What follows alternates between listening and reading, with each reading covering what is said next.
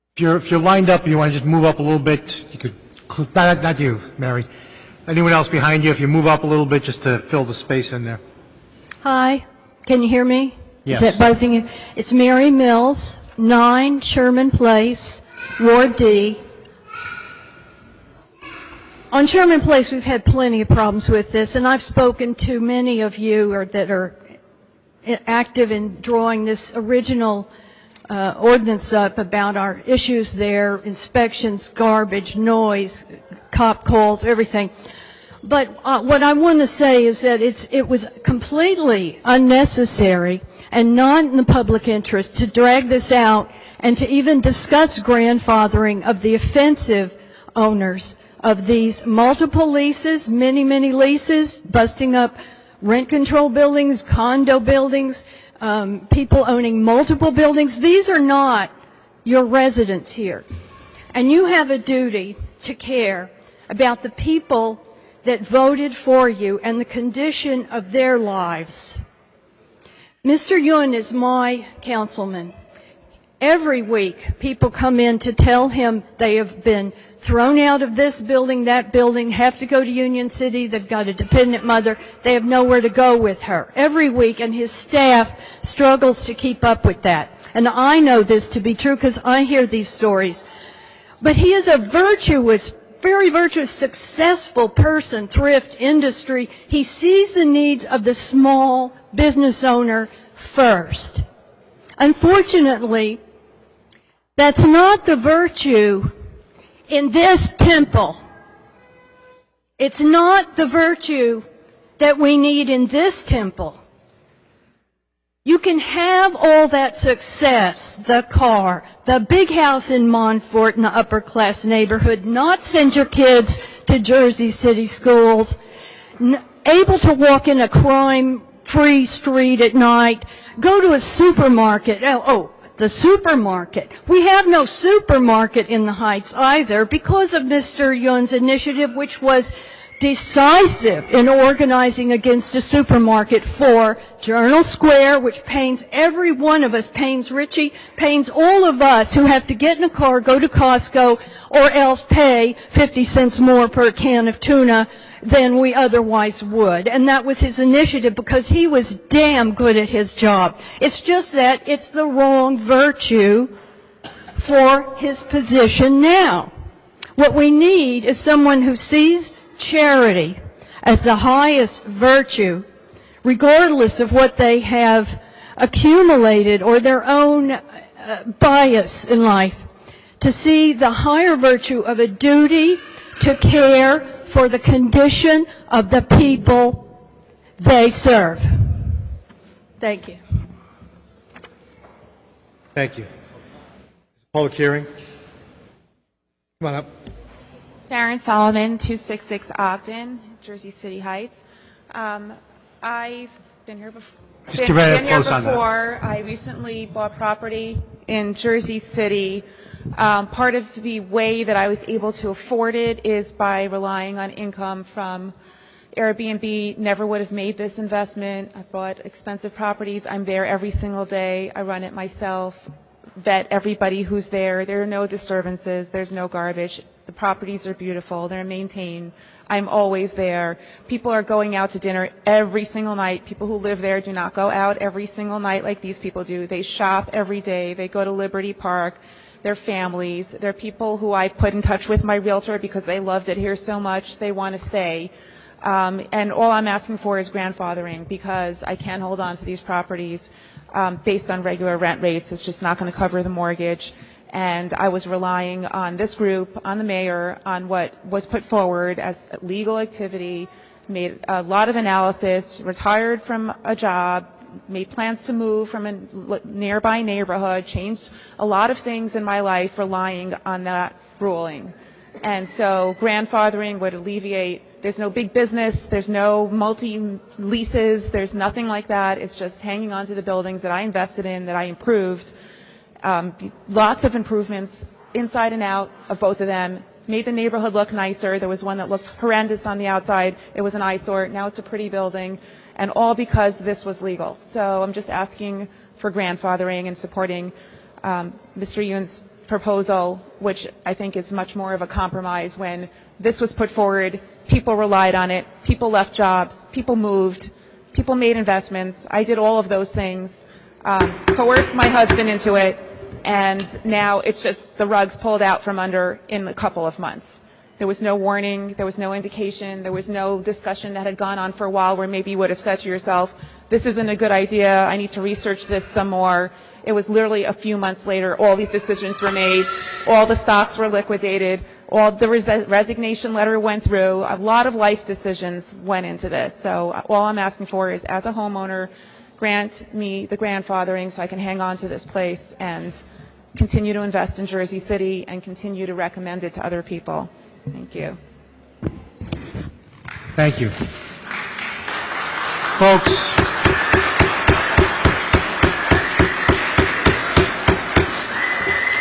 Folks, I was very explicit about that. We're gonna cut out the folks. If you have side conversations, take it outside, please. We are going to strictly enforce the rules of decorum. So please, if you have side conversations, take it outside. The hand clapping and other things, it's just going to continue to lengthen the meeting and distract from people being able to speak. Please refrain from the hand clapping, stamping, and other sounds that may, whether for or against someone that's speaking. Sir, the floor is yours. Hold on, one second. Mr. President, could you make sure we have an officer somewhere here? Because I don't see any officers. There's a lot of people here. It's a lot of, Can we get 'em? Could we make sure that we have an officer? Bring a couple to of come in? extra. All right, thank you. Thank you. Please identify yourself and begin. Good evening. My name is David Korn. I live at 137 Wayne Street. Please spell your last name, David. Korn. Thank you. I thought so. Pull it up close to your mouth, right to your mouth.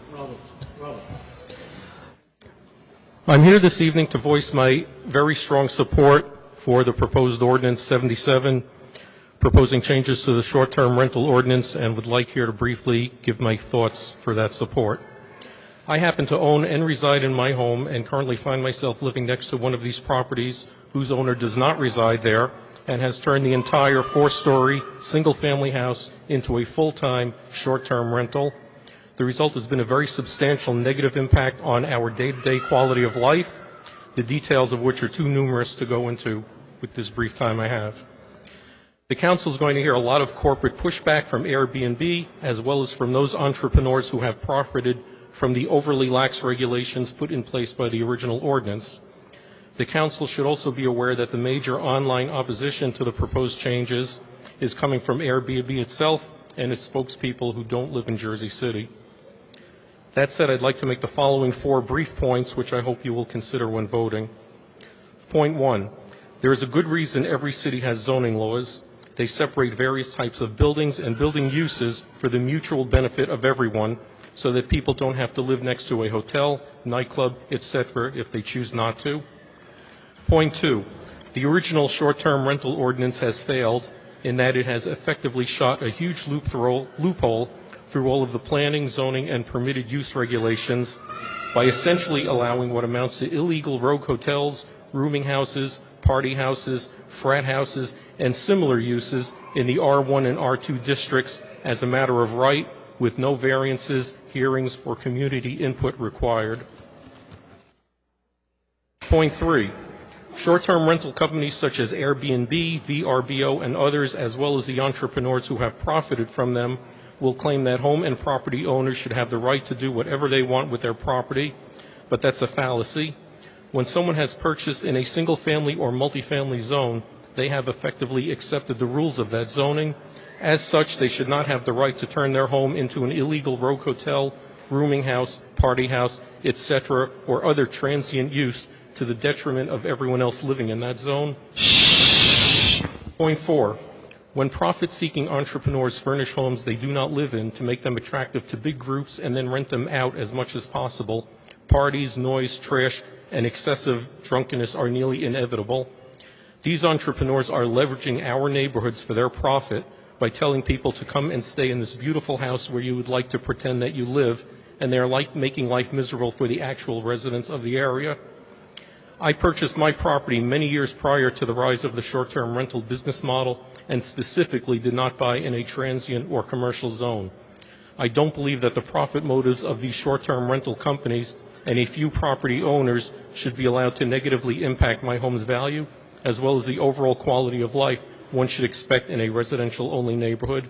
I sincerely hope you will vote to adopt Councilman Solomon's ordinance. Thank you. Thank you. Someone left a bag here, too. Someone left their bag up at the front. If you left a bag. Kind of back. We're just watching. Had to be Sharon, Miriam, Mia. Hold on. Let's. Someone's purse. Bring it to Lost and Found downstairs. Don't be coming. Don't be coming. Give it there. Don't be coming. Okay, ma'am. Folks, please again keep your chatter. Take your chatter outside. Once the officer comes here, I'm going to ask him to have anyone removed. Is he here? I wish. Okay, ma'am, you may begin. Good evening. My name is Taisha Felton. I live at 197 Limbeck, Jersey City, New Jersey. I do not own an Airbnb, but me and several of my teammates are here. We clean Airbnbs. Could I apologize and ask No you to problem. state your name again for the record? Taisha Felton. Taisha. T. T-Y-E-S-H? No. T as in Tom, A-I-S-H-A, F as in Fred, E-L-T-O-N. Felton. Yes, correct. I got the Felton part. Taisha was a little different for me. Thank you. Yeah. Well, I'm one of the maids who actually cleans up after the guests who leave. I just want to speak upon my job. My job affords me to, I'm also a college student, so my job affords me to go to school and also, provide for my 2 children. And as far as affordable housing, I think I heard that a couple times. A lot of the places I go to clean, I'm the only person who looks like me in those areas. So I don't know who these houses are afforded to, but I don't want to lose my job because someone has to drive to Costco and spend 50 cents less for tuna. I don't even have a Costco card. The only thing that is really important to me, not that these people's concerns aren't important to me, but my job is important to me as well. And there's no notice. And I don't get paid minimum wage. A lot of people do. I'm fortunate enough to get paid more than minimum wage to do something that most people would turn their noses up at. And it's not really, I don't want to say it's disgusting to where they're like, it's trash everywhere and, it's really disgusting. I don't see that, and I actually clean those places. I'm sorry, I'm a little bit nervous, but I just want you guys to understand that my job is important to me. My job is important to several ladies in this room who provide for their children that way, and we clean those spaces, so we would know more than anyone whether they're really disgusting or not. And that's pretty much all I have to say. I'm sorry. Thank you very much for your time. Have a great day. Thank you. Please step forward.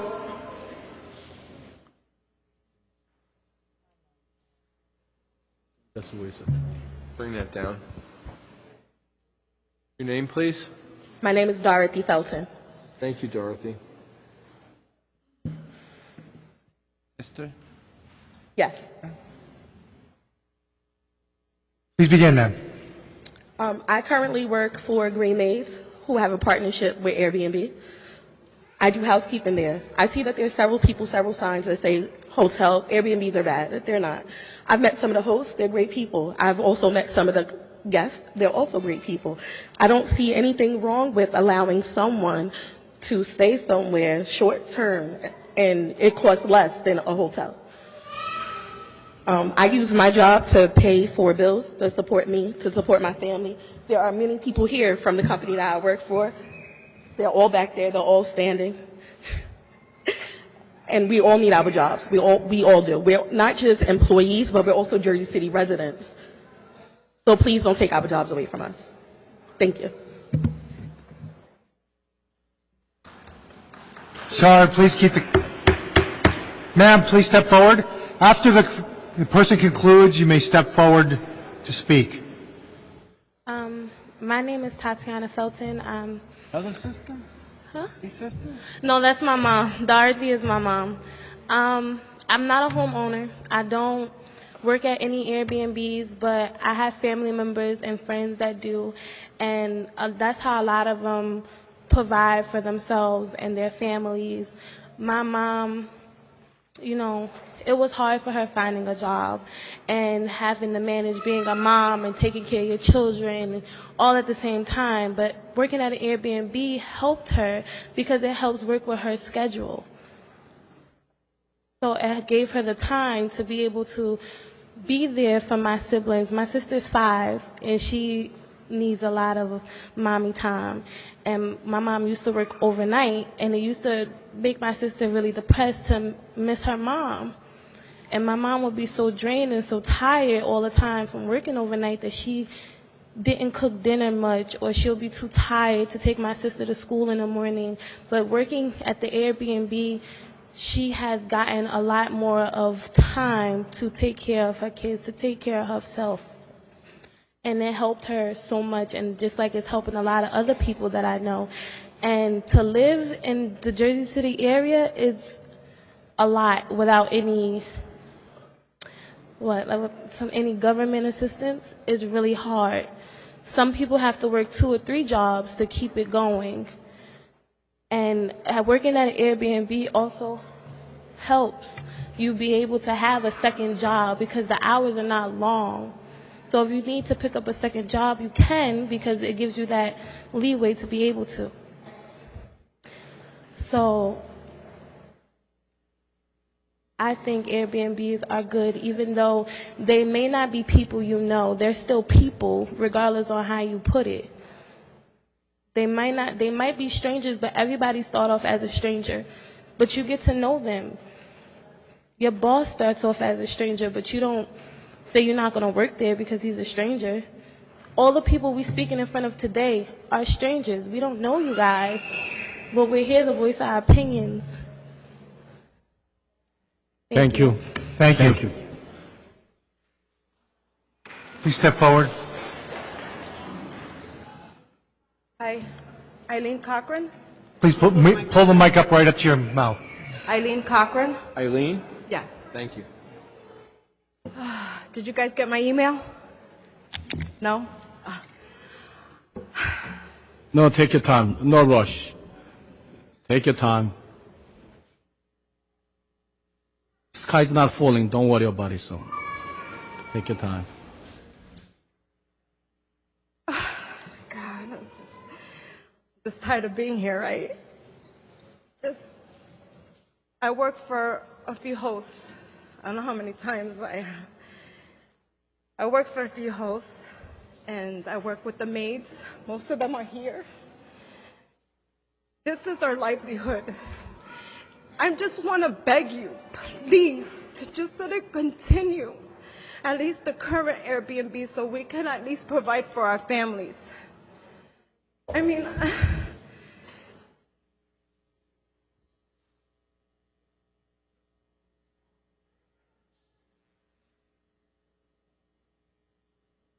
if we could just come together to just make something to please everyone, at least to allow us to continue to work. Man, I don't want to depend on the government to help me to take care of my family. This is my livelihood. I work hard to get to where I am. And, oh my God, I got laid off in 2015 from Jersey City Medical Center because they closed my department. I was a drug counselor because we didn't make enough money for them, obviously, government funding and stuff. So they put an orthopedic surgery unit in our department. Since 2015, I've been up and down, trying to find my way back. I'm 49 years old, and I felt lost back then. I don't want to be back there again. I want to provide for my family. I want to create something for my family. And I feel like you guys are going to take that away from me. Please, I beg you. I beg everyone, even the hotel industry, to work with us. To work to come to a medium. Because you know what? I, along with them, I work hard, just like they do, I'm sure, you know? But find the kindness in your heart to let us continue, at least with the current Airbnbs. Please, I beg you.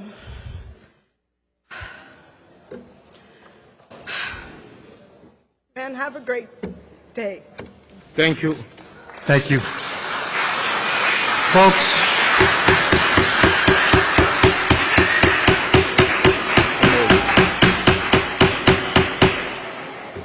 please,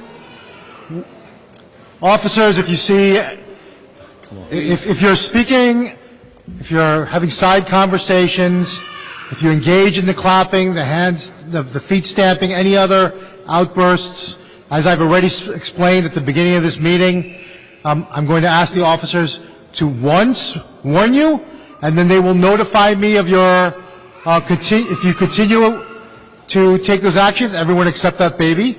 And if everyone else, if you continue in that manner, I'm going to ask the officer to remove you. Ma'am, the floor is yours. Hi, everybody. My name is Mary Felton. Okay, my daughter, my nieces, they all work for Ma'am, put the microphone right up on your mouth. Excuse me. Hello, can y'all hear me now? Yep. Hi, okay. My name is Mary Felton. Okay. I worked here in Jersey City for a long time. I used to work at Pathmark for 15 years, and then they downsized. Okay. And it was only a part-time job. Okay. I have a family to raise, too. I was out of work after 2015. I had 2 jobs to make one. Okay, 2 part-time jobs to make one. My daughter started working with the Airbnb people. I mean, she makes more money than me now. I only got a part-time job, and that's how we pay our bills. That's how we pay our rent. I mean, without that job, we might be homeless. So, I mean, it's a good thing. I mean, a lot of my family members work there. It's a good thing because everybody don't want to be on welfare. Okay? Everybody ain't getting public assistance. We got to work to pay for what we got to have. We got children. So I got like 5 people in my family that works for that place that take care of their kids with that money from that job. And it's the schedules for them. You know, a lot of people can't work because of the schedule, the hours, the money that they pay in. Airbnb, they allow them to work on their own time. And they're not hurting nobody. They're making an honest living to support their families. I mean, ain't nothing bad about it. I mean, I don't see the problem with it. I would support them all wholeheartedly. I mean, my daughter I've been on my job 17 years. And guess what? She make more money than me. Yeah, I only work part-time because they ain't trying to give us nothing. Minimum wage is $8 and some change. They're not trying to give us hard-working people nothing. So she need that job because if she didn't have that job, we might be homeless. I'm too old to be homeless. I'm 56-something years old. I'm too old to be homeless. So my daughter really needs this job. And for y'all to take it away from her, I mean, y'all taking it away from a lot of people that really, really trying to make an honest living. I mean, they ain't robbing nobody. They ain't stealing nothing from nobody. They going to work. They doing something that other people won't do, clean up behind somebody else. They didn't make that mess, but they going in there and cleaning it up. So I don't see nothing wrong with that. I really don't. I mean, honestly. Okay, a lot of people ain't going to hire nobody to be a maid and clean up their house. People have maids that can afford it. They get paid, so why they can't get paid to clean up too? What's the problem? It's an honest living. They're not taking nothing from nobody. They supporting their families. I don't see anything wrong with them. Don't take their jobs away. It's a lot of them that's out there doing that. And I'm so proud of the ones that I seen that wasn't doing nothing, get up off their behind and do something positive with their lives. And they're really doing a good job. I've seen a lot of them. I know a lot of them that works for them. And they're doing a lot better than they was. They were barely making ends meet until their daughters and them got jobs, and everybody pulling together. And that's what it's all about. This is a community for everybody. It's enough work out there doing that for everybody. Even a homeless person can get hired at Airbnb and get a job and don't have to be homeless anymore. They don't have to be homeless. They can sign up just like they signed up. They don't have to be homeless. I'm seeing the signs about, oh, they taking homeless from the homeless. The homeless person can get a job there. They can start working and making money. It's honest living. So I appreciate it if y'all keep their jobs open, because I don't want to be homeless. My daughter needs her job. Thank y'all. Thank you. Thank you. Ma'am. No, not you. Please step forward. Ma'am, you want? I wasn't supposed to clap. I'm sorry. Bring the mic up to your mouth. Okay. I like to say, oh, praise God for this wonderful group, Reverend Waterman, and all here. I am the wife of United States deceased Air Forceman. My name is Mrs. Draper Charles Arlington Preston Van Putten. I like to use his name. I'm from the old school. Can you repeat that, please? My name, Mrs. Draper Charles Arlington Preston Van Putten. My name is Julia. But I guess his mom knew she wasn't going to have any more children, and he's out of Bermuda, so I guess she gave him all those names. And the lady that you just heard from, she is one of my best friends. Her daughter is one of the hardest working young women I've ever seen in a long time. And so I didn't understand what Airbnb, is that what it's called? Airbnb. But I was educated enough to understand that it's like hotel. We have Uber and we have Lyft. And even though there are some problems, people are making money.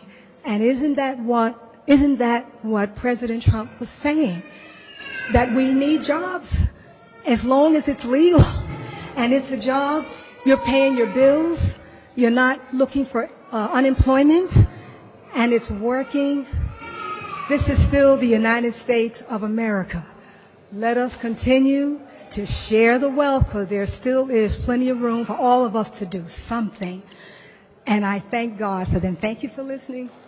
Thank you.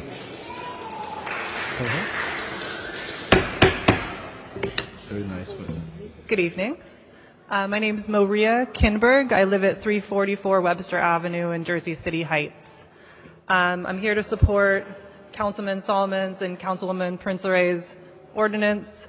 I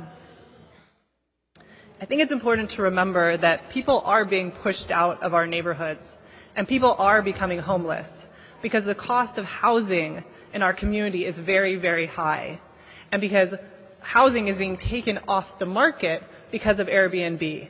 And that is exasperating the problem that we have in our community with having affordable housing for people to actually live in. So we do have a homelessness issue, and we do have an affordability issue, and Airbnb is making that worse. So we do need restrictions to ensure that we have communities that are livable and affordable for our neighborhoods.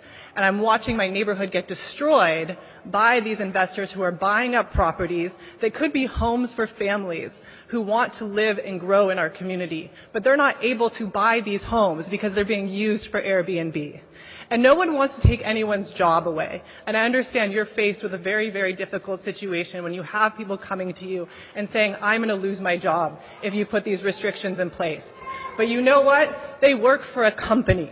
And companies all the time lay people off without any consideration of their lives or their well-being. And Airbnb may change at some point and decide it's not going to use these workers. Or the people who own those properties at some point may decide to lay these people off. So it's not your decision to be faced with. This is a company. This is a corporation. You're a city council. You make decisions about how the future of Jersey City and what we want for our communities. And we want housing. We want housing that's affordable, and we need restrictions on Airbnb in order to make that a possibility. So I'm urging you to go with this ordinance. I think this is the right way forward. Thank you very much. Stop.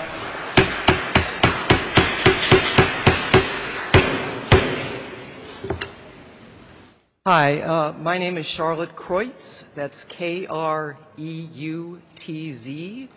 I live at 141 Grand Street. This is probably a small contingent of I am an Airbnb host. I have a 2-family brownstone. I rent the top floor apartment. I Airbnb my daughter's bedroom. And what I'm concerned about is my ability to continue to do that. I am not warehousing anything. I am not taking an apartment off the market. At one of the last Councilman Solomon said at one of the previous meetings, I would not be affected by these ordinances. I am now apparently going to have a restriction on the number of nights that I can rent my bedroom unless I'm misunderstanding. Well, that's what it seemed to say. You're shaking your head no, you're nodding yes. So I'd love some clarification on that. So we don't go back and forth during the meeting, but we can get your contact information and clarify. Okay, thank you. I will, however, say I support my Airbnb. I do an Airbnb, which is what Airbnb initially did. 15 years ago, 20 years ago, you shared your home. I do not support warehousing, building new buildings, buying apartments to Airbnb them. I think that's a travesty. Anybody read the New Yorker article about Barcelona, which is being destroyed by Airbnb in residential neighborhoods? I like to think mine's a much smaller footprint. Maybe I'm naive, maybe I'm being unfair about that I should be allowed and other people shouldn't. But I really don't agree with what's going on in the Heights. I have a lot of friends up there. I don't think it's good, so I don't support that. But my property taxes doubled. I am still paying off debt from Sandy. I had 6 feet of water. It ruined my kitchen, my bedroom. I had to rebuild everything. So this Airbnb is a huge boon for me personally. And as I say, it's my daughter's bedroom and a bathroom. Nobody's moving in there to be able to live in a lovely apartment because that's not what it is. So that's my only possibility. So if you can clarify that part for me, that would be great. But I do raise my hand in support of all the people who do not want grandfathered in, people who are making a business out of it, which Airbnb is doing. They are no longer a sharing, let's all love each other and sleep on the couch. They are now a big, big business, and they are very supportive of big apartments, warehousing, turning, because it gives them money. So they can have my little piece of my money, but I don't agree with what they're doing worldwide. I think it's a shame. Thank you.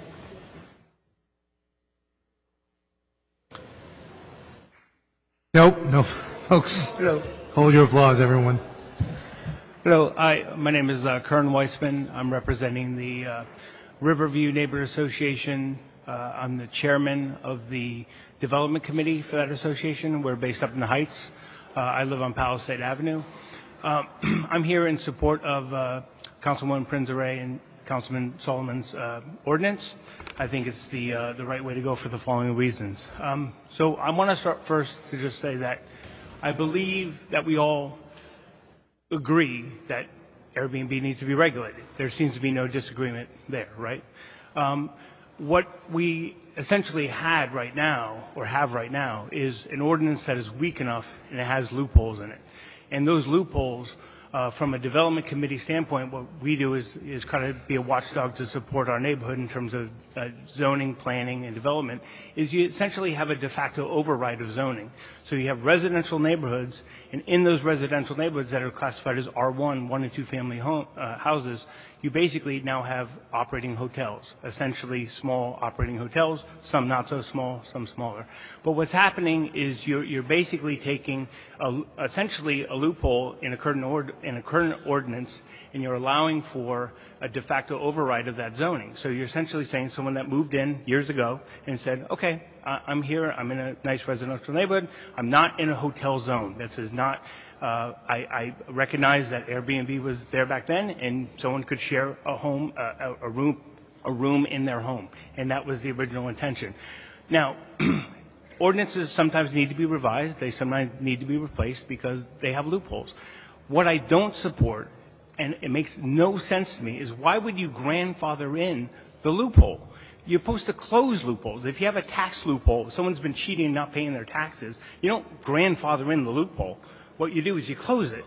So that's what makes more sense. That's why I'm supporting their ordinance. So we all agree it needs to be regulated. Let's regulate it the proper way. You're still allowing people to, a couple things. You're allowing people that own their homes and live in their homes to still share their home. That's great. You're also allowing 60 days for someone who, where it's, still their primary residence. But the most important thing is that you're hearing a lot of belly aching here about, well, you're destroying my investment. No, you're not. You could rent that property out, just like a normal landlord would. If you buy a property, if you're in a residential neighborhood, you would typically rent it out or you would sell it as condos. That's how it works. No one's taken away anyone's investment. So I cry foul at that idea that I think is a false argument that, yes, you may not be able to make as much. And I've spoken to some people that own these properties, and you're right, they won't be able to make as much. But guess what? You bought into a residential neighborhood, and then you exploited a loophole. That loophole is being closed. Ordinances improve and get strengthened all the time, and you do the right thing. So you're looking out for long-term residents, you're looking out for the housing supply, and you're making sure that you're being consistent with what the zoning is for that neighborhood. And I think that's very important. And I will say that these people can sell their properties. There's plenty of buyers. People can rent their properties. So there's not like you're stripping something away from people. So I really think I encourage you, take this opportunity to close the loophole and be fair to the residents like myself that have lived in these neighborhoods and invested in these neighborhoods and are not intending to run hotels. Thank you. Thank you.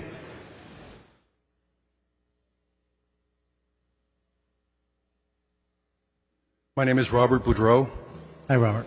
I'm a resident of the Heights at 237 South Street. B-O-U-D? B-O-U-D-R-E-A-U. Had it. Thank you. I'm here in support of Ordinance 19-077. I think it goes without saying at this point that we wouldn't even be here if Airbnb had stuck to its original premise. It's really unfortunate. And cities all over the world have had to clamp down on them. New York, San Francisco, L.A. Robert, just Paris, get up right up on the Tokyo. mic. Excuse me? Get right up on the mic. Okay. Okay. And as Kern said, we're not asking people to shut down their businesses. We're asking them to run them in a fashion that is more respectful to the neighborhoods that they're in. I don't think that's asking an awful lot. Short-term rentals to long-term rentals. I'm a very proud resident of the Heights. I'm a great cheerleader of Jersey City.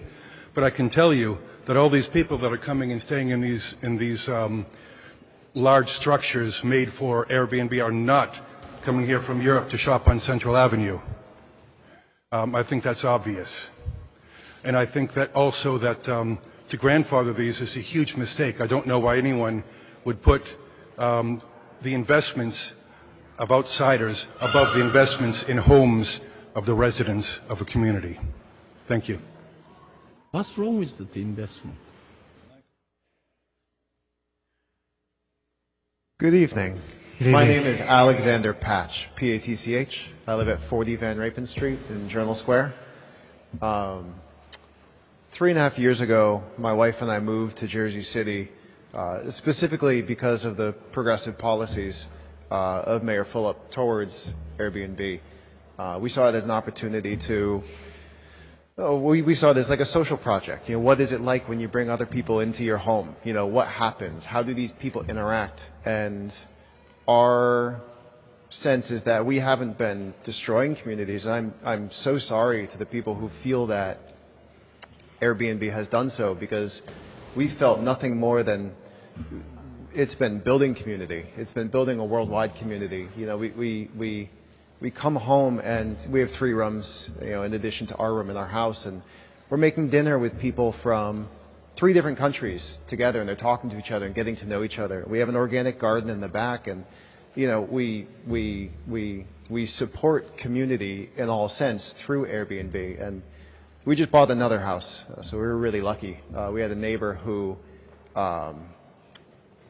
wanted to get rid of her house. She was old, moving into a retirement home, and she came and offered it to us first before putting it on the market, because she liked what we were doing, and she liked the community, that we wanted to support and the ideals behind it. And so and we took it, but this is terrifying because now we're worried that we're almost done with the renovation. And renovations, they're more expensive than you think, and they go on longer than you think. And you know what the number one thing you'll learn from renovation is? Don't do it. It's awful.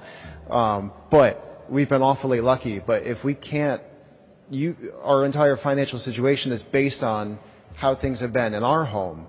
And we're in the doghouse if we can't continue doing this. I've heard a lot of speculation. I've heard a lot of generalizations about what Airbnbs are, what people are like who stay in Airbnbs. And the fact is, the people who stay in Airbnbs are you and me. I mean, who here hasn't stayed in Airbnb when they've traveled around? It is such a great, oh, come on. You should try it. All right. So 2 out of, all right. But, the benefit is, with Airbnb, you get to meet local people and get a feel for the local flavor of communities. We've had people who have come and come back and come back. We even have people who have come and stayed and lived in Jersey City. The income has also allowed us to support other social projects like, giving rooms to refugees for periods of time. We've housed, people displaced from their families because they came out in the LGBT community.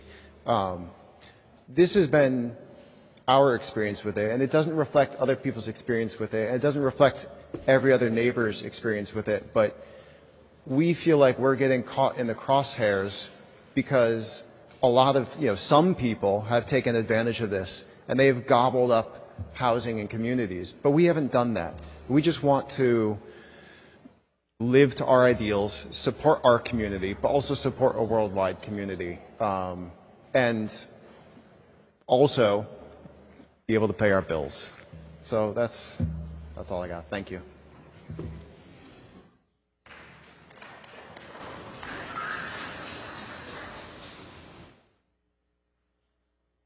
Hi, good evening. I'm Joseph Freno Maria.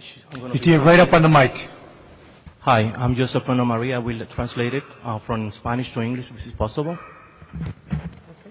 Hola. What's your last name, Mi Joseph? nombre es María Encarnación. My name is Maria Encarnacion. Vivo en el vecindario Heights de Jersey City. I reside in the neighborhood of Heights, Jersey City Heights. De Jersey City. Quiero animar a todos ustedes para que voten por la legislatura 19077 para mejorar viviendas. I would like to encourage you to vote on the ordinance number 19-077 because that bill will have the most impact on protecting affordable housing in Jersey City. Accesible a Jersey City. Gracias. Thank you so much. What is your name, Joseph? Last name? Or mine? Your name. I have Ms. Juan, J-U-A-N. Last name? Rondon, R-O-N-D-O-N. I'm just a translator. Thank you. Thank you so much. Gracias. Gracias. Nope. Yes, ma'am. Good evening. My name is Wanda Little, and I currently work for a local Airbnb company in Jersey City. I know that the Airbnb has a tendency to affect people in terrible ways, but it also has positive things that it provides for the community as well. I need my job desperately. I go to work every single day, and I depend solely on this check, just like everyone else in this entire room, to pay my bills as well as take care of my children. If they shut it down, then a lot of people will be without work, and a lot of trouble will then begin to start happening, and it may also damage the community. With that being said, if it's anything that you guys could do to possibly keep Airbnb flowing, it would be great. And that's really all I had to say. Thank you.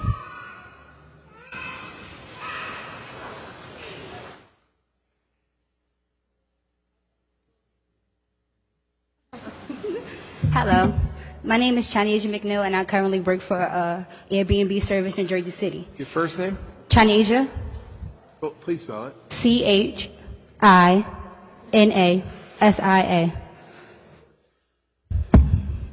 Well, that I forgot your last name. I'm so sorry. Excuse me? Your last name, I can spell it. Just say your last name. McNeil. Got it. Thank you.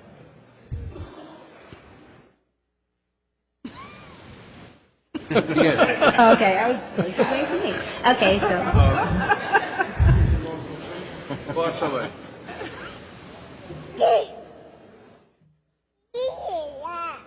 As you can see, I use my job to support my child, but I don't only have one child, I have 5 children.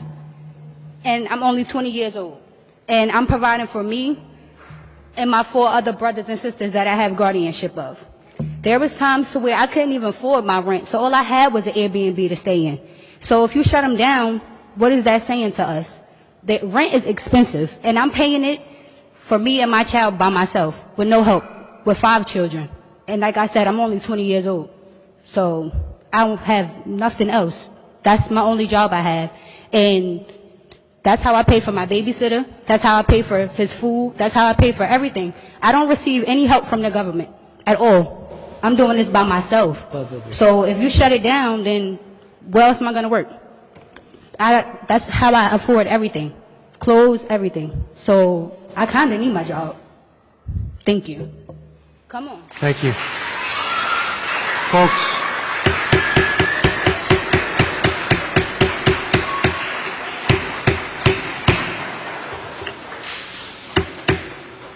good afternoon. I'm Shay Watson. Please begin. The reason I'm here is I was driving and I heard an announcement that landlords are reserving properties for Airbnb, and I don't see how that's lucrative, because as a resident, I go to school, and persons who are coming into Jersey City, they're looking to stay in New York, and it's usually persons who are traveling for the first time and they can't afford much, but they still want that experience of travel. So the most you probably get for a night is like $30. Now, if you do book 30 days, if you do book 30 days at $30, that's still only giving you $900 a month. And for a property in Jersey City, there's nothing that's renting for that. So if landlords would be reserving property for Airbnb, they'd actually be losing money based on my experience. The other thing is, as I said, I go to school. Even with 2 part-time jobs, there's just so many hours you can work physically. I remember in February and in March, I was sick twice with the flu, and the only thing that prevented me from falling behind in my bills was because I didn't have to physically go out to be at work, and not being at work, I couldn't earn. So I don't see where Airbnb is not this lucrative thing, and the people who are going to hurt the most are the people who are just trying to make everyday life. I mean, at some point, you try to use your budget as best as you can, but there are things that come up. You have to go to the doctor. Your car breaks down.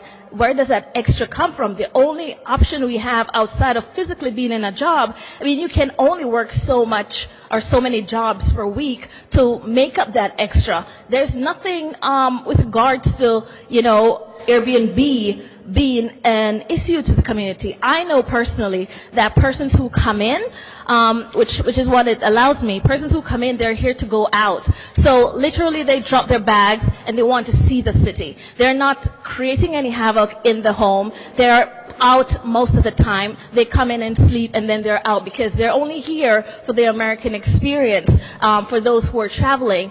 And I know that I don't have an issue with, noise or any kind of pollution with persons being here. They're just passing through, and like I said, it's just patching over residents for that $30 a night, which is not a lucrative thing for persons to be shutting down an apartment to make. There's not that lucrative money in Airbnb, but for persons like me who go to school and who does have to work part-time, it does help a lot with regards to to just my everyday budget and being able to stay afloat. So I really am hoping that you guys do not decide against this, because, you know, a lot of us are counting on it. So thank you. Thank you. Folks, sir, step forward.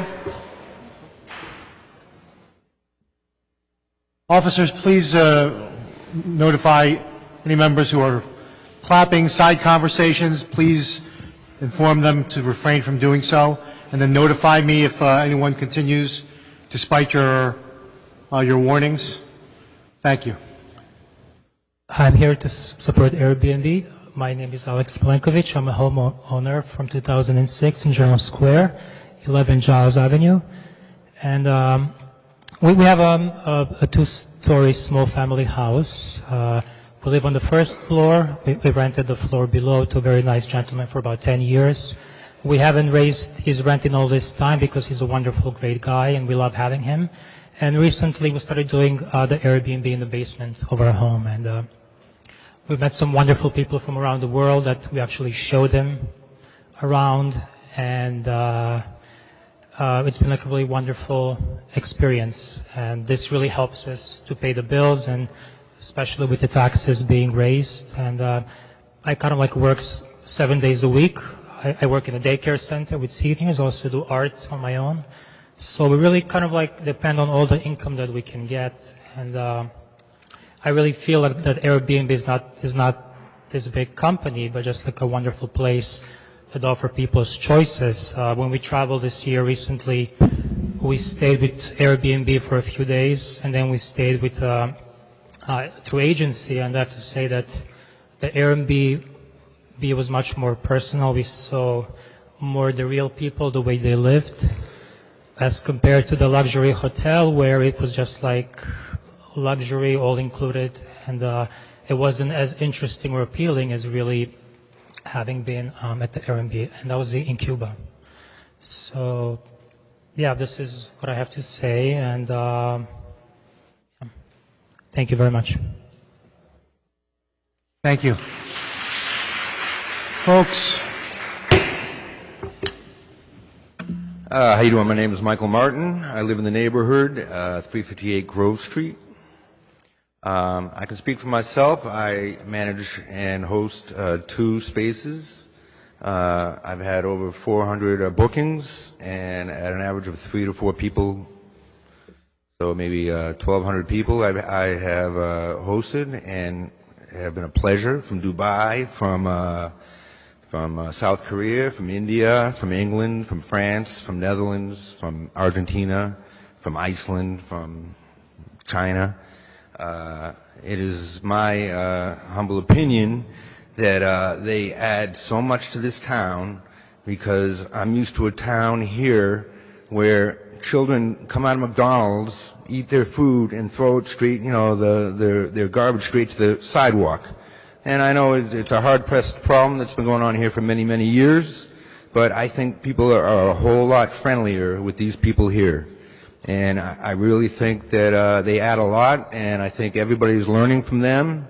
I really don't understand what some of these people think about, that they don't want them in the neighborhood and that they're dirty or whatever, but I can speak for myself. My people all throw their garbage in the right place. They keep my place extremely clean. And I direct them to all, I expressly tell them. I might be telling a fib, but I do tell them that it's better to have a few meals here than in New York, because it's a little less expensive. It's not so much the case these days, because the price is going up very high here. But I can see that a lot of these businesses, anywhere on the, in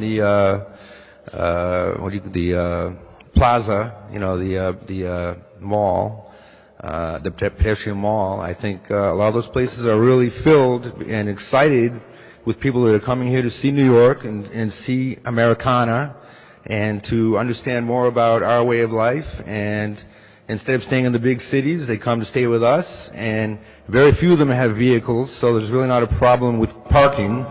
I would say less than 8% of any of my guests have a car, and as we all know, it's extremely hard to park anywhere around here, even if you, especially because we live here.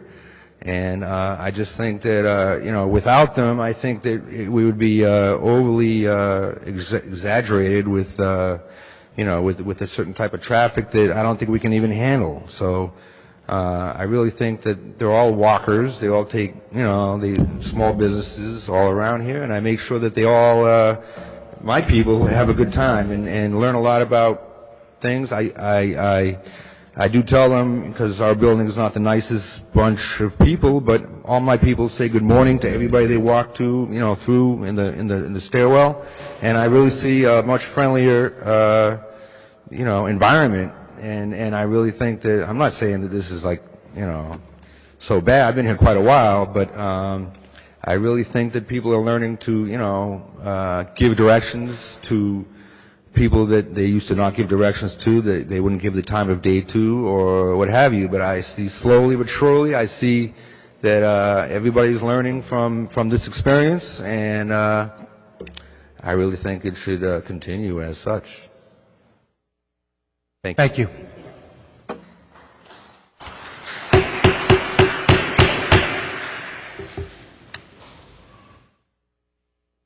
Good afternoon, everyone.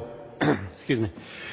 Thanks for giving us the time to speak today. I know that there's a lot of people here, and one side is some people on the other side. I mean, I think the conclusion that I came to, that you can't please everybody. There's got to be a middle ground. Robert, did you I'm sorry. Thank you. Asking for it. Thank you, sir. It's Aaron Johns. I'm in Ward D in the Heights. Aaron Johns? Yep. Thank you. You can't please everyone, right? So there's got to be some type of middle ground with Airbnb. I know that at one point this city was for Airbnb, and I know that we're here tonight to get feedback from everyone. I personally am a landlord, so I do rent, and I'm also looking to do Airbnb as well. And recently I was part of the tax increase. My taxes went up about 20%. And, what I think a lot of people don't realize in the room is that when our taxes go up as landlords, we have to find a way to either supplement that income to, take that increase in taxes, or we have to pass it along to our tenants. And so, people are going to be paying higher rents if we're not able to Airbnb, because there's no way to supplement that additional income that we need to cover the tax increases. So I think that everyone really needs to understand that, their rents could go up because of it. So one of the other things that I think is really important, and I think this is 2 points, is that, number one, Airbnb is going to bring in a lot of tourists to this city, a lot of tax revenue, spending money, eating money, going out to dinners, going out to places, spending money in the city, tax revenue that is going to be great for the city. So I think, putting a stop to that, you're talking about millions of dollars of lost money that's not going back into the city's pockets. So that's one of the big things. And the other thing is, too, if you ask Airbnb, do you think really, honestly, does anyone up here think that's going to stop anyone from trying to rent out their apartment? You're going to probably have people renting their apartment illegally. And now the city has no control over it, and there's no way to make money off of it from the city. Hey, if you want to charge me to do Airbnb, that's fine. I'm okay with that if that's part of the deal. But when you say that there's no Airbnb, people are going to do it anyways. It's going to happen. I've been to countless types of meetings and, tax appeals and people renting out their apartments illegally, zoning's involved. I've seen it all. People are going to do it regardless. So wouldn't you want to have control over that to be able to get that revenue, not only from the people Airbnb-ing, but also the tax revenue that's coming in from the folks that are actually Airbnb-ing? So I think it's a good thing. I think it needs to have some limits, right? I mean, do you want to make every large high-rise condominium, a whole hotel or Airbnb? I don't think so, but for some of the smaller landlords in the city, 2, 3 family, 4 family landlords, I think it's something that the city should greatly consider. And for those reasons. So thanks for your time. I appreciate it. Thank you. Thank you. Folks, Hi, good evening, everyone. My name is Alkis Alfred. I'm going to need some help with the spelling. ALKES. A-L-K-E-S. Alfred, ALFRED. Wait. A-L-K-E-S. ALFRED. Alkis Alfred. A-L-F-O-R-D. ALKEES. A-L-K. I have that. Alfred, ALFRED. Spell that, please. ALFRED. Okay, Alfred. Thank you. All right. My name is Alkis Alfred. I live in Jersey City. I want to thank Council Member Mira Prince Airy and James Solomon for coming up with a smart law that create new regulation on Airbnb, but also allows small Airbnb operation to continue. I urge the City Council to vote for their law. Thank you. Appreciate that.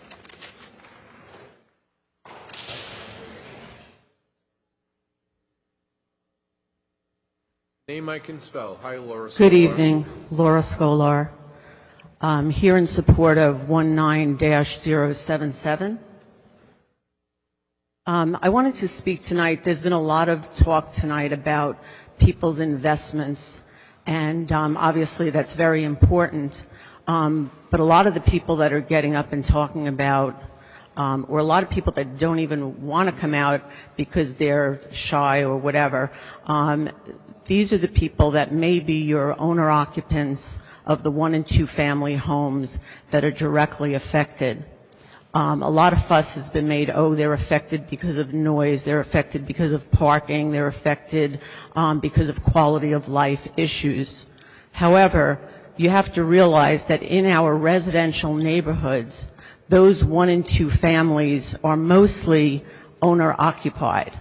Those people made an investment monetarily and also an investment in the neighborhood. Okay? These people are the people that this may be their only investment. Okay? Or it may be the largest investment that they have. And to me, when you have a block, and I won't name names, but there are blocks that have 2 and 3 entire homes that are used as Airbnb, those Airbnb units, short-term rentals, are devaluing every other 1- and 2-family home in that neighborhood. Okay? So if you have a senior citizen that spent her life or his life in this city raising their family, to me, they're looking at a devalued investment. You have a young family that may have also purchased here in the last 5 years when we know the market has been on an upswing. These people have paid $600,000, $700,000, $800,000, maybe more, to live in a neighborhood, in most cases, to raise a family there. Do you want to raise your family next to 1 Airbnb, next to 2 Airbnbs? I wouldn't. So what I ask you is, let's talk about investment, and let's look at everybody's investment, not only in their neighborhood, but what they've invested monetarily and for the long term. Thank you. Thank you, Laura. Please come up. Please identify yourself. Anna Meduk. You're going to need to bring that microphone up. Anna Meduk. Anna, can you help me spell your last name? Medyukh. E-D-Y-U. KH.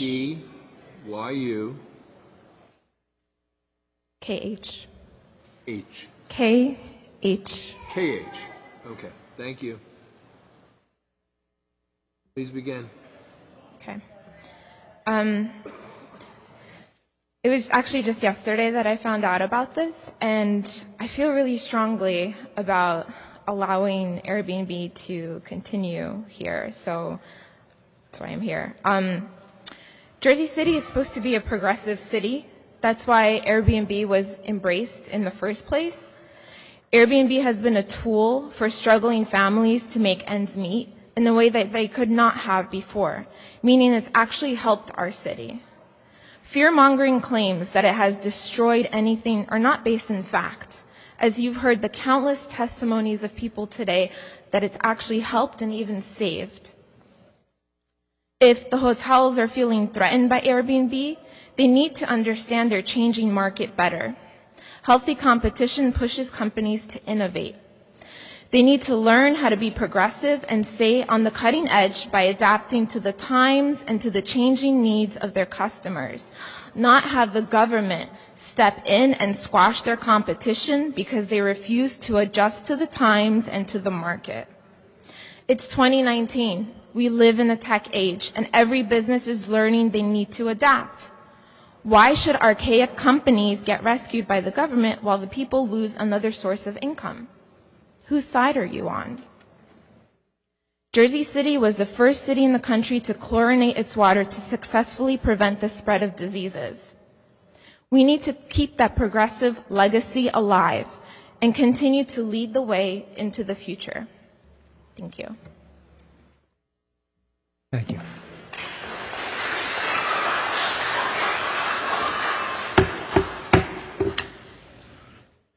Hi, my name is Woo Jung Lee. First name spells W-O-O-J-U-N as Nancy, and G, and last name Lee, L-E-E. And to be honest with you, I don't know much about like big agendas like economies or, job opportunities. I'll just give you my story. I've been working as an IT tech for over 11 years, but I didn't like the fact that I don't have much time to spend with my kids. And earlier this year, I saw this business opportunity, Airbnb, and it looked pretty, awesome to me because I could be flexible and spend time with my kids while I'm making money. But I wanted to have a legit, source of income. So I believe it was either February or March, I called the buildings department of Jersey City. And I asked if it is illegal or legal to run Airbnb business in Jersey City. And the answer was, it's totally fine. So I quit the job after 11 years. My job was secure and stable, but I still didn't like the fact that like I said, so I wanted better things. So that's why I moved on. So I quit my job earlier this year, started Airbnb. So far, so good. I got to see a lot of new people, and people are, commenting that, people come here and make noises and make troubles. I don't know. That could that could happen. But based on my experiences so far, I even got a complaint from one of my guests that the local made too much noise from the party. They couldn't sleep. I believe there was some of my guests were, having parties and stuff, but what I can tell you based on my experience is people having party, the frequency of having those kind of guests are the same frequency as local people having parties. So I don't really think it's, in order to make a reservation through the Airbnb, you need to put the picture of your license and, your ID and your credit card. So you put your identification on it, and the host can leave reviews and whatever, whatever they did, we can update it publicly on Airbnb. So people are not going crazy. And also, people are also saying outsiders coming into the Jersey City creates too much traffic and stuff. Jersey City is one of the most popular satellite cities who wants to travel Manhattan. Majority, over 90% of my guests are, all travelers from overseas to visit New York City. But New York City is, as you know, it's too expensive to sleep over. So they want to find a little, cheaper place with a little more inconveniences, like they need to, across the bridge. But so people come and whether there is an Airbnb or not, travelers come to Jersey City. They're just going to stay in hotel instead of Airbnb. So the amount of people pouring into the city for travel will be exactly the same. So if you guys shut it down, like the guy like me who just quit after 11 years of working hard in the same company and found a new hope, and I've been so happy. I've been spending a lot of time with my kids, and I finally started thinking, oh, this is it. This is the thing that I could, put everything into it. And this happened. So I believe there should be a lot of people like me. So what am I supposed to do if you guys shut it down? I can't go back to the company that I used to work. And in addition, this is totally different thing than what I've been talking about. The form of business has been dramatically changing throughout the whole world. The majority of the gigantic retail franchises, they're shifting their sales route to online more and more every day. Target, Walmart, they're closing their offline stores, and they're putting more resources into the online business.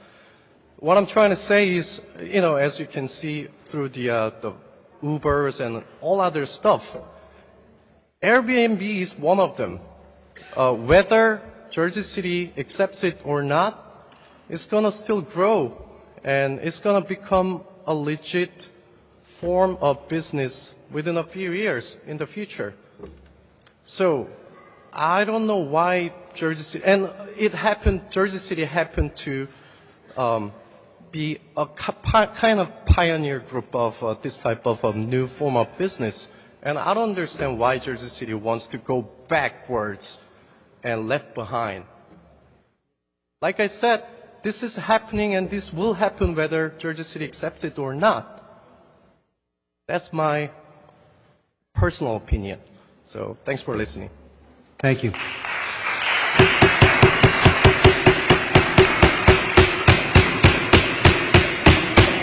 Officers, can you please? Hi, good evening. My name is Jennifer Askew. I've been living here my whole life. I work downtown. I am from downtown. I am a housekeeper manager for Airbnb. I love my job. I take care of my children off my job. I went from jobless to working here, and I've been here for 3 years, and I grew. We keep a safe, clean environment. We make sure that the guests are not partying, not drinking. We keep a strict policy. We follow all the rules. We are very friendly with the neighbors that's in our Airbnb areas, and I support it, and I hope that you don't take it away, because you'll be taking away my livelihood, a job that I love. I help people every day. I train people. And starting over is not easy, but I really enjoy doing what I'm doing, and I love providing for my family. And I'm from the community. I'm 38 years old, born and raised in Jersey City. So thank you for your time, and I hope that you keep Airbnb.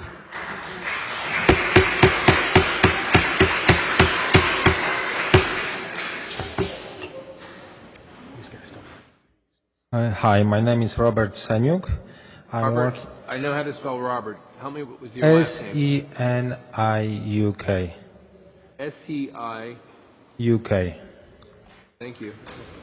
And I'm living in Jersey City, downtown. I'm working as the handyman for short-term rentals, and I also I don't want to lose my job, and also I'm support all my family with my income. And I would like to know, if the Airbnb doesn't go through, then what kind of plan city got later on for us, that the city can offer us any kind of the jobs, because right now I can work in Jersey City, I don't have to commute to New York, and I stay in that city all the time.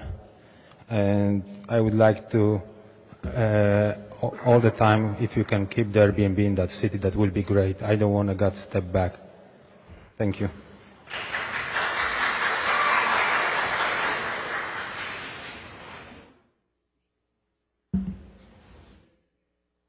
Good Good evening. My name is Sue Nilsson. I've been a longtime resident over 20 years. I am a voting member of this community and have a large stake in what happens here tonight. I do not own an Airbnb here. I am a homeowner, though. I have been a recipient of having Airbnb voted out of my neighborhood in another area, and I feel it is mainly from short-sightedness and an inability to see that the world is indeed changing. Getting rid of Airbnb will not solve the following problems that many of us don't like here: rising rents, more high-rises. It won't solve the partying down on Grove Street on Friday and Saturday nights that many of us have complained about. This will only hurt a small business owner, someone who's a homeowner. Maybe they do own 3 or 4 buildings.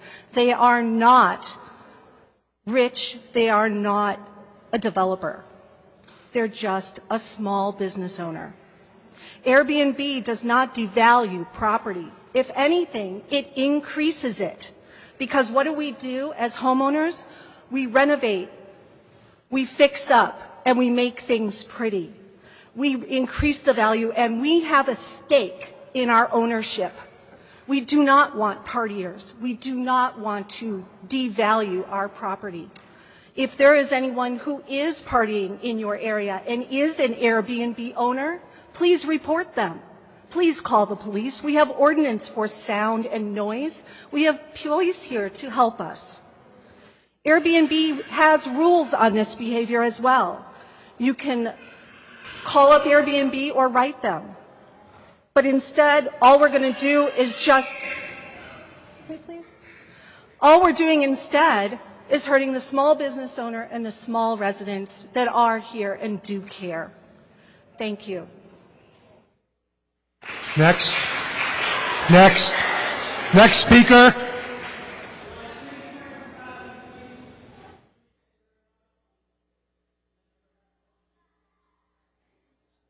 Well, Next speaker, please step up to the mic. She's coming. Okay. Oh, God. Hello. Good evening. My name is Laverne Felton. I used to work for the city of Jersey City. I remember you, Laverne. Yes, and me myself, I feel if you take the jobs away from these people, working people, where they gonna go? They ain't gonna have nowhere to go and live and actually be comfortable living the way they is, and I feel that's not right. I feel they should be able to keep their jobs as much as they can, and that's it. That's all I have to say. Thank you.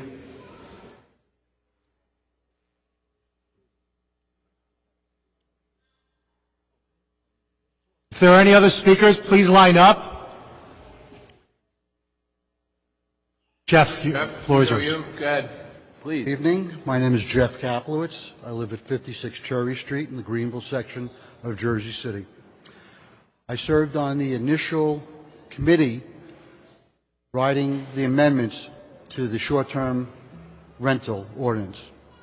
I stand before you to support Councilman Solomon, I'm going to mispronounce your name. I apologize, Mayor. And the reason I support their ordinance is because in 2015, the administration did want Airbnb to come into Jersey City. The assumption back then was Airbnb is an owner-occupied sharing business. It was there to support people who want to rent out a room or one apartment in their building. This was the assumption back in 2015. I, and as others, raised issues that the ordinance back then was too loose and didn't understand how the business would morph into a corporate business. And that is where we are today. The ordinance that is presented to you does not hurt the homeowner that has a building who needs extra money or enjoys having visitors come into their homes. That is protected, just like the original ordinance in 2015. And I have to stand here and I sympathize with a lot of the people who are coming up and talking who are against the expansion of Airbnb hurting their communities, and the people who live in Jersey City and have created a business around it. But this is about money, it's about business, it's about politics. There is big money in expanding the Airbnb concept into multiple businesses, multiple buildings. People who don't live here, people who have bought properties and stand here in front of you and saying, I can't rent out these units at a fair market rental value because I pay too much for the building to run a business. Businesses are treated differently than residential properties in every community throughout the United States. They are taxed at a different level. They're inspected for safety code issues at a different level. I am sorry that people are going to get hurt, but the politics of this is simple. A governing body has to make a community work for its long-time residents. Business districts are set up to conduct business. Industrial areas are set up to conduct industrial businesses. You cannot go back. What we are experiencing today is an example. What each and every one of you should consider as we move forward. When you rush an ordinance through without asking for expert opinions, without asking for stakeholders, down the road you will cause pain. You will cause issues to come up that could have been solved in the very beginning. I know that you're going to look at Bayfront as we move forward, rent control laws as we move forward, and a number of other things. Do not make the same mistake as we did in 2015. Open it up in a transparent, open dialogue. Do not rush. Ask everybody's opinion. You're never going to satisfy everybody, but at least you're not going to sit through many meetings and listen to the hardship stories on both sides of this issue. Once again, I ask you to vote for the ordinance that the councilman and councilwoman have presented. I do not believe grandfathering any business that hurts the residential area is wise. Thank you very much.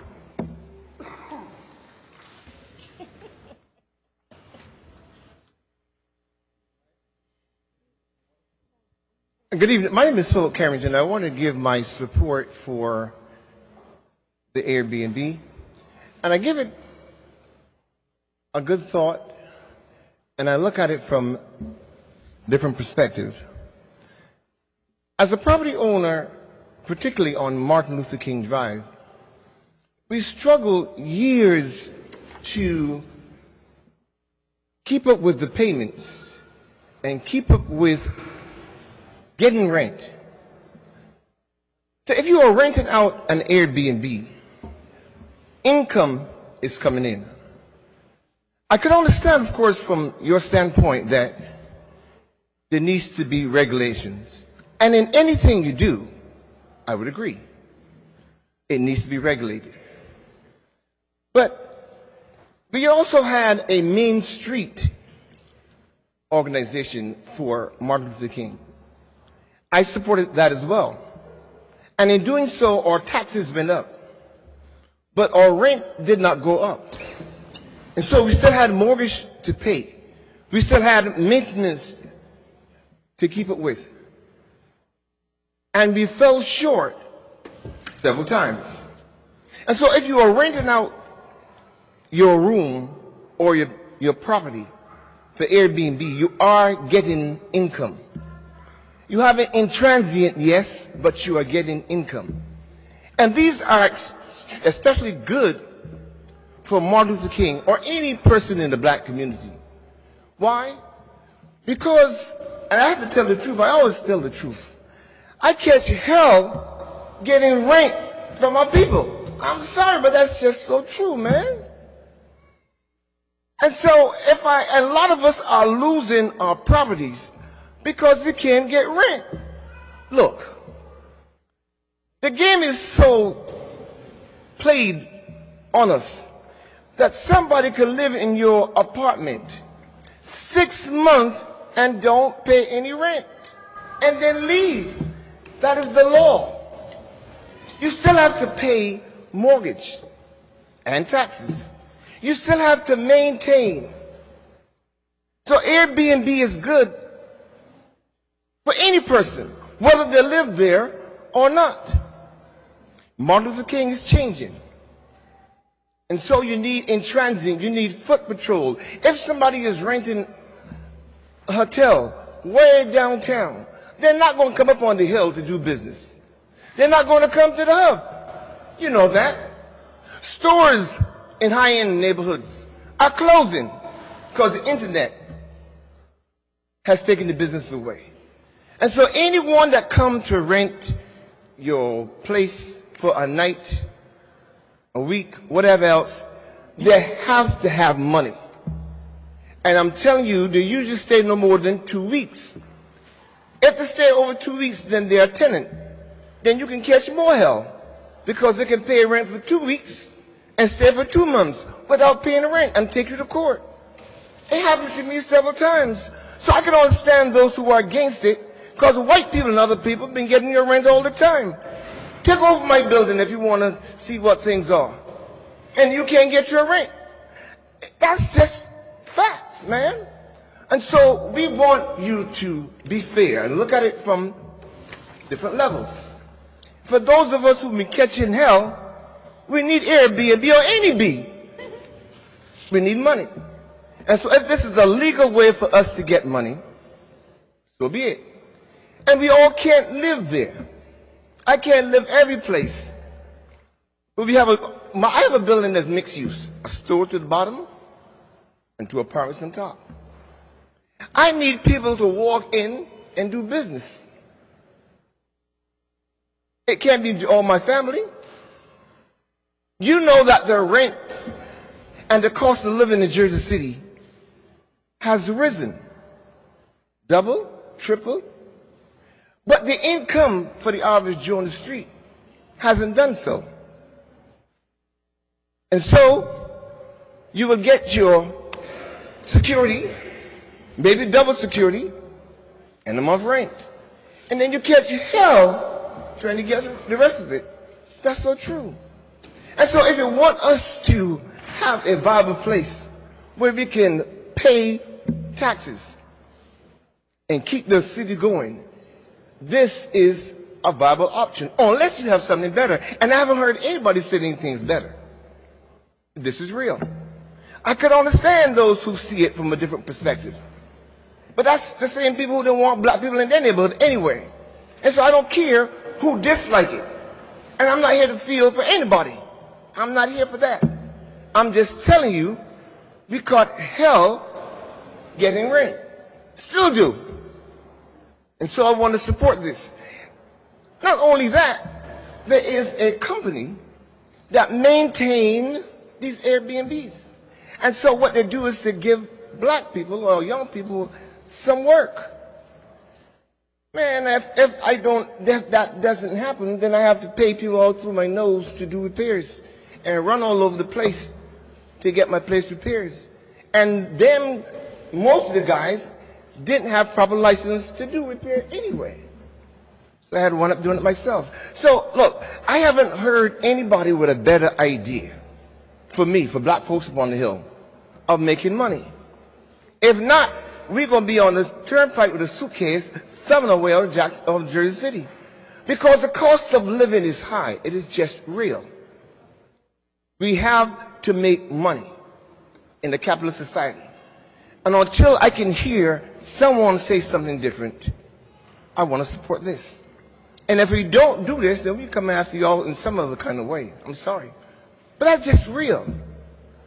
Again, I understand those who disagree with that. But there are those who disagree with the carnival being on Exchange Place because they don't want a certain type of people in their neighborhood. All these things are real. But if you have a better idea than what you've been saying, so be it. And if you don't, we want to support this. I am Phil Carrington. That's my viewpoint. Good night.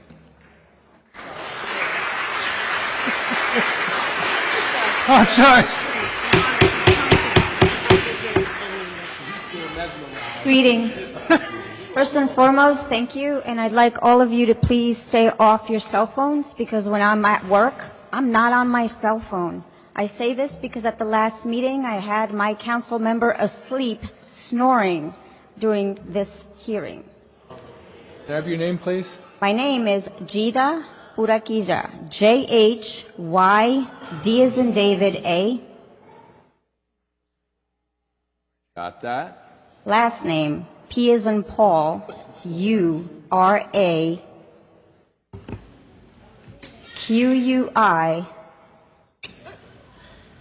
double L-A. Double L-A. Double L as in Larry. Kurakia. Thank you. So, I understand there are many people here doing their jobs the best that they can. Some before me, some behind me. Some who are threatened with their livelihood if they don't attend to hold up signs. Some who have worked their whole lives in this city to be able to own a home.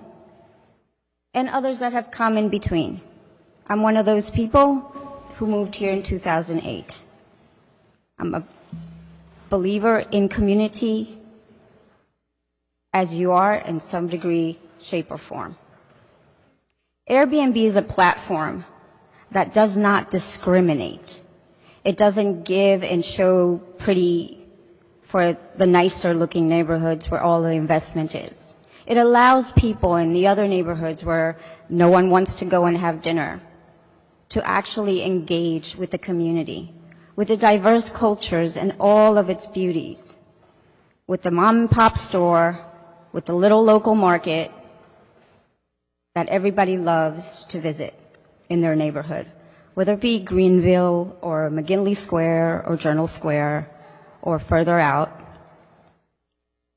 I hear a lot of complaints from people who come mainly from outside the city and from downtown.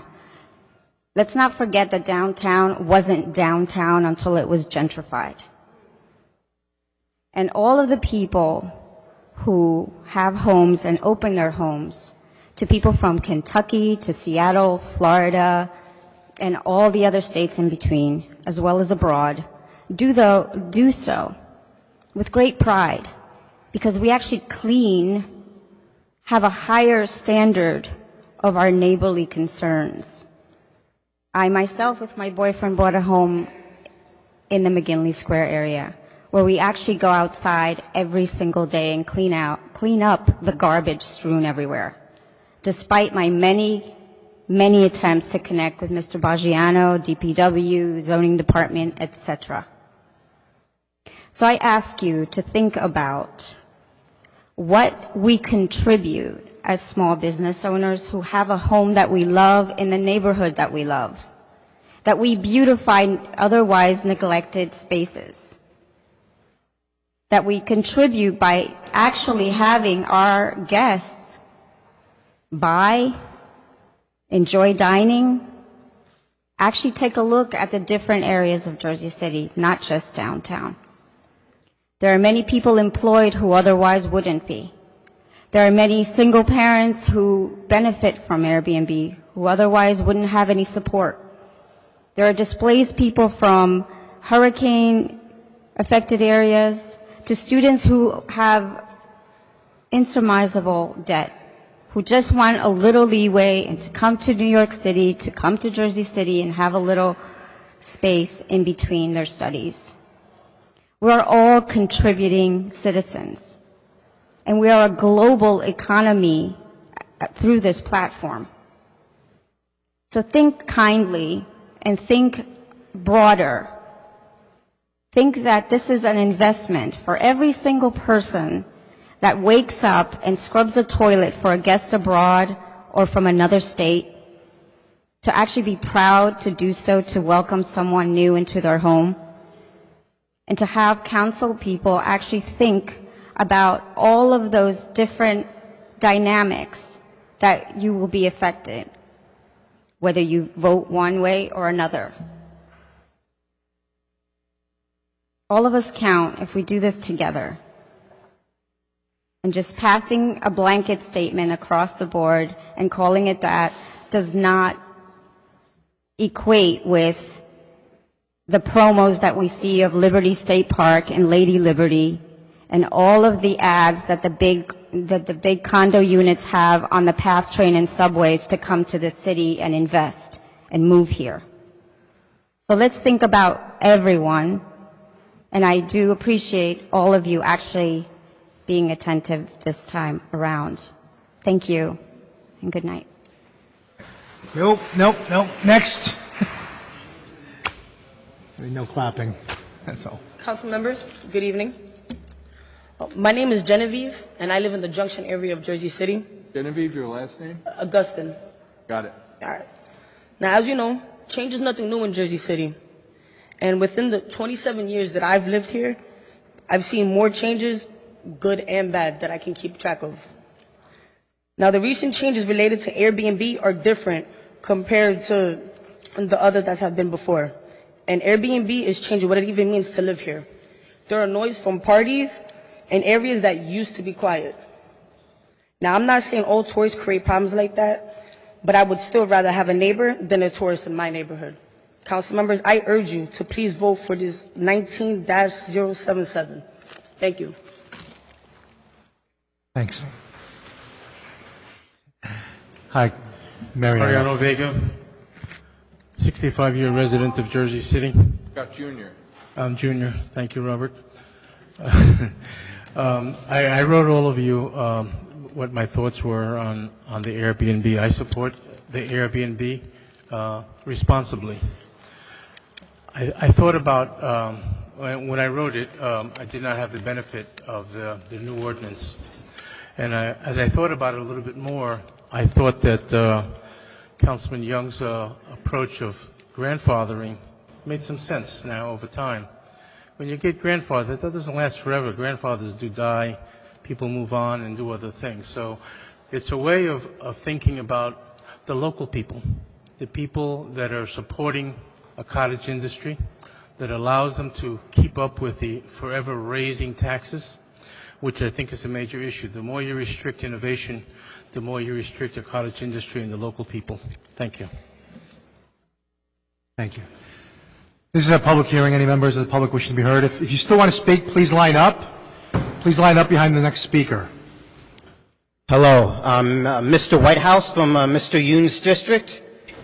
Your first name, Mr. Whitehouse? Russ. Sorry? Russell. Spell that, please. R-U-S-S-E-L. Thank you.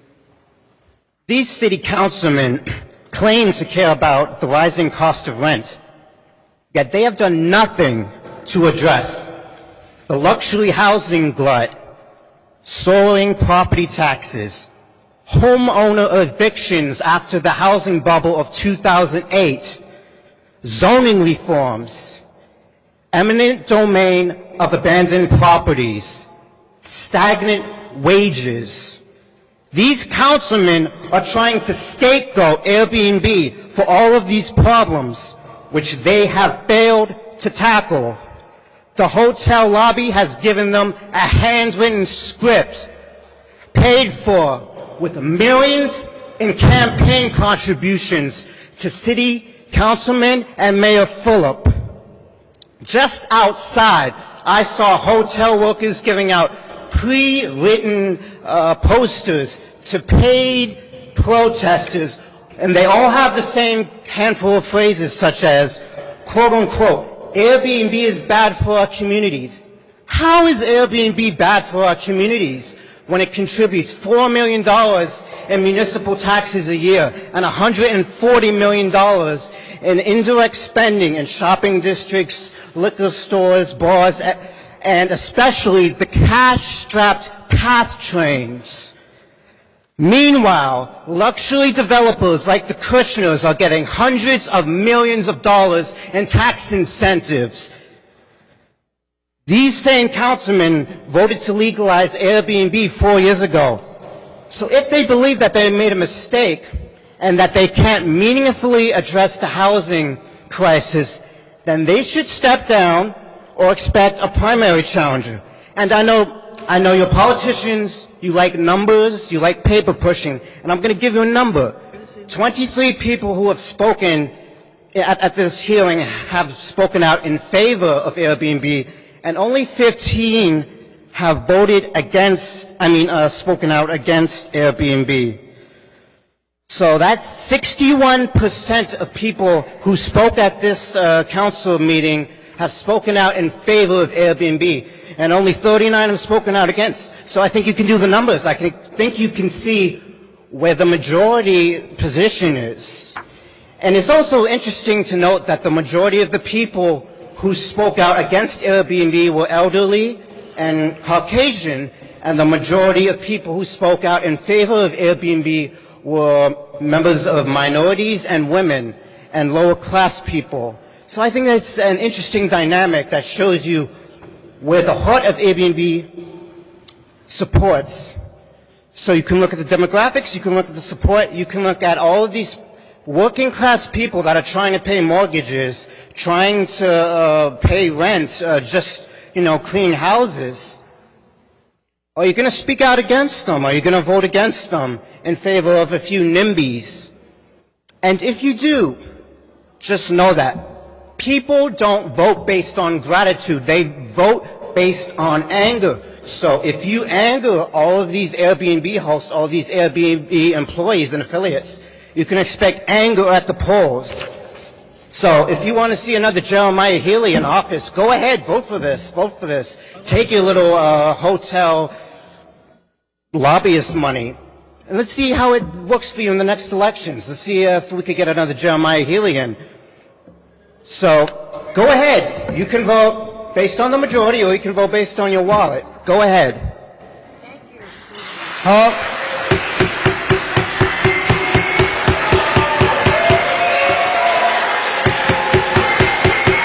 Officers, Please come up and speak. Please don't, if you're going to speak, please be closer to the microphone. We'd like to know how many people are actually going to speak. Please begin and give us your name. Karin van Oppen. Karen, spell your last name. Van Oppen, V-A-N-O-P-P-E-N. Sorry, one more time. P is in Victor, A, N is in Nancy, O, P is in Patrick, P is in Patrick again, E, N is in Nancy. Thank you. I guess mine is more of a question. I hope that's okay. I'm not quite understanding this business with the 28 days. Does this mean once a year? Because a lot of people are talking about this, and on Facebook right here, is it 28 days period, or 28 days and then a day not, and then again 28 days, or less? Can anybody reply to that? Karen, we're not going back and forth, but I can email you an answer to that. I'm sorry? We're not going to go back. We're not doing back and forth answering questions, but I can email you an answer. But it's not clear, and I think it's very hard to say whether or not you're against or for something if it's not clear what it is. 28 days a year. A year, okay. All right. Then it says also that you can only, the proposal that I have here, which is 19078, talks about condominiums. I would like for you all to know that condominiums are not just very tall buildings. I'm sure you know that. There are condominiums of 4 buildings. And I kind of like the idea that it has to be the owner who rents out the Airbnb, because otherwise you can have 4 people having a condominium, 3 of them decide to do Airbnb, and then the one person not doing it kind of lives in Airbnb then. So it's something to take into consideration. I heard some pro and against here that I'm both actually understanding of. The only thing I cannot understand is that somebody comes here and says, I invested in a property, I do not live in Jersey City, or I don't live in that actual house, but my life is ruined now because I can't rent it out anymore.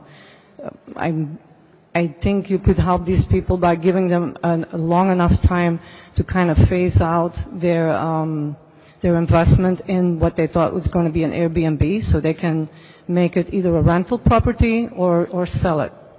That seems, maybe I'm missing something, but that seems like something to do. I also understand that some people are saying, I'm not sure if it drives rent up or down. That seems to be kind of even. But it's quite sure that if you have an Airbnb, you can't rent it out. It's either a tourist lives in it or it's somebody who would stay in Jersey City.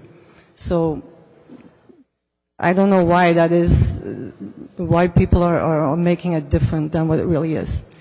That's just my opinion as a citizen, not behind any group. Don't have an Airbnb. I just live here. Thank you. Moving forward, I just want the public to know the council is listening right now. So when the last person speak, what each council member will do who sponsor the ordinance will explain exactly what the ordinance are. Okay, because we're listening and we can see some people don't understand what the ordinance are. So after the public speaking, then the council person who sponsor the ordinance or the law department will explain exactly what the ordinance are before we vote. Okay, this way everybody will have an understanding. Yeah. Go ahead. Thank you. I don't know if somebody needs to take my name down. Okay, just tell your name and... Kristen Beatty, and the last name is spelled B-E-A-T-T-Y. K-R-I-S-T-E-N. Okay. Okay. So we've been coming out for the last few weeks to all of the hearings and city council meetings, staying until midnight with all of you. I know there's been a lot of allegations that everybody that's been here has been paid for their troubles to come and speak against Airbnb. I'm still waiting on my check to come in the mail. I am a community organizer. I have a group of people that are amazing. We go out, we canvass door to door in neighborhoods in Jersey City and across Hudson County.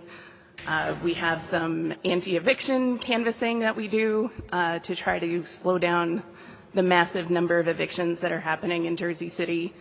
And I can tell you that people are affected directly and negatively by Airbnb being in this community.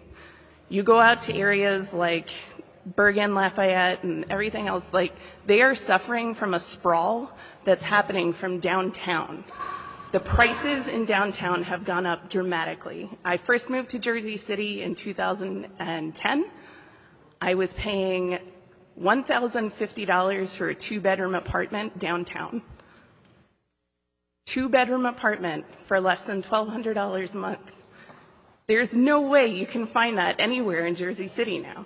You can't find that in the further out areas. I'd have to go down to Bayonne, all the way down by the water where there's like no mass transit or anything else.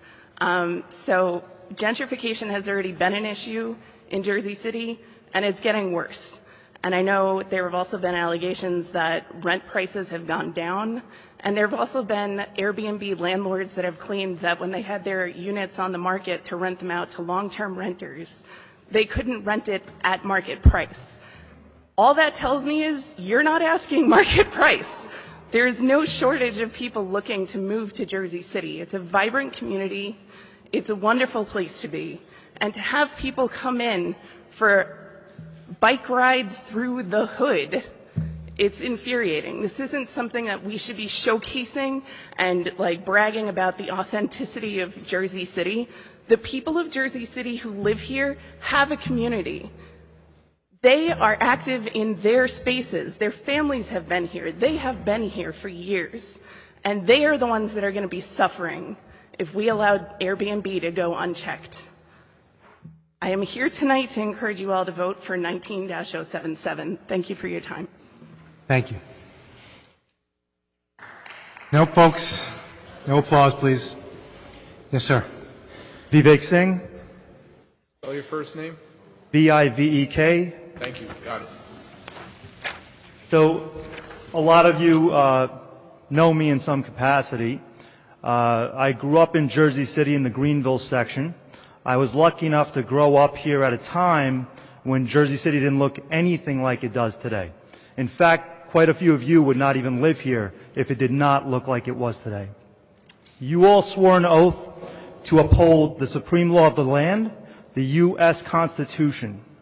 And very thankfully, the U.S. Supreme Court just enacted new law. And I would very hopefully suggest that you read that new law, which was just enacted last week. And it speaks to exactly what you're trying to do today. I am in whole support of short-term rentals in Jersey City. And first and foremost, because of the fact that there was an enabling ordinance in 2015 which invited all of these folks to invest in Jersey City.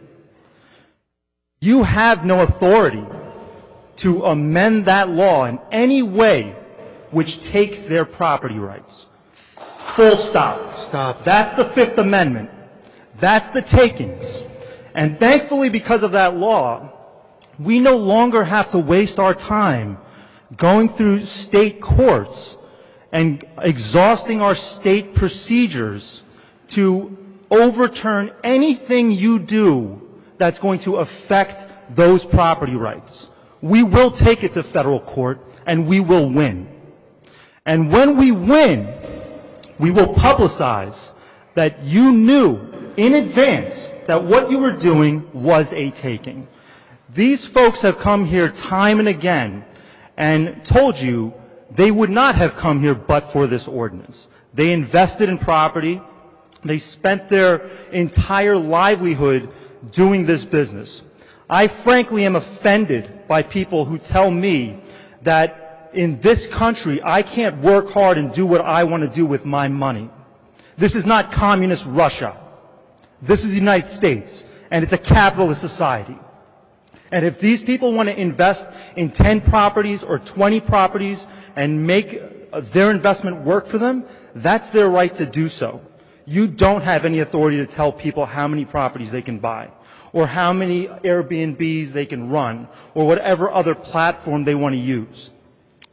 I've grown up in Jersey City and lived here, and I can remember on one hand how many council meetings in New York I have attended. 0. But I hope you've been welcoming the New York hotel lobby that's been here in full force since this debate began, with their New York signs talking about illegal hotels. We don't have illegal hotels here. Everybody that's been working here has been working under a legal authority. So shame on this council for taking in New Yorkers into this conversation, period. Now let's talk about nuisance. I've heard a lot of this NIMBY crowd talking about, I don't want this in my backyard. Oh, the nuisance. I mean, I grew up in Greenville, and when I was growing up in Greenville, watching people get murdered, watching people doing drugs on the street, and I remember asking for some relief. I remember when I asked that just cameras be placed on intersections, maybe to deter some crime. That still hasn't happened. And guess what? When crime does happen, people show up at our buildings, the police come, and they ask if they can use our cameras. Absolutely they can, right? Because we are members of this community and we're trying to work at it together. And to hear the nonsense of, oh, well, I'm offended by the noise complaints. And there's garbage. Well, this is a big city. Get used to it, right? I've counted at least 12 agencies that enforce the laws that are currently on the books. There is the JCMUA, there's Department of Public Works, there's the Incinerator Authority, there's Hudson County Incinerator Authority, there's the Police Department. I've had no problem getting tickets for any violation whatsoever. And those tickets are so egregious in their cost that they really make you shape up whatever the deficiency was. $250 ticket for garbage being placed out at the wrong time, for garbage not being placed out, for it being commingled with recycling. To think that this is a city that can't handle these minor little nuisances. And the conversation that you've stirred up in support of this nonsense ordinance has been such an ugly conversation to guests who want to come and stay in Jersey City. Guests didn't want to come and stay in the Jersey City I grew up in. Thank goodness they want to come here now. And thanks to the debate that you have been promoting, they are getting met with such ugliness and hostility from a community that is abhorrent. I would think we would want to be welcoming to guests who want to come and stay in this city and use our restaurants and use our cafes and use our small businesses. If that's not important to you, we will sure go out and talk to those businesses that have started to do well. And for all of the development that's happened in downtown and all of the luxury, beautiful gentrification that's happened, none of that has ever positively impacted Greenville. I've never seen them hiring people from Greenville and helping people from Greenville make businesses. These small hosts have. I think they've come up here and they've proven it to you. And for you to be willing to say, well, because of that minor nuisance and because of some made-up facts that I put together, I still am happy bankrupting those people. Shame on you. You've been provided with absolutely succinct data that is in complete opposition to your facts from the MLS, and you are still pushing this agenda. The MLS data has shown, even without accounting for inflation, since 2015, rental rates have gone down. If you can't distinguish between luxury buildings versus all of the rest of the product that pre-existed, that's on you. But that's there in the record. If a luxury building rents out a 3-bedroom in Greenville for $3,900, that is not what everybody else is renting it out for. If a luxury building in downtown is renting out a 3-bedroom for $5,500, that is not what everybody else is renting it for. You have to be able to extrapolate data. Just cherry-picking the data that you want to make your story work means it's arbitrary and capricious. But if there's one thing I really want you to be left with, read the Fifth Amendment. Read the new case law. Because if you think you're going to bankrupt people and they're going to just roll over and die, you're sorely mistaken. They're going to fight back, and you're going to lose. And you're going to waste my taxpayer dollars defending a frivolous lawsuit because you have no authority to do what you're doing in the first place. Thank you.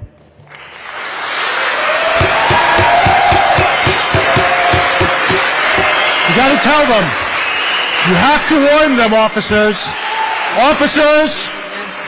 My name is Colin Mans. Last name is M-A-H-N-S. That's what's going to happen. So I'm going to throw one I out. came out here for the last 2 city council meetings to speak against Airbnb coming into Jersey City and in support of 19077.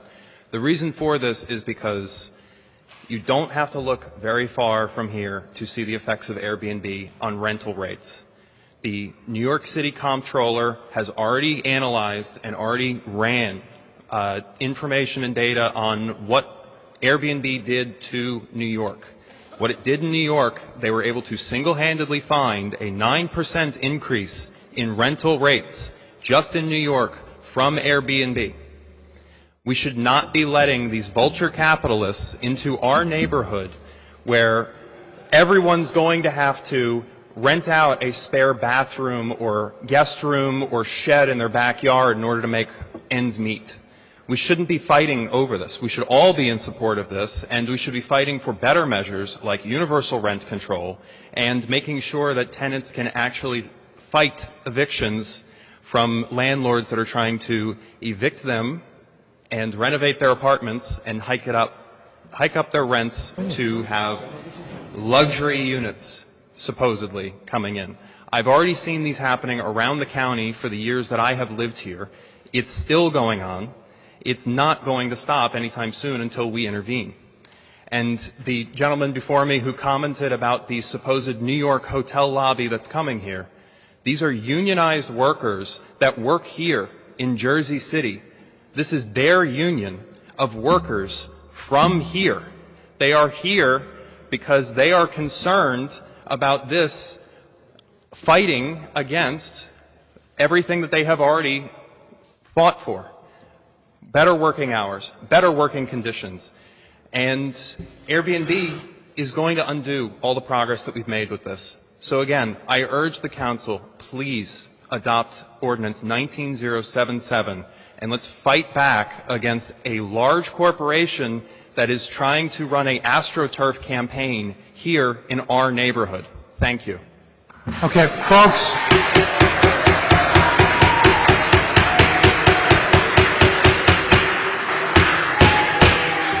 Okay.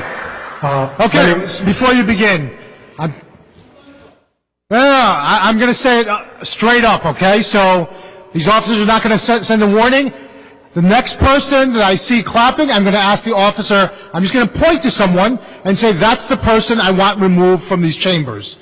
So go ahead and try me. If you don't know what's been done here in the past, test it out. I'm happy to fulfill on that promise. Go ahead. Ladies and gentlemen, please, I understand what's going on here. You must restrain yourself from clapping between speakers. I'm not going to stand for it. I'm not going to stand for it anymore. I will take you out physically if I need to. I'm not afraid. I'm not afraid. Don't test me. I'm going to let anyone speak now. No one will clap. No one will clap.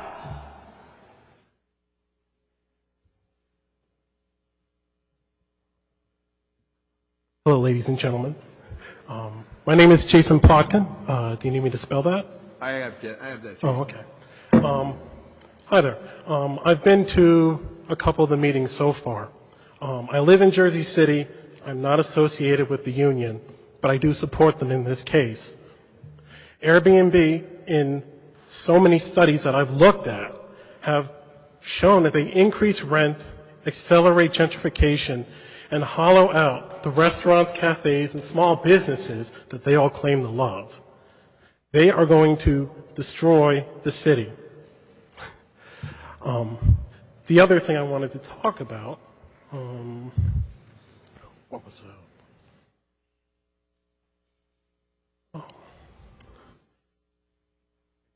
Well, they will increase rents significantly, very fast, and it's not good. Thank you very much for your time. Okay. Next speaker. Hi, Jesse Rosso. There's a lot to unpack here with what's going on. Just from listening to a lot of the speakers, it sounds like Jersey City is municipalizing all housing, abolishing all private property, and hosts are going to be, out in the street, this is absolutely not the case. I mean, there's a lot of, no one is taking these Airbnb landlords' units away. They're able to use their units for long-term rentals. In the case of people who actually, owner occupied, then there's no issue. So I really can't wrap my head around all this rhetoric as far as people will be out on the street. I wish I was fortunate enough to have 5 or 6 units to rent out. Overhearing some of the speakers say, legit, legit, legit, legit. Maybe I've been in Hudson County too long, but when someone says legit a lot of times, it's like, it's completely the opposite. Someone was saying about the units or the Airbnb rentals are like $30 a day and they're $900 a month. Why would somebody why would somebody do Airbnb if they can't even make the long-term rental market price? So it's obvious, at least to me, that they're skirting rent control laws, and this is their way to do it because Jersey City is short-staffed. They don't have enough people out looking and cracking down on this issue. So this is their loophole. This is their loophole to break, and not only that, they found many loopholes. They're going around zoning restrictions. You know, I chose not to live in a factory. So what if there's a factory or air factory where the next unit across from mine is going to open up their own manufacturing plant? I mean, there has to be some order in all of this. Sorry, I'm like floundering a little bit. So, you know, we heard anger at the polls. You know, good thing Airbnb guests can't vote. I mean, we're pushing all these people out. You heard some people, some of my friends speaking, and we've primarily do most of our organizing in Jersey City during the government shutdown.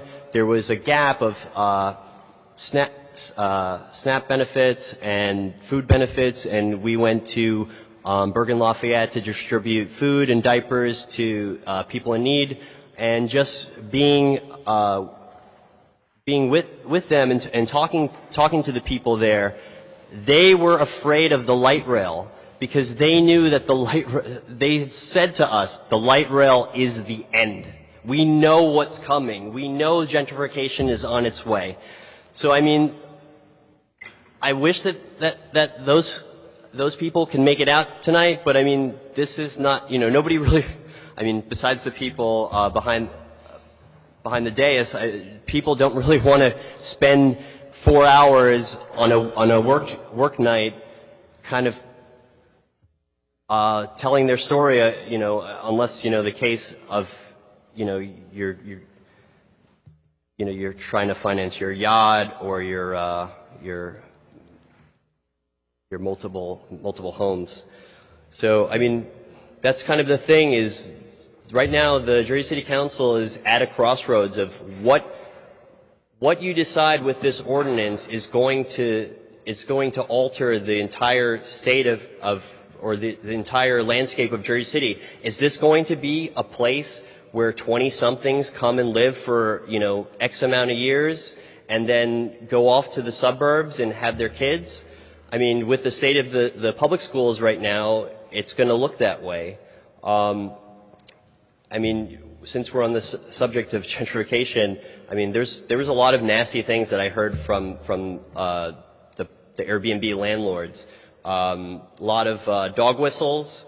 For those not aware, dog whistles, you know, it's like not subliminal, but like saying racist things without overtly saying it, where it's like, oh, you know, we make sure that we rent out to the right people, and oh, they give us their license, and you know, we get to see their picture, and you know, we never rent to dirty people. I mean, come on, that's pretty blatant. I'm glad that this time the comments weren't interrupted for xenophobic comments. I mean, it was there a little bit, but much improvement. I mean, obviously, you know, with a hotel, they can't discriminate. They can't discriminate based on someone's name or picture. They just book the hotel. So I mean, it's completely ridiculous when, or you know, you don't see people throwing trash in the street anymore. It's like, come on, give me a break.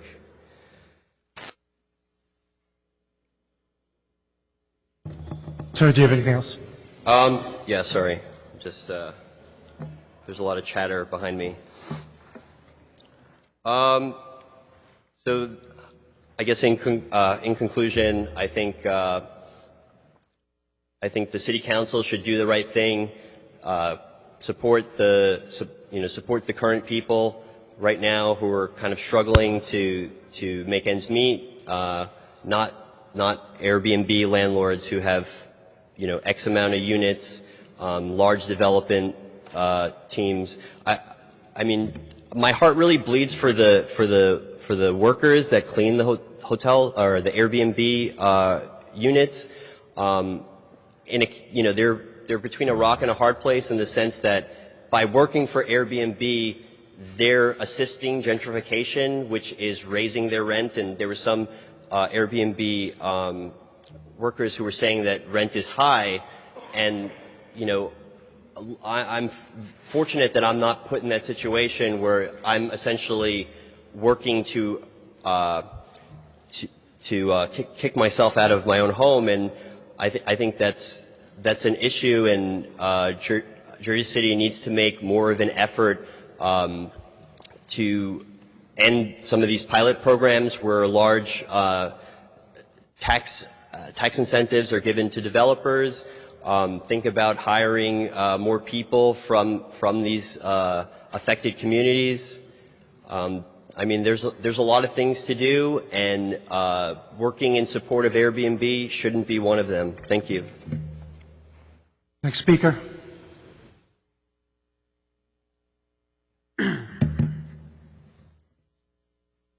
So the person who spoke before me referenced a particular host being a bad apple, and I guess some claim about renting out to the right people. Jesse said his name. Right. You did. What Right. is your name? My name is Steve Kowalik. Right, because Steve, can you spell your last name? K-A-W-A-L-E-K. I didn't get it. Please. K-A-W-A-L-E-K. So Jesse referenced a particular host, a bad apple, pinpointing short-term renters, renting out to the right people.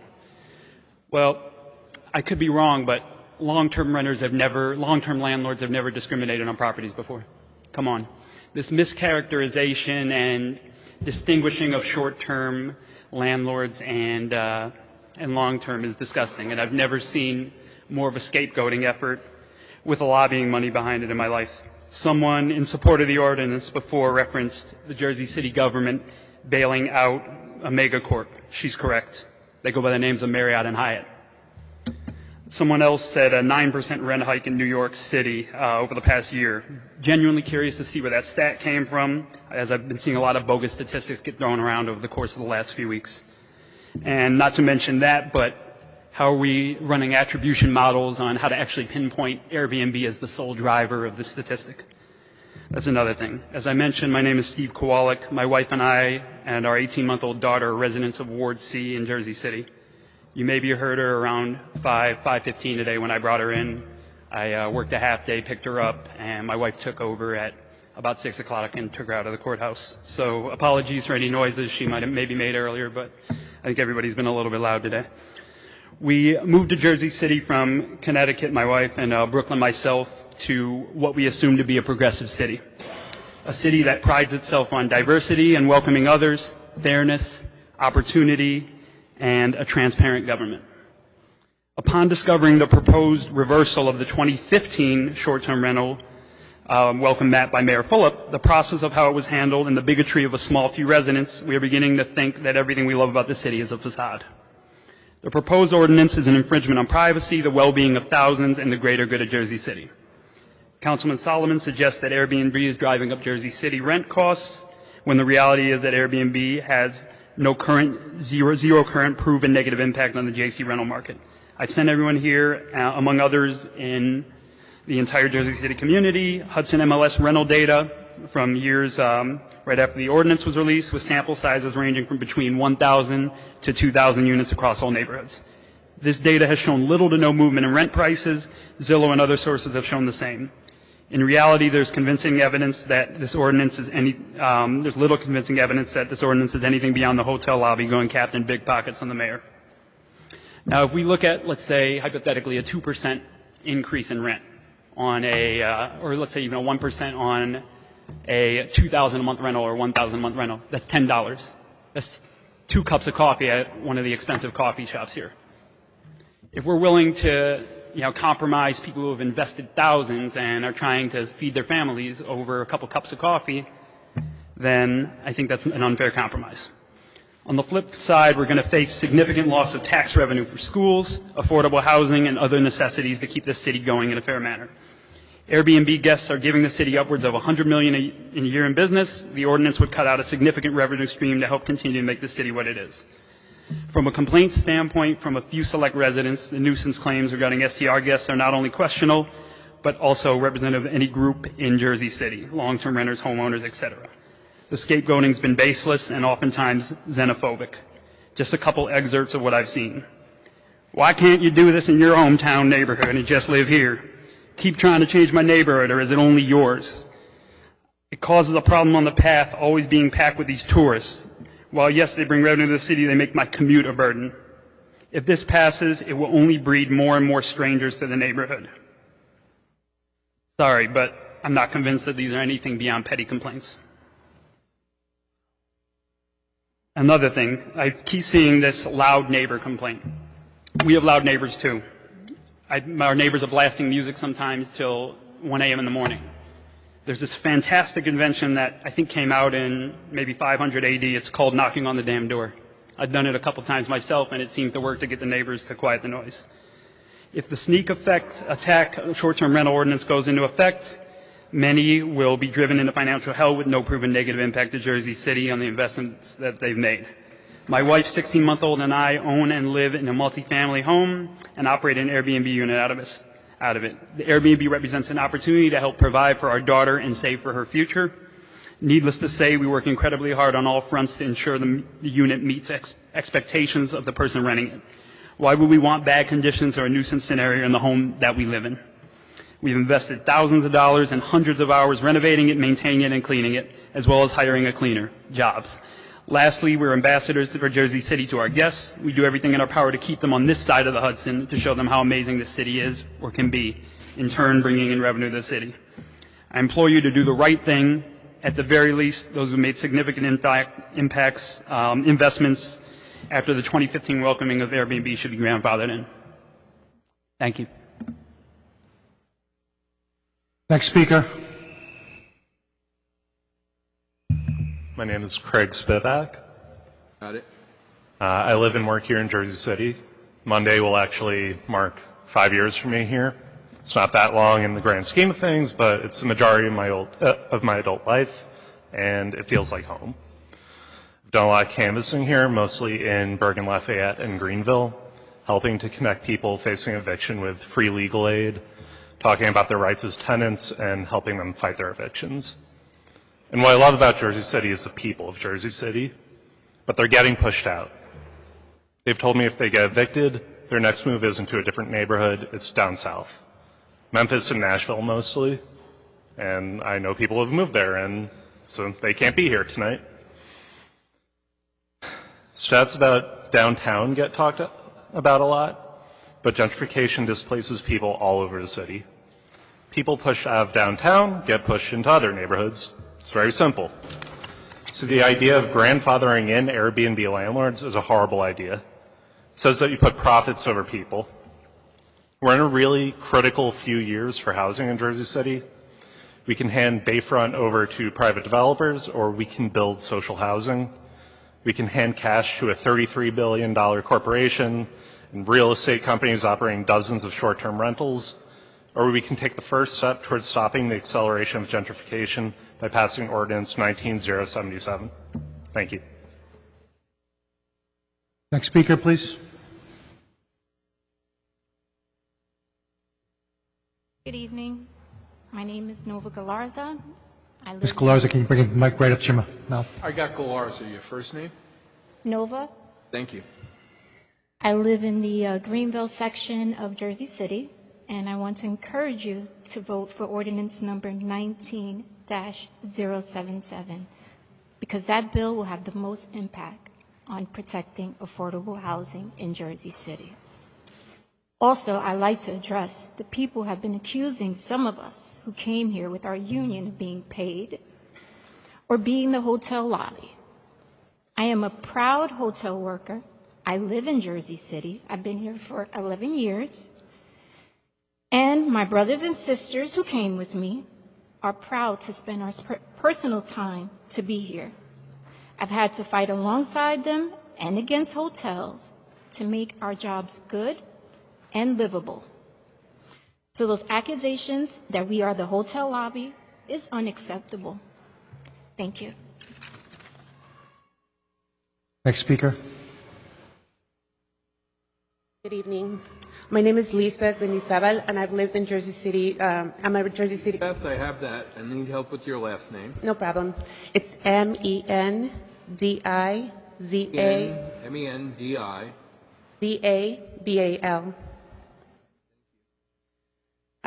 I have been a Jersey City resident for close to 20 years, specifically in the Journal Square area. My husband and I bought our two-family home at that time because we liked the street and its convenience to the path train because I commute into the city. It's there where we started our family, and we have now 3 young children. But in the past 7 years, our street has seen properties being sold to developers who have kept them in disrepair for extended periods of time, some of them for years. One property in particular on Jones Street was in disrepair for such an extended period of time that it became a drug haven and a homeless, a home for the homeless. Myself and my husband, we called the city on many occasions for over 2 years. Nothing was ever done about this property. We finally had to go to one of the police precinct meetings, and Captain Nestor came and raided the property. And he did confirm that, in fact, drug deals and all sorts of things were happening there. During this time, we had a tenant who had been with us for many years. She left because she walked from the PATH train to our home half a block. And she left, she was scared. She said, I cannot live in this block anymore. So long story short is that we essentially left the building, and we still own it. But our street is not conducive for rentals, especially long-term rentals. Our tenant, who lived there for many years, left because of that. So we have been Airbnb-ing for the last year and a half. And, and since we opted to Airbnb, we have worked really hard to make our guests overlook our surrounding area, which is terrible. Basically, it's just vacant lots with lots of garbage all over the place. We have received amazing guests, and I'm sorry about the previous speaker who said that we discriminate. I do not discriminate against anybody. I've received guests from all over the world, and usually what I look at is their reviews and their communication with me and how respectful they sound to me. This is my home. I'm not going to rent it to anybody. So we have received many amazing reviews due to the fact that our home is warm and it's beautiful, and we ourselves, my husband and I, take great care of our property. We not only take care of our property, we go there almost on a daily basis and sweep the whole street, which we call the city about. Nobody seems to care. Yet the developers who own all these properties that are vacant with broken gates, garbage, broken sidewalks, they're not being affected. It's people like us that you guys are affecting with this ordinance. So I just wanted to introduce myself and also tell you that we also provide our guests a book where I give them information, and whenever they ask me about where to go, I always say, don't bother going to New York restaurants. They're overpriced and they're really not great. Go to Jersey City. I recommend them to the downtown restaurants. I recommend them to places on Newark Avenue. I recommend them to bakeries, to places locally. And I also not only recommend them to local places, I also recommend them to local sites and all the conveniences that Jersey City has to offer. But lastly, I want to leave you one last thing. I employ 2 women. One of them supports her husband and her child, and I pay them 3 times minimum wage. I'm not exploiting anybody. They love working for us, and they take great pride in what we do. And please take that into consideration. Thank you so much. Thank you. Next speaker. Hi, my name is Amged Labib. Wait. Ahmed? Amged. A-M-G-A-D. A-M-G. A-D. Last name? L-A-B-I-B. L-A-B-I-B. I've also lived in Jersey City for the past 10 years. I've had my Airbnb for the past 3, a Superhost since day 1, 4.9 rating. So I've also had pretty good experiences with Airbnb since day 1. I've nothing to complain about. If anything, I've had Section 8 tenants, I've had regular tenants to begin with, and both have messed up my house more so than anything. Airbnb has been an amazing platform that has helped my neighborhood. Living down in Journal Square, we've had quite a bit of, and Bergen-Lafayette more so farther out in Journal Square, had quite a bit of drug issues and still do. The tax money could definitely be used to benefit that program to be able to help with all the drugs that are happening through Union Street, through Druitt Avenue, through Fairview, Bergenview. All the developers that are coming are definitely not helping with cleaning the community up, helping with the drug issues that we face every day, calling the cops and complaining every day for cops and to clean up all the drugs and the overdoses that are happening on our streets. I do. I have to clean it. I have to maintain the property, maintain the people that are coming. I also employ 3 people, 2 cleaning, 1 gardening and snow removal, constantly coming to make sure and maintain the property. These are all Jersey City residents that would be hurting as well if they weren't employed by someone like me who's doing all this work. There's quite a bit of drug issues in Bergen-Lafayette and Journal Square area that are not being looked at. All these $4 million in taxes can go to programs like that to help fight these issues. But we're still here looking at what a hotel can do that can fix the community. Most people are selling their homes from those areas just to leave rather than stay. We're helping cleaning the community up by working with police to maintain the area. Seeing tourists in the area helps clean up the area. People are more scared to go up to the abandoned homes and just sit on their stoops and shoot up. That's all I have to say. Thank you. Thank you. Next speaker. Come forward. Did you hear me? Your name? Alex Novak. Alex, got it. No I have lefty, some no handouts. lefty could write like this. It's N-O-W-A-K? Yeah. Thank you.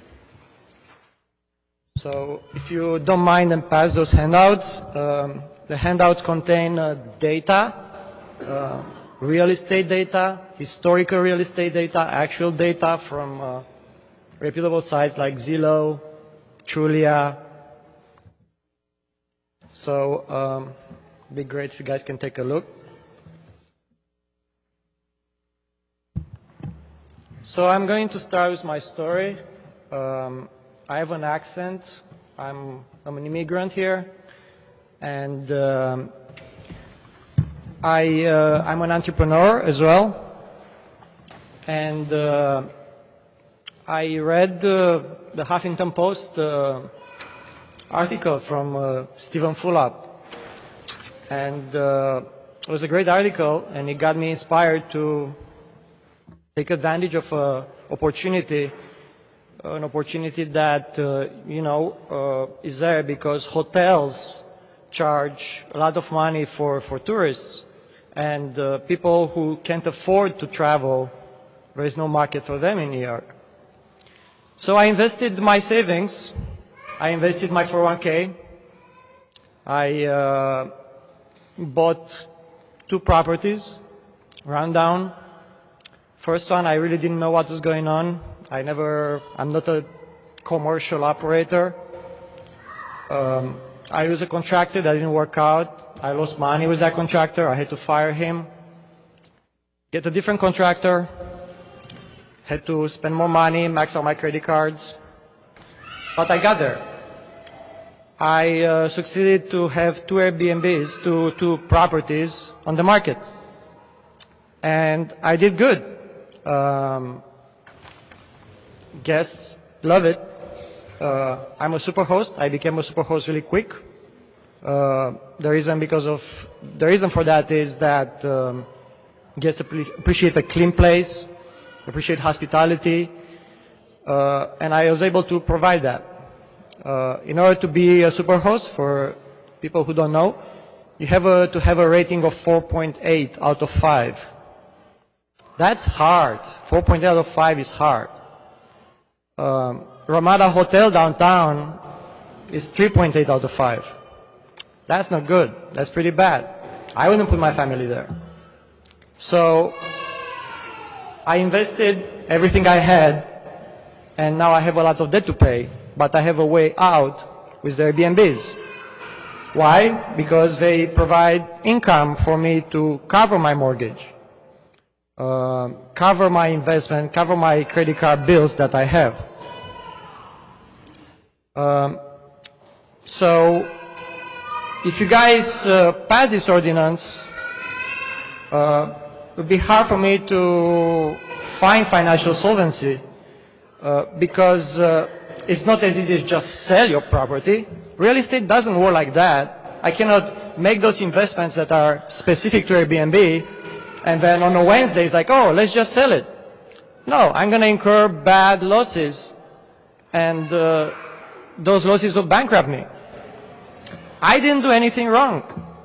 I just read an article, a national article from Mayor Fulop, who was bragging everywhere he could about the progressive Airbnb law. The first city in Jersey City to the first city in New Jersey to pass this legislation.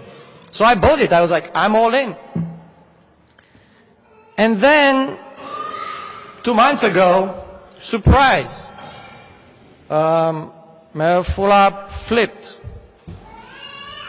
And that was bad for a lot of us because we invested a lot of money. And we're in trouble. If you guys pass this ordinance and you don't grandfather anything, we're in big, big trouble. And we didn't do anything wrong. We just followed the law that incentivized people to invest. I think I'm a fairly smart person. I did my market research. I looked at Hoboken. Not for me. Why? Because there is no law pro or against Airbnb. So I like security. I like a city that's consistent and they have a law that's pro Airbnb. So it's like, okay, I cannot choose Hoboken, I'm going to choose Jersey City because the conditions for investments are there. As a mayor that openly brags on Huffington Post and on Twitter how progressive and pro Airbnb he is. So we get this situation here. Mr. Solomon and Councilman Prince Harry proposed this ordinance, and it's draconian.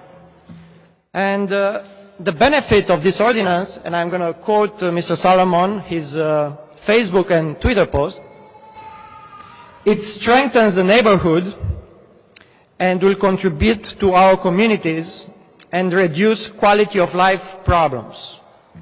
That's what this ordinance does. Our neighborhood was weak. It was so weak. Right now, guys, the neighborhood is weak. But Mr. Solomon came up with this ordinance together with Ms. Prince Harry, and he's going to strengthen it. You guys are weak right now, and Mr. Solomon's ordinance is going to strengthen it back. So that's the situation we're in. So we did some research, and we looked exactly like what this ordinance does. And the first thing that jumps to everybody who reads it is that it kills jobs. This ordinance is a job killer. You heard a lot of people behind. You heard Diana. You heard people who had to take care of 5 kids, who need the flexibility. And they will lose their jobs because Mr. Solomon and Mrs. Prince Harry, you will fire them. It's your choice. You have the choice not to fire them or to fire them. You pass an ordinance that will fire them because you take their place of employment. So that's on you. And the sad part is that you guys seem desensitized. You don't understand how hard it is to fire people. I will have to fire people because I'm not going to go rogue. I'm not one of these people that are going to go underground with my Airbnbs. So I'll probably be out of business. I'm an immigrant. I'm scared. That's how immigrants are. So I will have to fire people. and I'm going to have to fire Andrea. Andrea is cleaning apartments for me, and I'm going to have to tell her that she's going to have to lose her job, and I know her family. She has 2 kids, she's from Colombia, and I'll have to fire her. And honestly, I don't know how to do that. What am I going to tell Andrea, Mr. Solomon? What am I going to tell Andrea, Ms. Prinzari? Well, you lose your job, but look at the bright side. The neighborhood is much stronger. The neighborhood is strengthened. Don't worry about, feeding your kids. You live in a neighborhood that's strong, because that was the #1 reason from Mr. Solomon and Mrs. Prinzari for this resolution. We're going to strengthen our neighborhood with firing people. That's bad. I'm really dreading having this conversation. And what upsets me the most is that some of you are desensitized. Yeah, you guys are desensitized.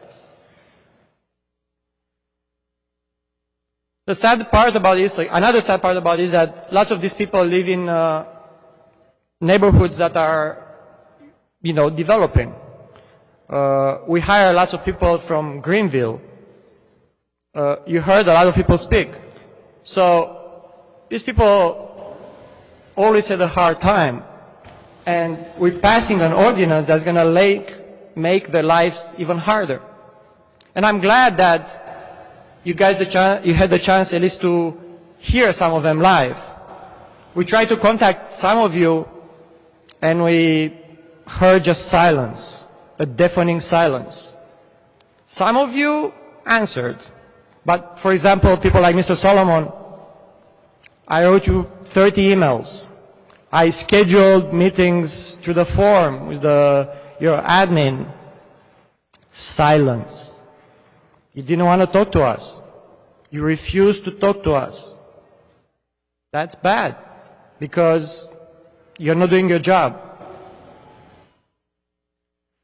Another issue with this Airbnb ordinance is small businesses are going to lose revenue from Airbnb tourists. And you heard the numbers, about $130 million. Mr. Solomon, based on my research on you, you never built a small business. You don't know how hard it is to build a small business. If you take $130 million from these small businesses to strengthen our community, it's not going to fly. Do you understand? It's not going to fly, Mr. Solomon. These people spend everything they have to build these small local businesses. And one day, you just decide to push against them and take $130 million from them. That's a lot of money.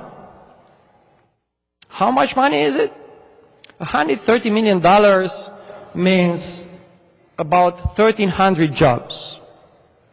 So there are studies around small businesses, and they say that for each $100,000, you need an employee. Well, if you take $130 million from these businesses, you're going to take 1,300 employees. So I hope we're keeping track here. You have 1,000 fire housekeepers, and add to your total 1,300 local businesses employees, because we're taking $130 million from them. That's how math works. And again, what are we going to tell them? What are these small businesses going to tell their employees when they fire them?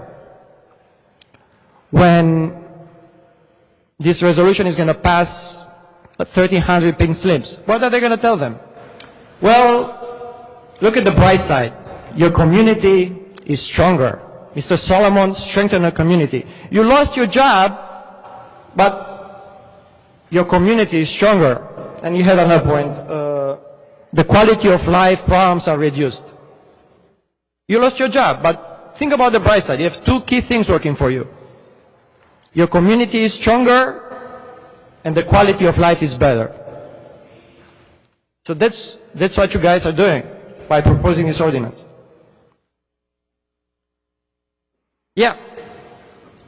What else? What else? Well, you're going to blow a $12 million hole in a city and the state budget. It's about $4 million to the city budget from the Airbnb tax. And it's about $8 million to the state budget. How does that $8 million come? Well, you take $130 million in revenues from the small businesses. Those businesses pay taxes. The state tax is 6.675%. If you apply that to $130 million, you get your $8 million. So you have $12 million. Now, this wouldn't be a big deal, right, if we live in prosperity and the city had infinite budgets. But do they really have infinite budgets? Do the city and state has an infinite budget? I don't think so.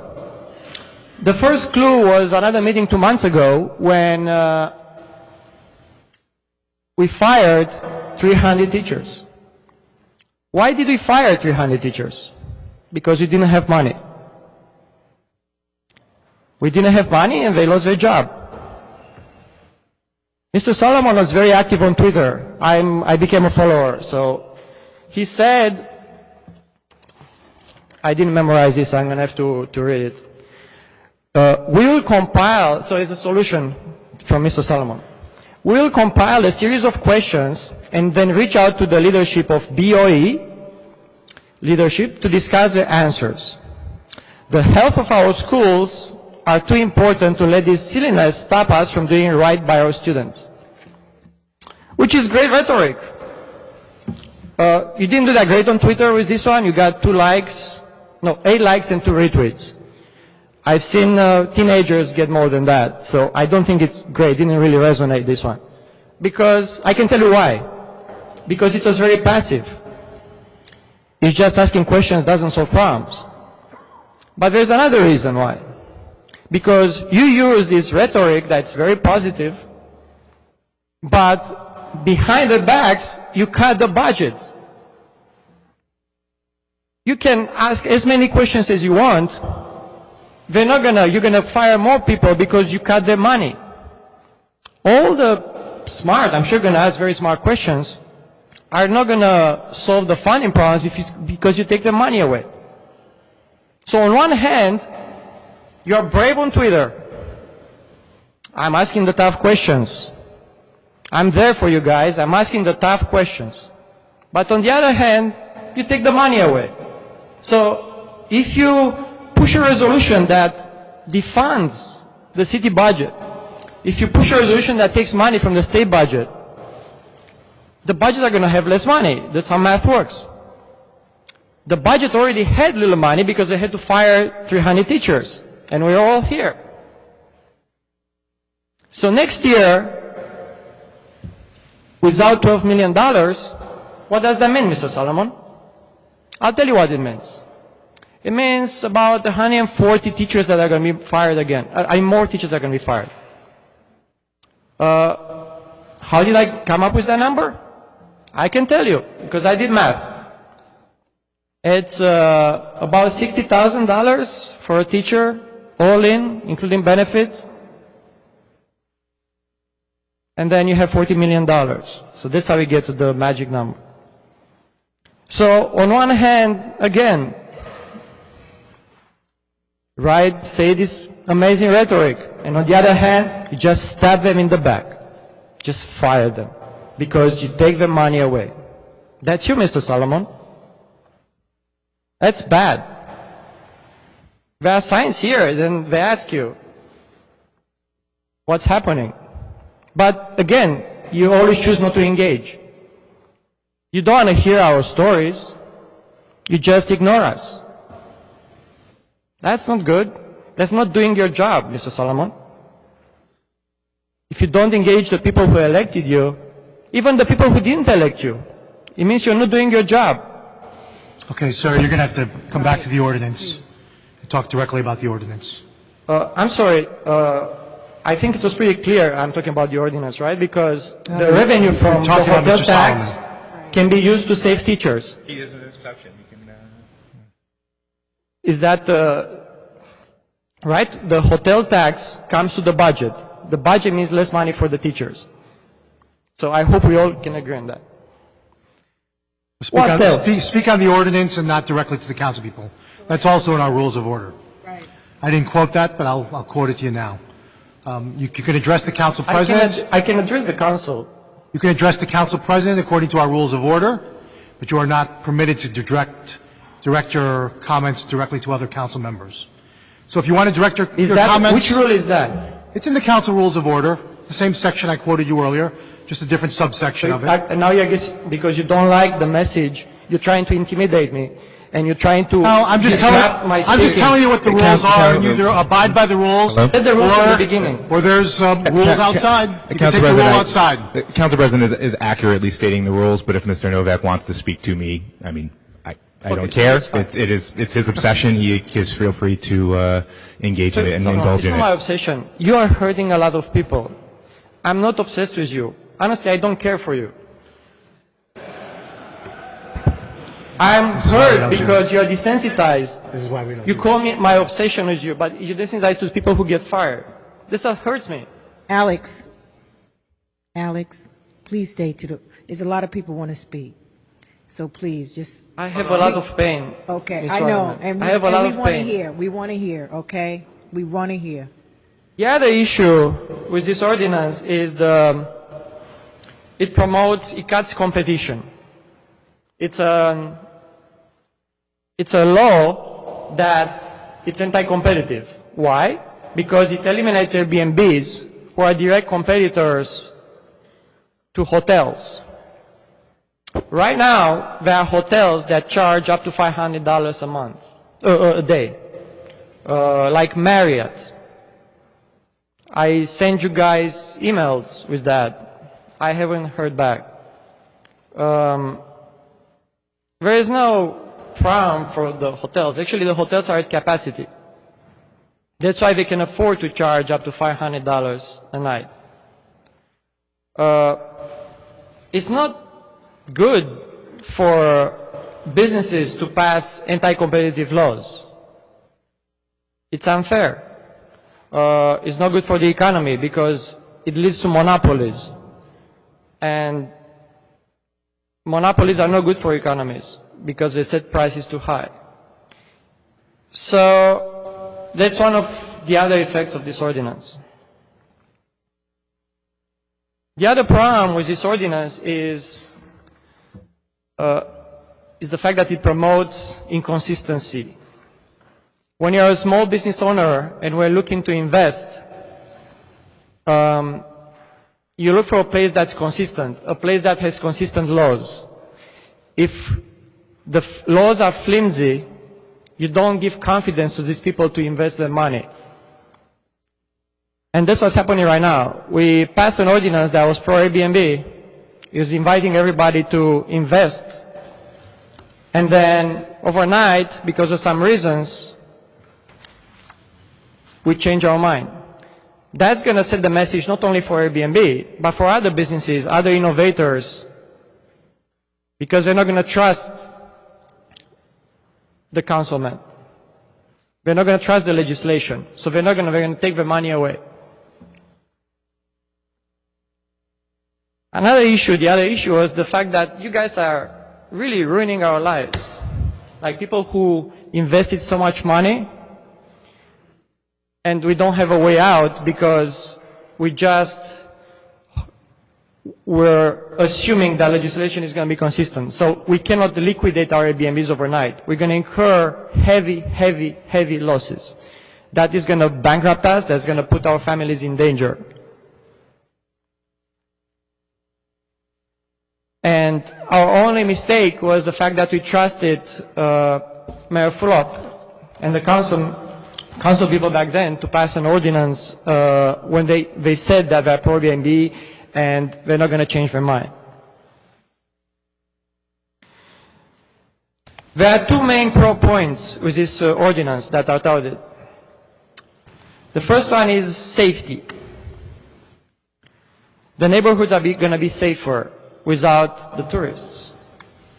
And this particularly upsets me because it's a xenophobic,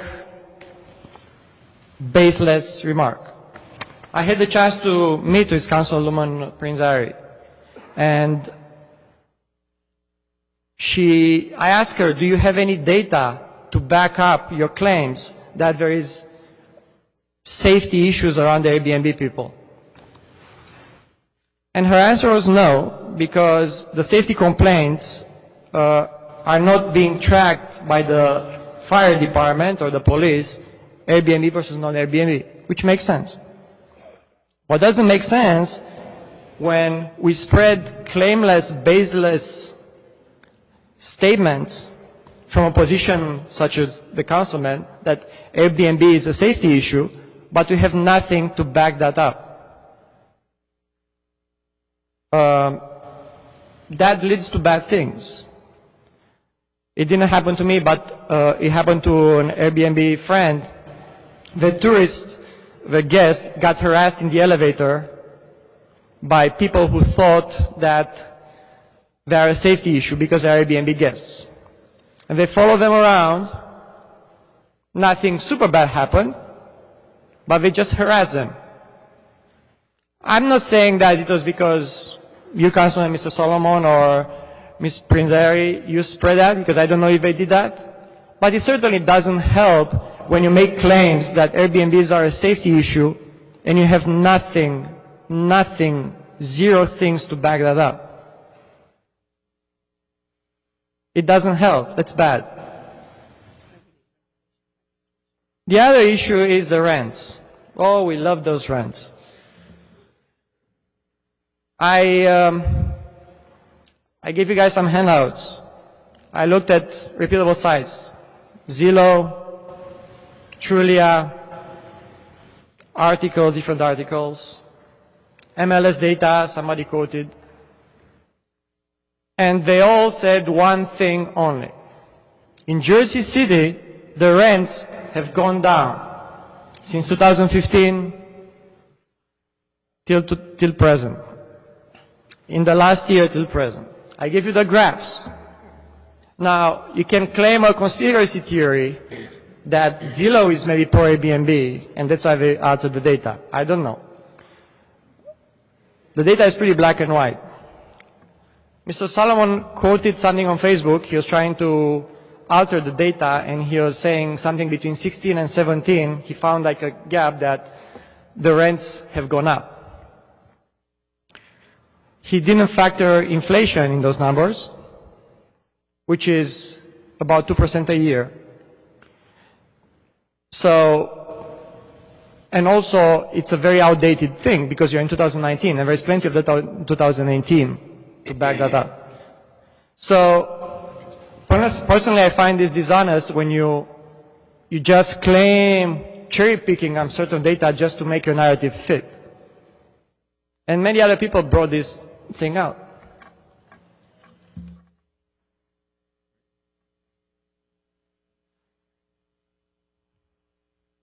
So the other frustrating parts are the mayor full-up.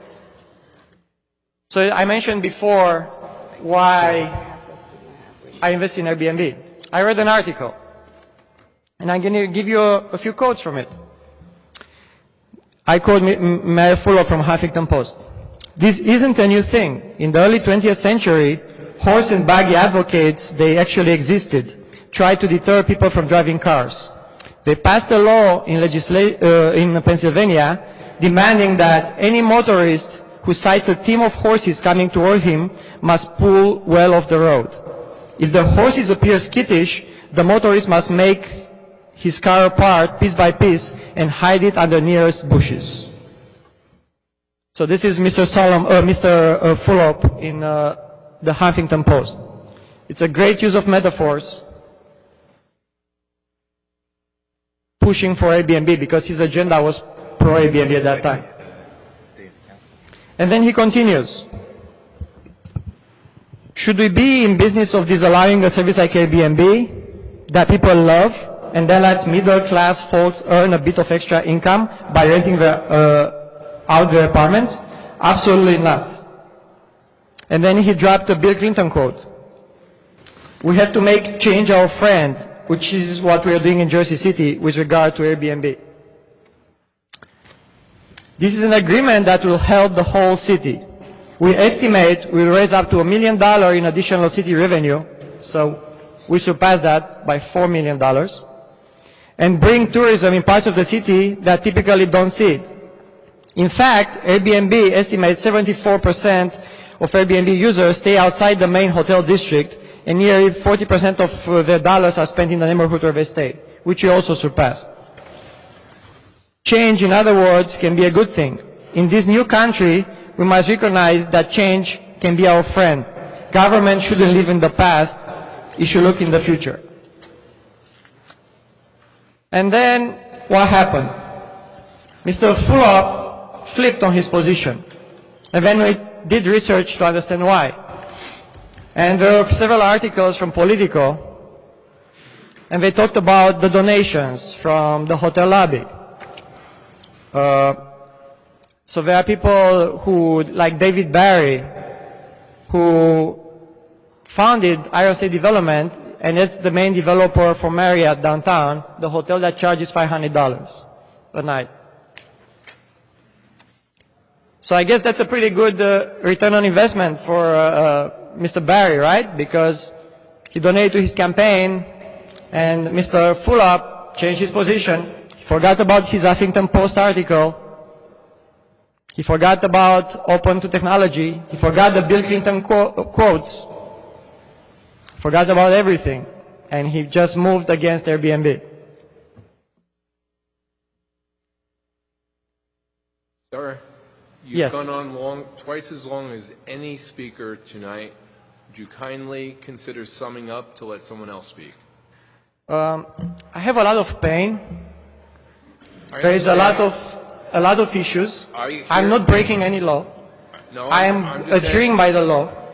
I would appreciate, please, let me speak, and I want the councilmen to do their duty to listen to us speak, because the ramifications of this ordinance are more than an inconvenience of staying late in the night. It's not. I that, sir. appreciate the fact of the inconvenience that I'm causing you by speaking my pain, but I'm not inconvenienced. There are other people who would like to speak. That's all I'm saying. people will wait. I don't think there is an urgency for. This is a very serious issue. When people get fired, like thousands of them, this is something that we have to address. Okay, sir, complete your comments. I'm going to ask you not to be redundant in making your comments and to be succinct and to the point. I was not redundant. I'm being interrupted. You guys are trying to make me lose my train of thought. Complete your comments. Thank you.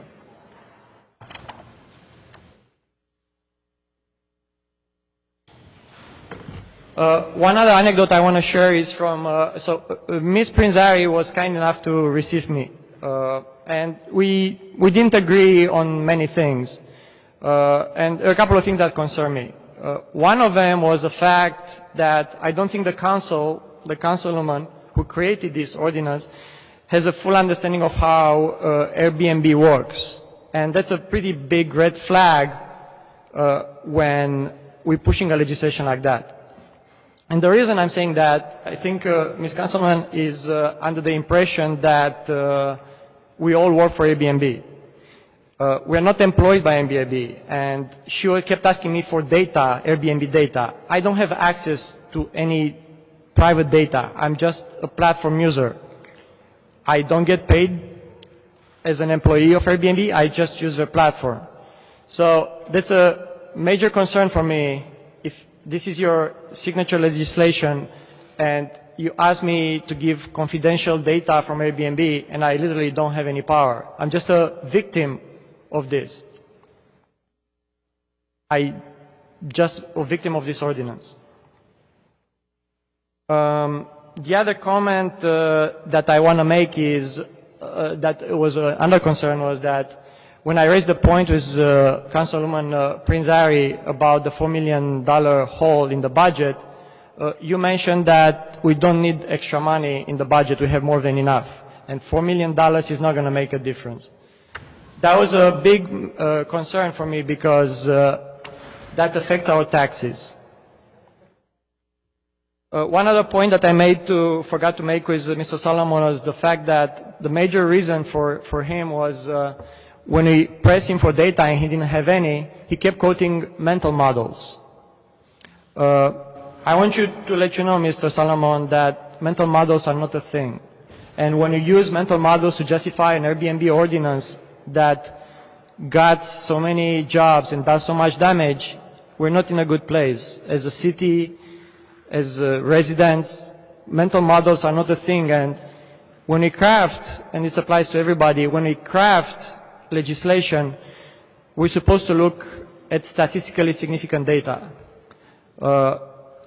A trend that I saw here when crafting ordinance and talking to the councilman and councilwoman was the fact that we're using a lot of anecdotes. And you say, I heard a complaint about this noise. I have people talk to me about the rents. But those are anecdotes. Statistically significant data is a whole different thing. I talk to a lot of landlords who cannot rent apartments. That doesn't mean that the rents are going up or down. In order to determine that, we have to look at statistically significant data. Councilman Yoon proposed, let's do a study. It was in the caucus meeting. He was shut down. No, we have to pass this right away. We are rushing this ordinance.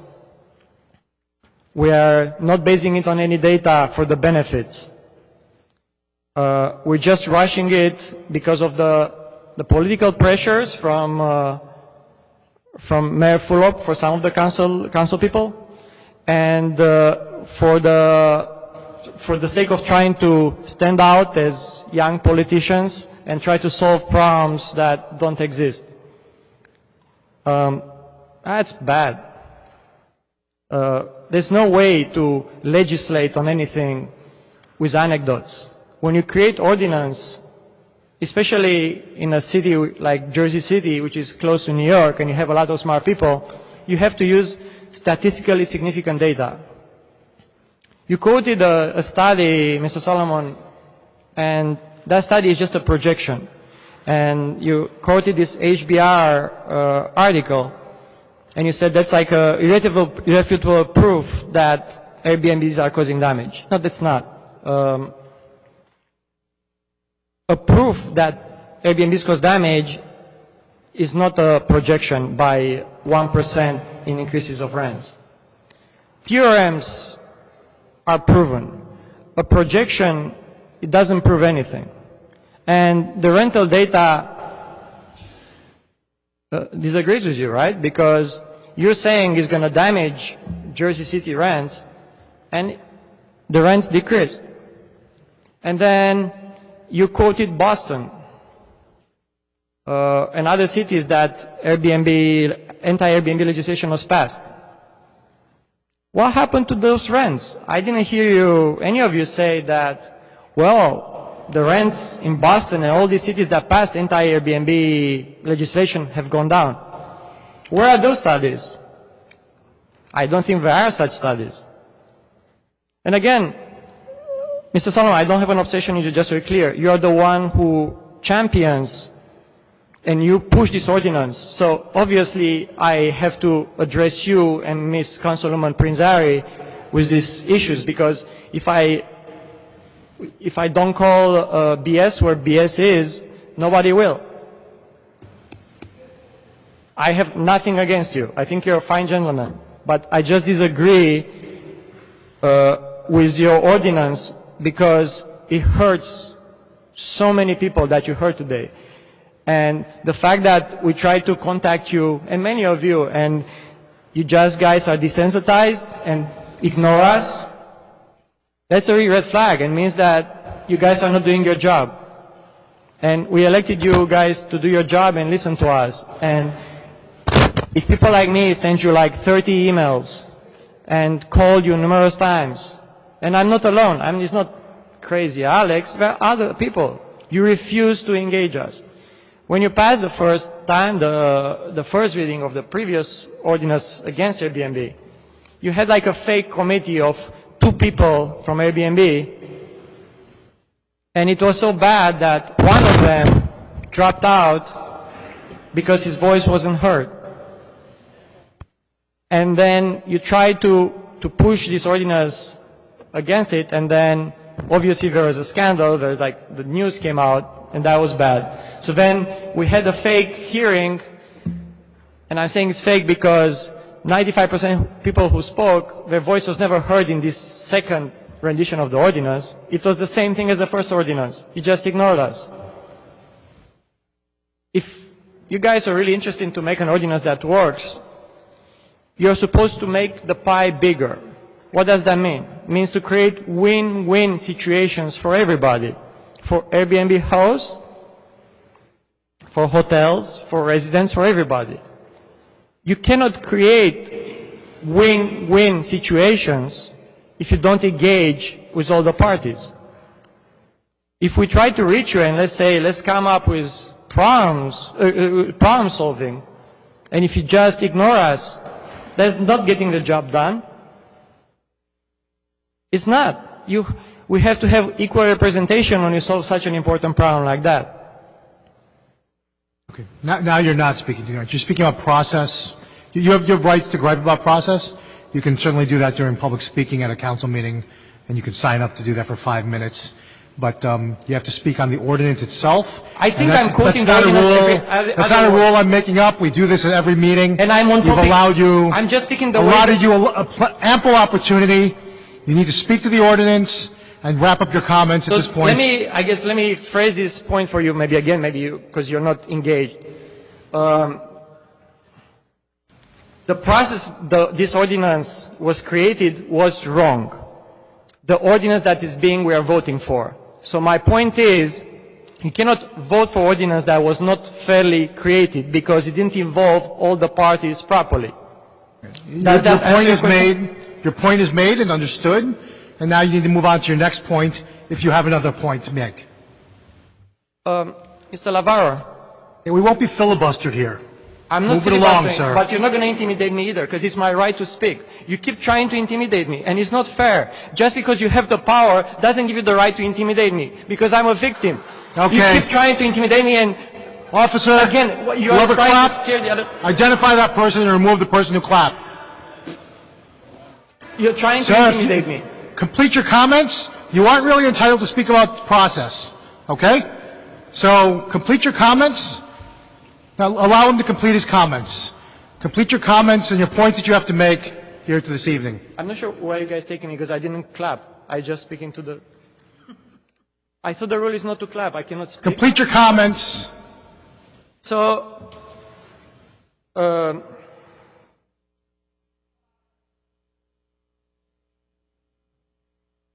my point is to sum up. Please do not vote for this ordinance because it's an abomination. It kills thousands of jobs, and you guys are trying to solve a housing issue, and you're taking jobs away from people and you are making them homeless.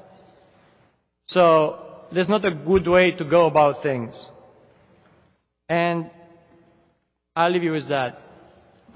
Thank you. And I didn't I didn't clap, so I can. Okay. Oh, stop. No. Don't do that.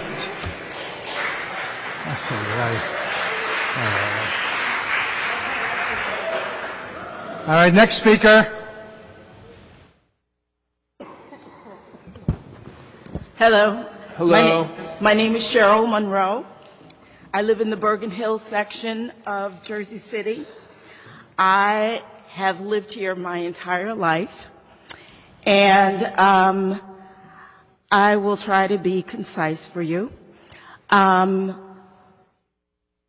living here, I own a home, and I have rental space in it. I do not have an Airbnb space, but it is something that I've contemplated as I've encountered crazy tenants and all kinds of nonsense. So it is something that I've thought about, and I came here tonight so that I could hear and listen to different points of view and hear exactly what this is. And as I've listened to people speak, I've heard different, points of view. I've heard some kernels of truth. I've heard some stuff that I think is just nonsense. For instance, noise that, renting to people temporarily will create a noise hazard. If you live anywhere in the city and you're sleeping at 2 a.m. and there's a car coming past with the noise and the car is going up and down and it's just crazy, those are probably Jersey City residents. They're probably not the renters. For the young man who wants to claim that Airbnb is bringing gentrification, well, then he doesn't understand that gentrification has been going on for not just decades, but centuries. Because when people have been invading other countries, that too is a sort of gentrification, just on a much larger scale. So Airbnb, I don't believe, is bringing gentrification. Gentrification has been going on since I was a kid, because I've watched my neighborhood go up and down, and I've lived in the same house for over 50 years. So Airbnb is not responsible for gentrification. What does concern me, however, is as I read through parts of the ordinance, and I'm so glad that the ordinances will be read so that everyone can hear the pieces of it. The pieces that concern me are some of the stringent penalties that will be imposed upon people, even for making just one mistake. At least that's how it read when I read the article that I saw. So that may or may not be true, but we'll hear that in the end. And so in that regard, I think that that's unfair. But I also read that people who are living in their homes and are renting out spaces within their homes where they actually reside, it seems like they should be okay. That they're not going to be limited to just 28 days in, that's okay, it can lay there. I'm not down, it's good. It seems to me that they will be okay. It's people who have multiple properties who will have a problem, from what I understand.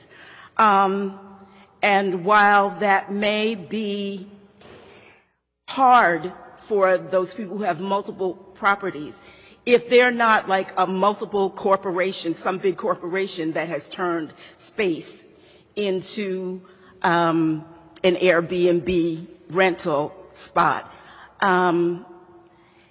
I just feel like that's going to be a hardship for some of them, like if they have two properties, that sort of thing. But I also read about the grandfathering. Now, I'm not sure if the grandfathering also includes those places that have multiple properties or not, but I'm sure you'll address that when you read the ordinances, or at least I hope so. And in that case, I don't think that that's a fair thing, because it feels to me like we'll be operating under a double standard. Regular homeowners are being squeezed by property taxes. Like everybody else, my property taxes went up significantly. But you know that people who come in and they build, they get tax abatements. There are things that they don't have to do that us regular small people have to do, and that simply is not fair. And with us losing teachers, I think that if you're going to grandfather, if it so happens that those places are grandfathered in, then I think the whole tax abatement thing needs to be reassessed. And then you'll have money for your teachers and municipal services that need to be carried out that aren't being done. So I just feel like it's kind of a double standard in some cases. And I hope that that's something that will be taken into consideration as you look at the ordinance and decide whether or not to pass it. Because people are struggling, and as they struggle, it's not fair because they do live here. They do reside here. They are physically here. They have been building up their homes. And that's not gentrification. That's maintenance. That's taking care of their homes. That's doing the things that they need to do in order to keep their homes stable and well-functioning and orderly. I've done it. Other people do it. These people over here, I'm sure they do it too. So it's not a matter of whether, it's an Airbnb that you do those things. You do those things for your family, and you do those things for your community. So I hope that those issues will somehow be able to be equalized. Thank you. Thank you. Thank you. Next speaker. If there are any other speakers, please line up behind the podium. Good afternoon. My name is Stephanie Martinez. I'm an activist. I go to school at Hudson County Community College. My family has lived... Ms. Martinez, can you get closer to the mic? I'm sorry that I have lost my voice. My family has lived in Jersey City almost all my life. I was born in Jersey City Medical Center in Margaret Hayes. All I've been hearing today is about this rent increase, noise control, from people who've only been living here for about the past 8 years, 10 years. I've lived here 37 years. Noise has always been a problem. When you go through Central, when you go through Kennedy Boulevard, there's big ordinance for noise control. Blaming it on Airbnb is unfair. I don't work for Airbnb, but I do travel. My family does take advantage of the fact when they do come to Jersey City, they can stay at Airbnb rather than these high hotel rates. Rent is always going to go up. That's gentrification. Gentrification is going on Washington, D.C. It happened in Baltimore. It happened in Chicago. It's happening in Jersey City. As far as downtown Jersey City goes, there's all those luxury houses from the Lenox to the new one, 355 Grand Avenue. The rents are out of control. No one could live there with or without Airbnb being here. Instead of building these high-rises, they should be building more affordable housing for the people that do live here. The people that live here now, because of Airbnb, a lot of them are working. A lot of my friends are working for the maid services. Some of my friends are working for managing the property. I have friends that pick up the garbages in the Airbnb.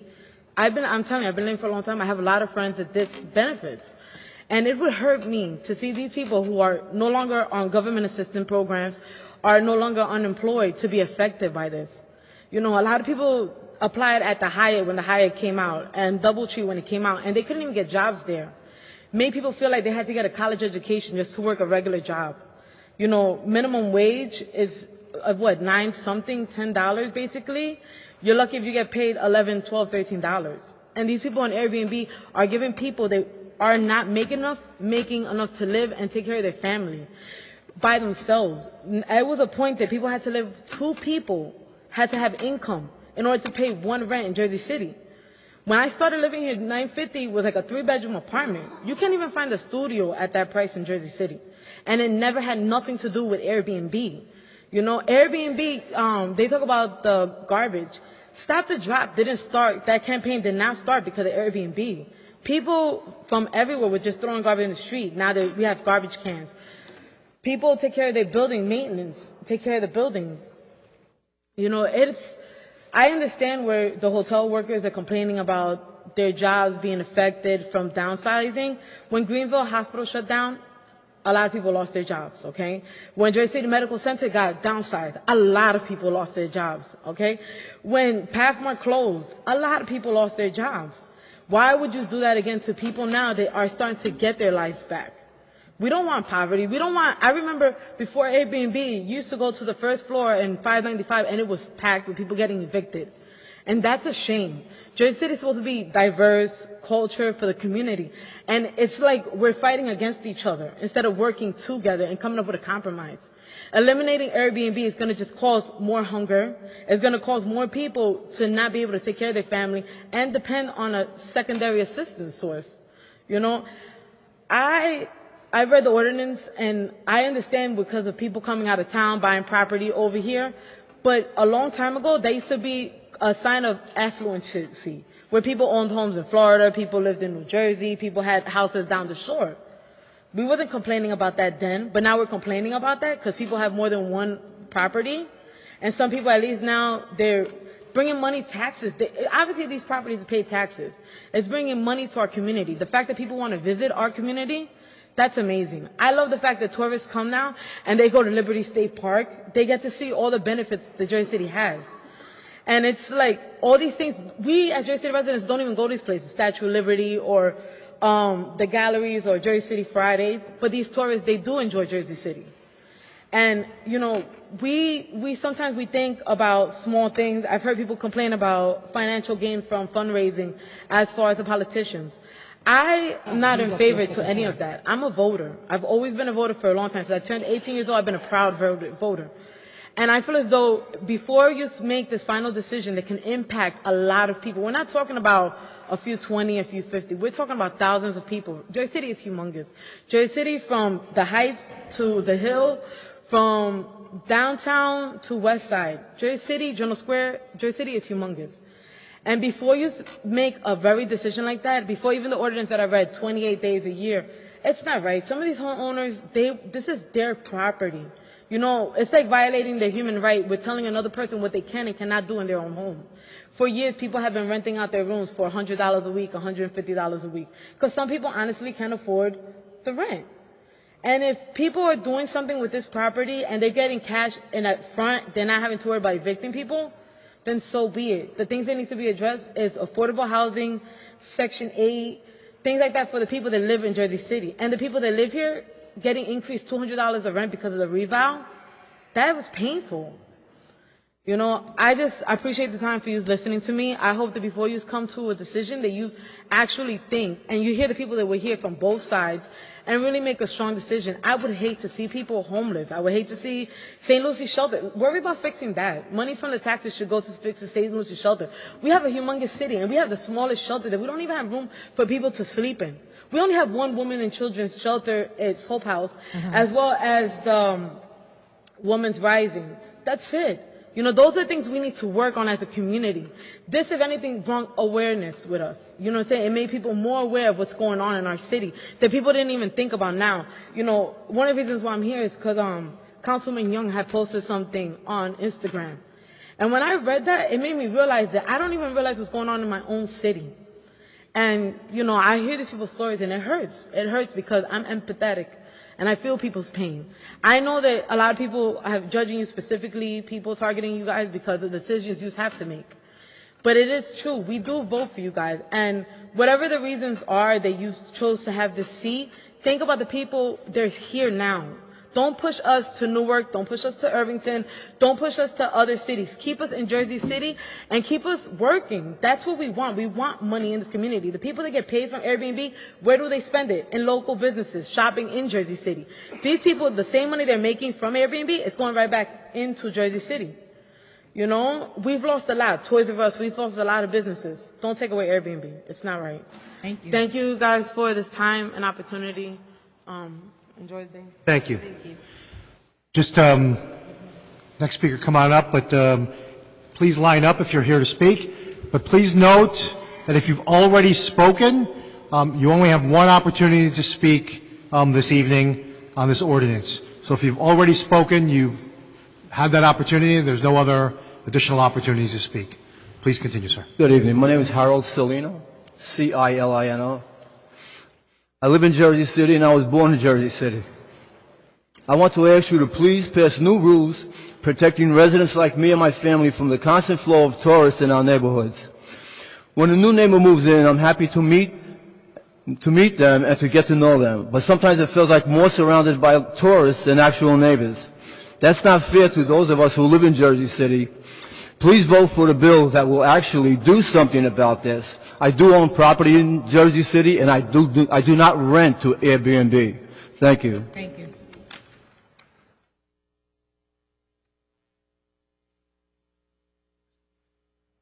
Hello, Councilman. My name is J.C. Chen. I am here today because when I first heard about the proposed ordinance from my maid, She called me and she cried.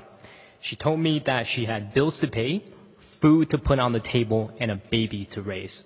Her story is not unique, and we have seen many of these people here tonight with their families instead of staying at home, enjoying and relaxing.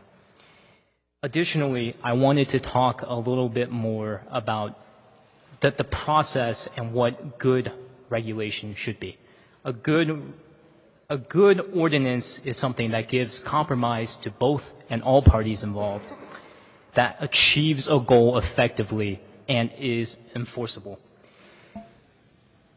And in this case, it seems like what we want to do is control and reduce the amount of Airbnbs in Jersey City and generally short-term rentals.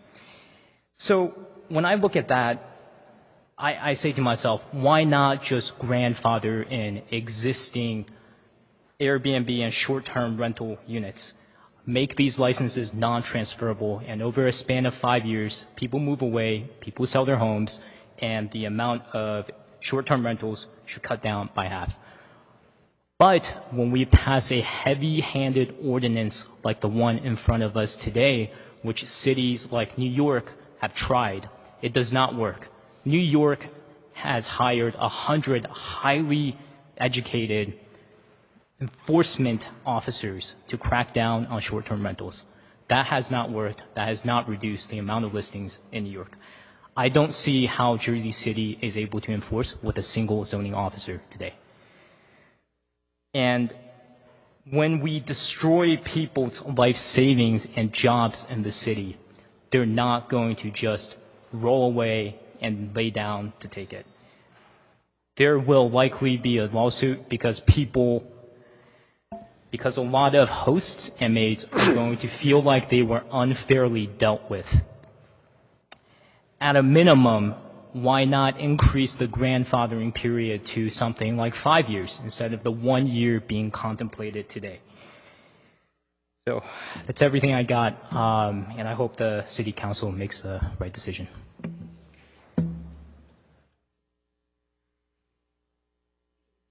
Good evening. Or is it good night now? Charlene Marsh, S-H-A-R-L-E-N-E. I can spell Charlene and I can spell Marsh. Thank you. You're welcome. May begin. Thank you.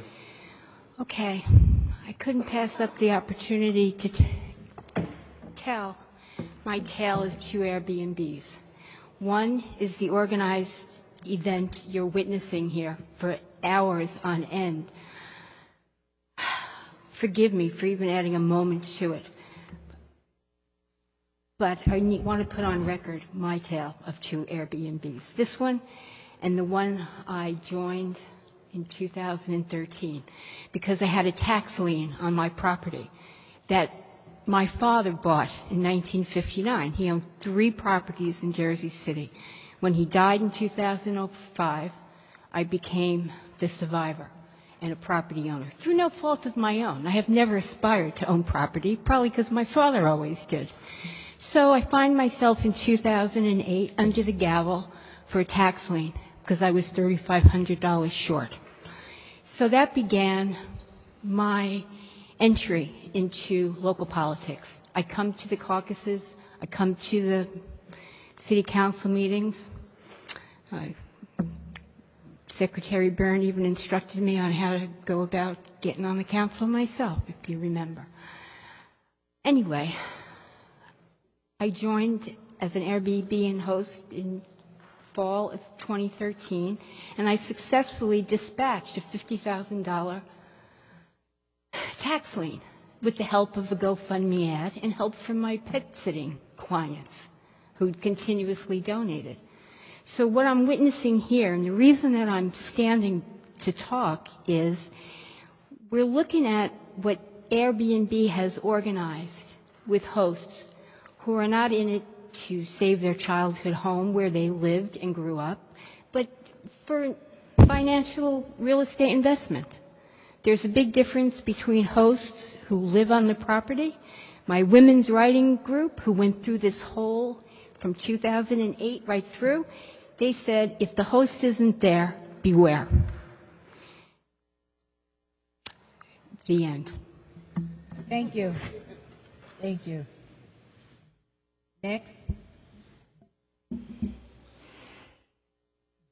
Hi, I'm Nadia Sexton. I really appreciate your time. I have a few things I'd like to speak to, if I may. Some of you may have received emails from me and may have had a chance to read them. As you witnessed tonight, there's an awful lot to work through with this ordinance. I just want to echo, to begin with, one comment that I just heard about the nature of governance and the nature of good sort of civic conduct. I appreciate this process for sure. I think we'll all do well if officers can stay as far away from the podium as they need to.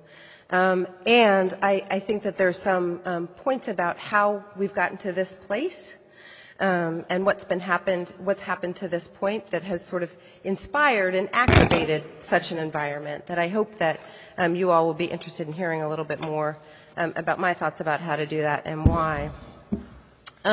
So my husband and I live in Bergen-Lafayette neighborhood. He bought that house at the height of the market, 2006, because he needed to provide a home to his family. He had previously rehabbed a house downtown that he bought for $8,000 in the early 2000s. It was a tax lien. It had no windows, no doors. He rehabbed it, and it's presently worth an awful lot for his children and his first wife. His boys are grown, but it's a good investment that should set her, especially a public school teacher in Jersey City, up well for life. So in 2006, he bought a house in Bergen-Lafayette that had an abandoned vehicle in the front yard and 3 dumpsters full of, I don't know how many cubic feet worth of stuff in the back, and it was 4 illegal apartments. There was reportedly somebody's grandfather living in the boiler room downstairs, drop ceilings, floors, all sorts of stuff going on. Rehabbed the house and started first with the basement flat because he couldn't afford the mortgage without having some sort of income. So when we married 4 years later, he had the same tenant for 4 years. The guy had a really nice girlfriend with an apartment with a pool in Elizabeth, and that's where he spent most of his time. We never saw him, and then eventually they got married and moved, and so then we had to get on the tenant market. And we did pretty well for a while. We had a tenant who ruined the floors with his gaming chair, which we recovered from. We had a tenant who left 1 week before rent was due and breaking his lease. We figured that out. We scrambled. We were down a few months. We had a tenant that we really liked, but then she moved in her boyfriend, and then she moved in her brother, and then she moved in another brother, and they smoked pot a lot. So we sort of worked our way out of that one. Our last tenant was in arrears for 3 months, telling us that he was going to keep up, right? So story was, well, we knew he lost his job. Story was a girlfriend, his fiance took their money, right? So now he doesn't have any savings. Really nice guy, very honestly. So we carried him for another 3 months, each week, kind of talking through email about a payment plan, because we were not telling our mortgage company that we were going to be in arrears. In any case, we ended up carrying him for 9 months. My husband's an attorney, so we could go to landlord court, as it were, right? And to do that officially, we let him know what was going to happen. We were as gentle as we could be, but he needed to leave. We needed to rent the place out.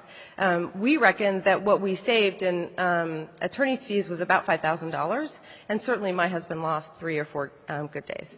So that was right around the time that Jersey City was invited into, that Airbnb was invited into Jersey City. We knew people who Airbnb'd on our block. We were a little bit hesitant. We used it when we traveled, especially abroad, but, we just weren't sure. So we gave it a whirl. My mother-in-law was getting older, and we were hoping that she would come stay with us. We adopted a child 3 years ago and wanted to have more kin who are from far away be able to stay with us, and so Airbnb made sense. You can block off the dates that you want, have family in, and you get to make your mortgage every month. And so now, here are some of the quick reviews that I want you to hear about, because this is really important in terms of who comes to stay. I've heard so much. I never make these. I listen to them on the live streaming because we have a kid and we don't have a babysitter for less than $15 a night. And honestly, I'm not an hour, and I'm not spending it on this. I'm very glad to be here tonight. I'm sorry, but usually my husband's tied up, so he's home. But there are two things that stick in my craw. One is that you've heard a lot about the downtown experience of Airbnb, and I can't speak to that. I'm not downtown. We're in a very different neighborhood. And I really want this council to take a moment, please, to activate your imagination around what Airbnb means beyond downtown. Be in a different economy. And so stop thinking about it perhaps even as an STR issue and think about it as a code, regulation, oversight, management issue, which is different neighborhood to neighborhood. My neighborhood has a bodega on the corner, which is sort of, we call it the super bodega. You walk in, you can need anything. I need green tape that has no more than 4 yards on it, that's less than 1/4 inch thick, and he'll do this and he'll find it for you, right? Super bodega sandwiches for $3.50, known all over our city, and he makes it in our Airbnb reviews. Also across the street is Martha's, a hole-in-the-wall grill that makes some of the best breakfast food you can eat. That's known very well in our city. A family-run operation makes it into our Airbnb reviews. Around the corner is the Grind Coffee Shop, which we were all in Bergen Lafayette supposed to get on our knees and thank for saving our neighborhood when they came in, and we're very grateful to them. We knew how to make coffee before Grind came, but it certainly meant something to our nascent restaurant row to have them there. And I also heard that these are people, the people who stay in our flat are strangers or I don't know. So here's some things. So this fella, Mona, came from Canada to stay in our flat because the Wi-Fi was fast and she needed to work because she was working in Jersey City. Lots of good reviews, but I'll cut it short because I don't want to get anybody upset. Most recently, we had Robin and Steve from Denton, Texas, who were looking for an apartment in our neighborhood. We hooked them up with local realtors. They got a really good taste of the place, and they would have chosen a different neighborhood if it hadn't been a good fit. Oh, here's they named Martha. Catherine from Citrus City, California named Martha's, as do three other reviews. Keep in mind, we've been doing this now 2 years, almost 2 years. We are also super hosts, of course. Super homey, stylish garden, lots of good cafes and local eats. That was Emily from Austin, Texas. These people we also had some folks from Moscow, Russia. The apartment has everything you need. But we have, by and large, an awful lot of Americans. We have a niche that we are kind of proud of, which is the grandparent niche. People come to visit their grandbabies, and they stay with us. And we think that's great for all sorts of reasons, because we happen to like kids, obviously. You don't adopt at our age if you don't.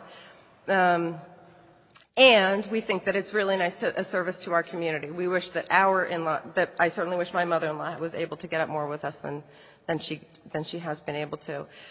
Lily from Rochester, New York said super close to Liberty State Park, which is where we wanted to go.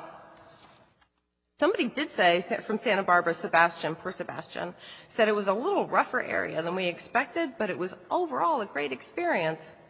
Right? So like me, I was posted to D.C. and Baltimore for 2 years when my last job before I went into consulting was a plush foundation. Doing work that had me posted to the feds. And so I was in and around D.C., Airbnb-ing an awful lot myself. Multicultural neighborhood, I really appreciated that, and with fine dining options. That was Esther from the Netherlands. Here's a family from Virginia that was going to the soccer match in Harrison. Here's another call out to both Martha's and Poochoo's. And this is from Daniel in Stockton, California. This just struck me, the irony of this just struck me today. Igor from Russia, I'm Russian, so Igor and I really did get along, but he did not like our fridge. He thought it was too small. It was just like a hotel's fridge, and it should be bigger. People who Airbnb, like us and our family, have an economy that they need to manage. They're incredibly respectful of the space and care because it's all reviewed. So I have a ton of Airbnb reviews because I traveled for work, because that's how I use it. And I know if I mess up once, if I break somebody's stuff and don't tell them, if I ruin something, I won't be able to book another stay. And likewise, if folks show up in our spot and their beds aren't made well, they won't be able to stay. It's regulated by social media. That's its process. It's an app. I don't work for them, they don't work for me, and nobody, by the way, from Airbnb gives a hoot that I'm here. What I really care about is, first of all, the approach that we've taken, where we are, and I really wanted, I have more, but I won't punish you with more, but I really want you to understand what this has meant to our community and what it's doing for, and what Airbnb does for us specifically. And so it's also then I have these grave, grave concerns about the inspections, and I'll tell you why specifically and recently. 3 years ago, we adopted from New Jersey foster care, right?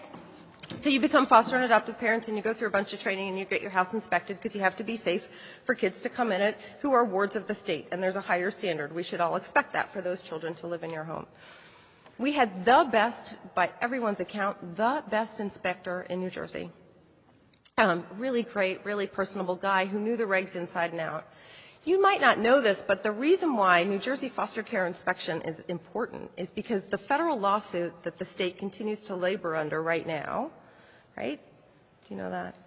Child Welfare in New Jersey is laboring under a federal lawsuit. It was sued in the early 2000s because children were dying, as they sometimes do in foster care systems, and New Jersey's crimes were especially egregious.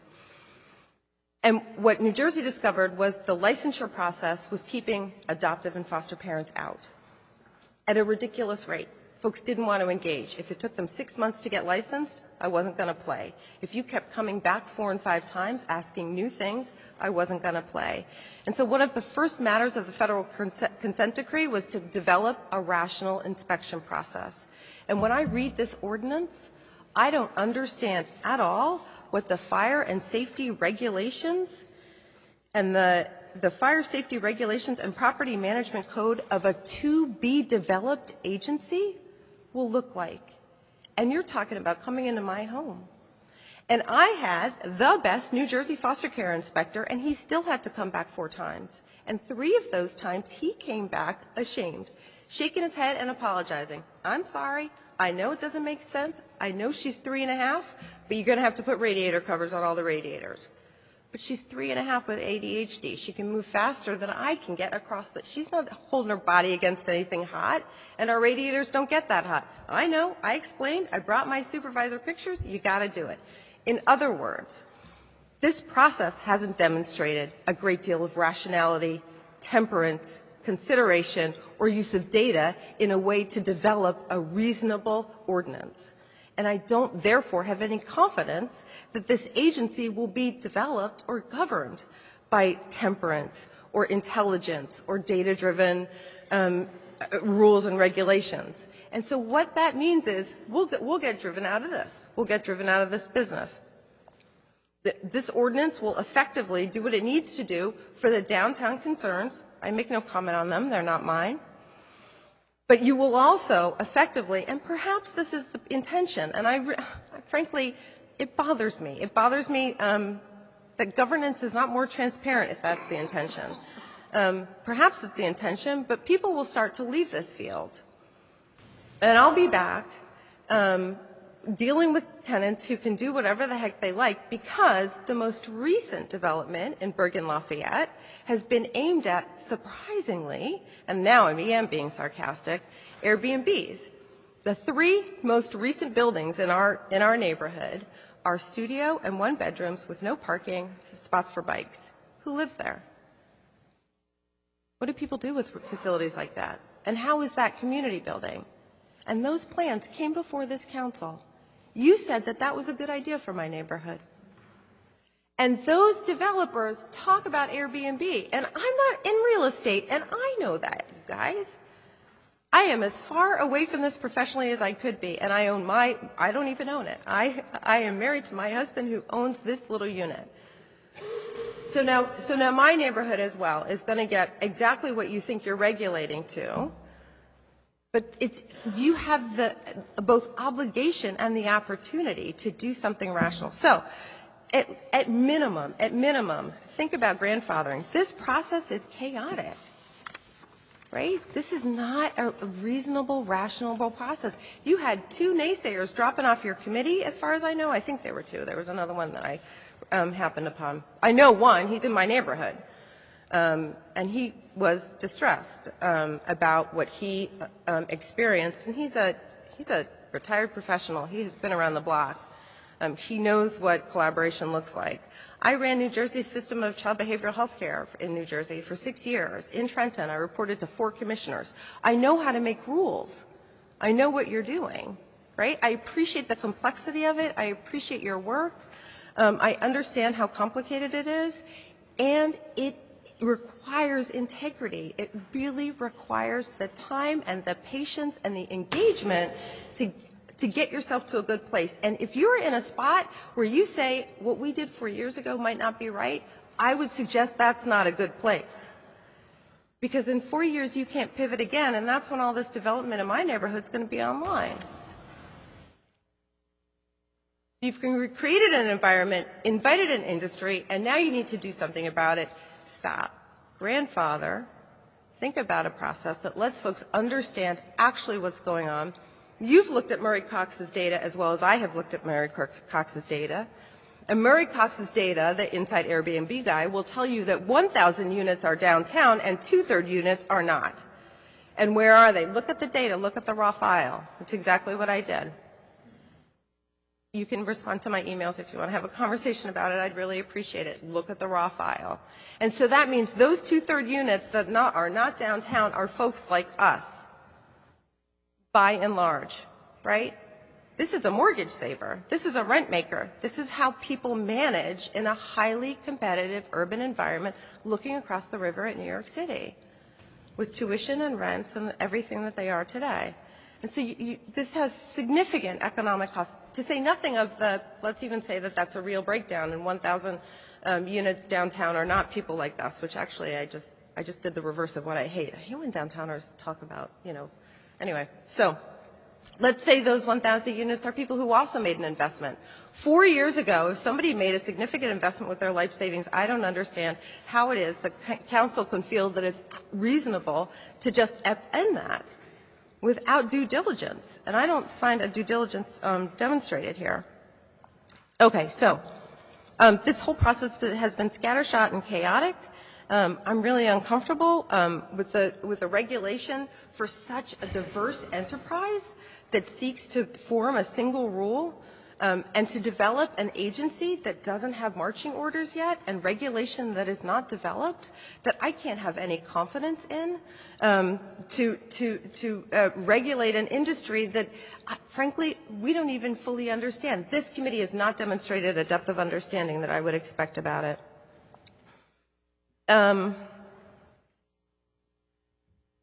Creating an economic foothold for middle-class families is not gentrification. Bringing customers to my neighborhood's restaurant row is not gentrification. It's happening for us, and we're distressed about it in lots of ways. And in lots of ways, our ability to stay there and to include other families in their ability to stay there helps change what's happening in our neighborhood. I think I should stop now, although I could keep going, but, those guys are around. Thank you. Thank you. Thank you. Next speaker, please. Good evening. My name is Damon Cleveland. I'm a small business owner. I actually reside in New York City. I have a very unique story relative to what I've heard here today, so I ask that you grant me a little bit of time to kind of walk you through my thought process and why I decided to speak today. So I come from a disadvantaged background, single parent. My mom had public assistance. She did what she could. I'm fortunate in terms of how she pushed me and motivated me to work for myself. So I'm not the norm in my community, and I would venture to say in similar communities here in Jersey City. The reason that's important is because the advantages that I've taken advantage of, the opportunities that have been given to me, afforded to me because of the work ethic my mother instilled in me, I've achieved a certain level of success. I have a full-time job. I have 2 companies. I have some property in New York City. And these things sound grandiose, and as I'm aging, what I'm coming to learn is that it's more important to give back and to be influential in similar communities. That's something that drives me. And so part of the reason I started my business and expanded the business here in Jersey City is because of that. Some of the things that I want to call out as a business owner, I've employed 40 to 50 people here in Jersey City. I have currently 15 to 20 employees that are from disadvantaged areas. I'm helping to mentor these people. I'm helping to teach them how to operate professionally, how to be responsible members of this community. I'm instilling good, worthwhile qualities in these people. I'm taking time from my day to educate and to enhance their existence with the hopes that that will perpetuate itself. And so as a small business owner, it's incumbent upon me and my goals to continue to do things like this. The idea that this ordinance proposes, it seems to me one-sided. It seems to me that it's geared towards stifling Airbnb businesses. It seems to me that it's geared towards one side of the equation. I heard a gentleman come up here earlier and he asked for fair and equitable representation for all sides. It seems to me that if you're going to stifle small business, the lifeblood of this country, small business, me, if you're going to stifle that and you're going to cut off access for disadvantaged communities, people who want to do better, who want opportunities like I had, but may not have had the opportunity that I was given, it seems to me that this is something that we should all be thinking about. Now, I understand that there are other avenues that you guys need to think about. There are landlord issues. There are tenant issues. I get that. I understand that. I'm not a politician. I don't profess to be. But as a businessman, I can tell you that all of these bodies need to be thought about. All of these need to be in your equation when you're putting the final stamp on these policies that you're proposing.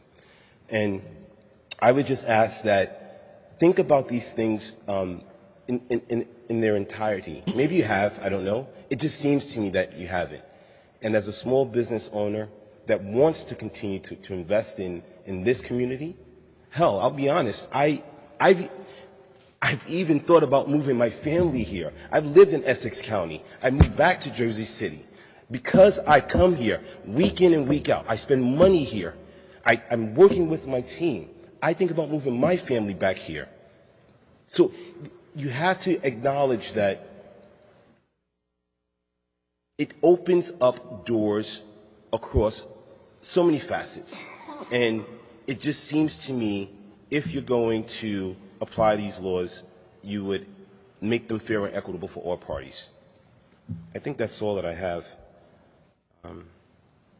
Thank you for your time. Thank you.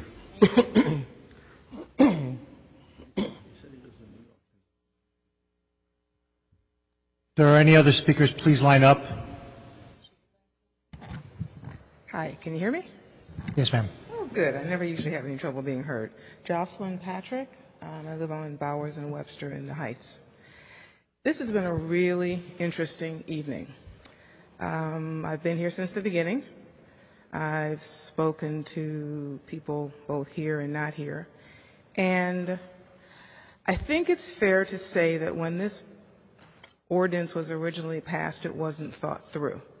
I think it was a reaction to something that seemed promising, and now, X number of years later, the time that should have been taken to think it through is now happening.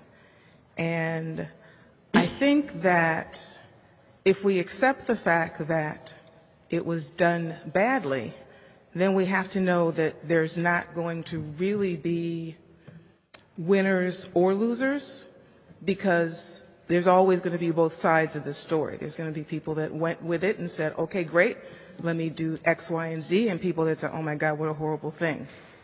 So now we've got two different groups of people that are coming at it from two different points of view. You know, I listen to people talk about losing their jobs. They lost their jobs when Pathmark left. Can't pass legislation to make Pathmark stay. You can't pass legislation to make businesses not lay people off. That's unfortunately the world that we live in.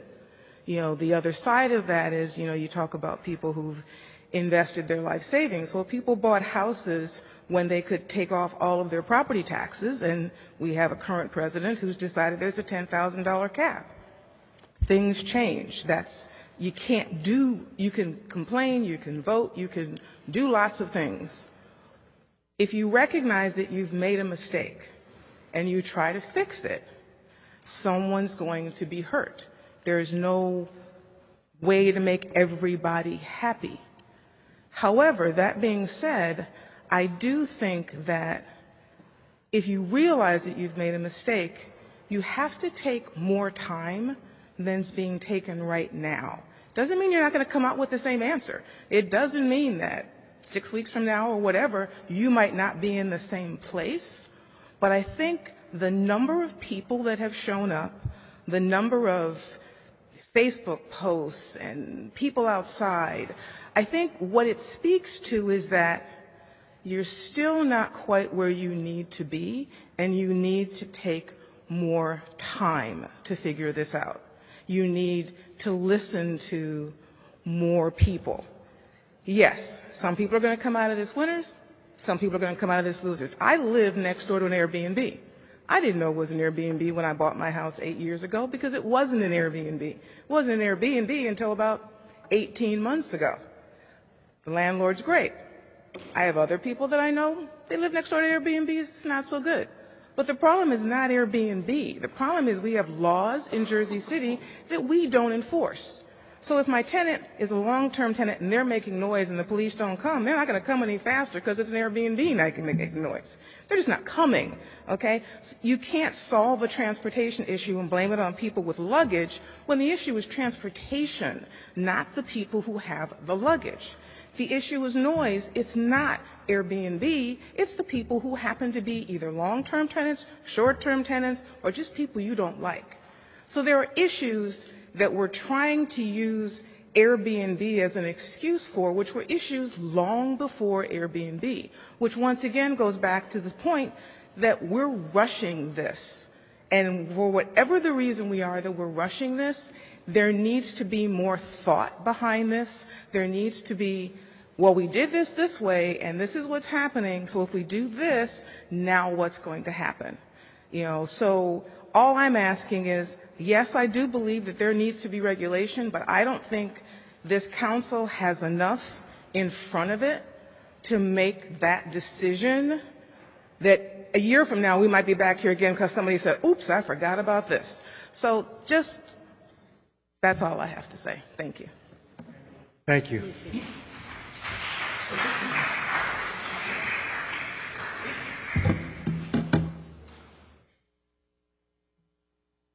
Hi, my name is Ksenia Voropaeva. Ma'am, can you speak directly into the mic? Yes. Thank you. I'm a Jersey City resident. Have your name again, please. Ksenia, Spell it, please. K-S-E-N-I-A. A-S-E. Voropaeva. V-O-R-O-P-A-E-V-A. B-O-R-O-P. A-E-V-A. A-V-E-A. Thank you. I'll memorize that for the next time. All right, thanks. I'm a Jersey City resident, Journal Square. I've been here for 4 years. I think some context is important of this legislation. The family services, the experiences there are essentially that of an occupation. We've heard from the people struggling, and that's where the world is. We cannot discuss this ordinance without the context of the military-industrial complex and the militarization of Jersey City that I've witnessed in the 4 years that I've been here, the police brutality, the economic austerity that families, children, the poor, and the elderly are kicked the hardest for. I watched the increasing evictions in the thousands near me here, with only praise coming from the mayor of more judges. I watched, like I said, the militarization of Jersey City. It's very similar to the 3 overseas bases that I was stationed at, and the way the mechanisms that are at play here, and the prioritization, the way that military values and tactics are enacted in this government. I'm sorry, ma'am. You're going to have to speak to the ordinance. I want to connect it to the context that as a renter here and a survivor of gender violence, I did not have any protections. I did not observe the mechanisms in place by the office, the landlord and tenant office in place that vowed to give those protections over the 4 years.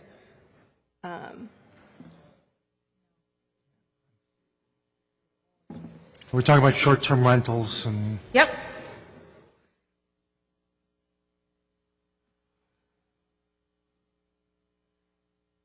So I'm failing to understand how the prioritization of long-term rentals will help alleviate the actual hurts of the communities that we watch.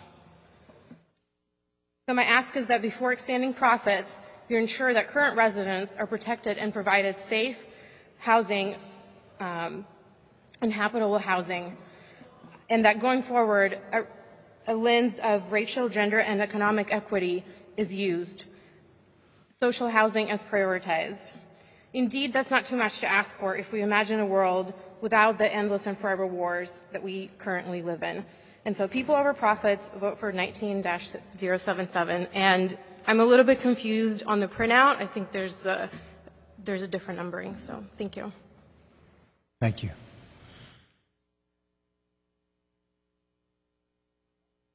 Are there any other speakers? Please line up. Good evening, everyone. My name is Austin Tang, T-A-N-G. First name? Austin. Austin. Austin, like Yep. like Texas. Yeah. Okay, thank you. Dear council members, I'm a research scientist in an academic institute, and I want to express my strongest opposition to the proposed ordinance. Given the high living cost in the city and the low income as an academic researcher, I struggle to make my life while repaying my student loan. Last year, I read about the openness of Jersey City in supporting short-term rental, and I think maybe that's something I can do on the side to make some additional income, while helping the city to bring in tax and create jobs from the local community. I was looking for an apartment that I could rent, fully furnished, and list that as a short-term rental in the Jersey City. I had a really hard time doing that because most landlords were pretty reluctant on the idea, as they thought the short-term rental guests would trash the apartment. I eventually managed to convince one of the landlords, although she was still a little bit skeptical back then, and then rent the apartment from her and put it in a lot of my effort and a lifetime saving in furnishing and decorating the apartment, and hope that our guests can have the most pleasant stays in our apartment. And it all worked out really well. I hired a cleaning lady from the neighborhood to help cleaning and maintaining the apartment. She is a housewife and a mother of 2 adorable kids in the neighborhood, and she is really glad that she can make some extra income helping us for cleaning while her kids are at school. I also put significant amount of effort to screen all our guests and make it clear to all our guests that no parties, smoking, etc. is allowed in our apartment, because the last thing I want is to disrupt my neighbors. There was one time there was a leak happened from the apartment upstairs, and our landlord had to come into our apartment to get things fixed. She was blown away by how well we are managing her apartment and how friendly our guests are. Since then, she is really supportive to have us operating a short-term rental listing in her property. My life has significantly improved since then due to the financial stability, and I could start to plan about marriage with my girlfriend, having kids, etc. We borrowed some money from my family, and along with our all lifetime saving, we managed to purchase our first ever property in Jersey City early this year.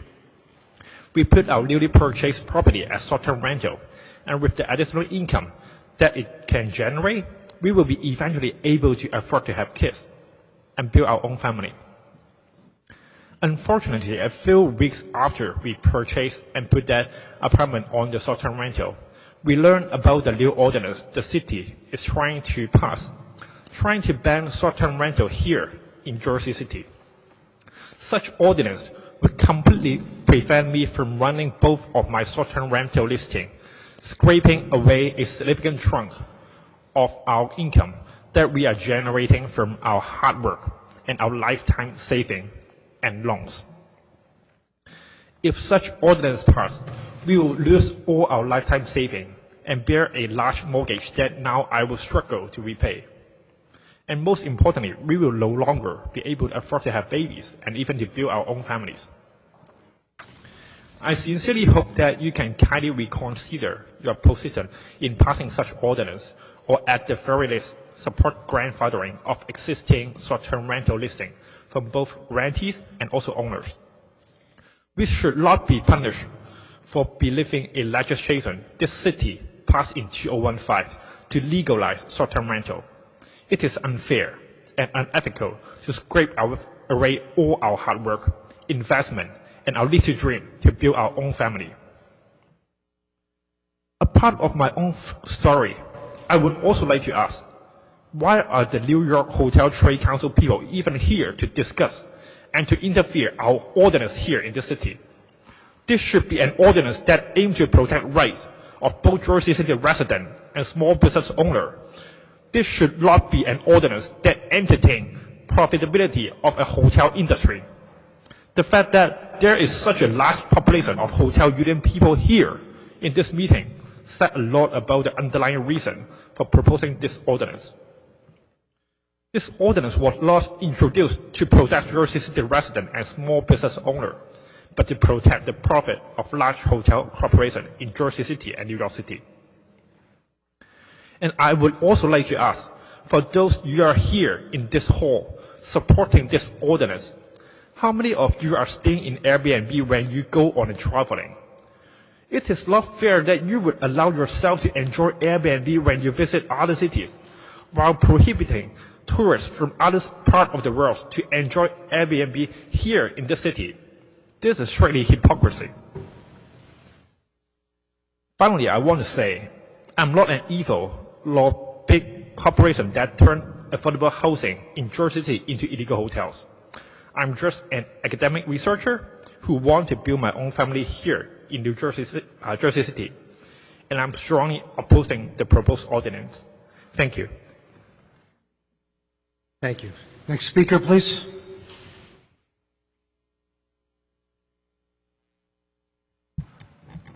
Dmitry Ivanov, Jersey City resident since 2009.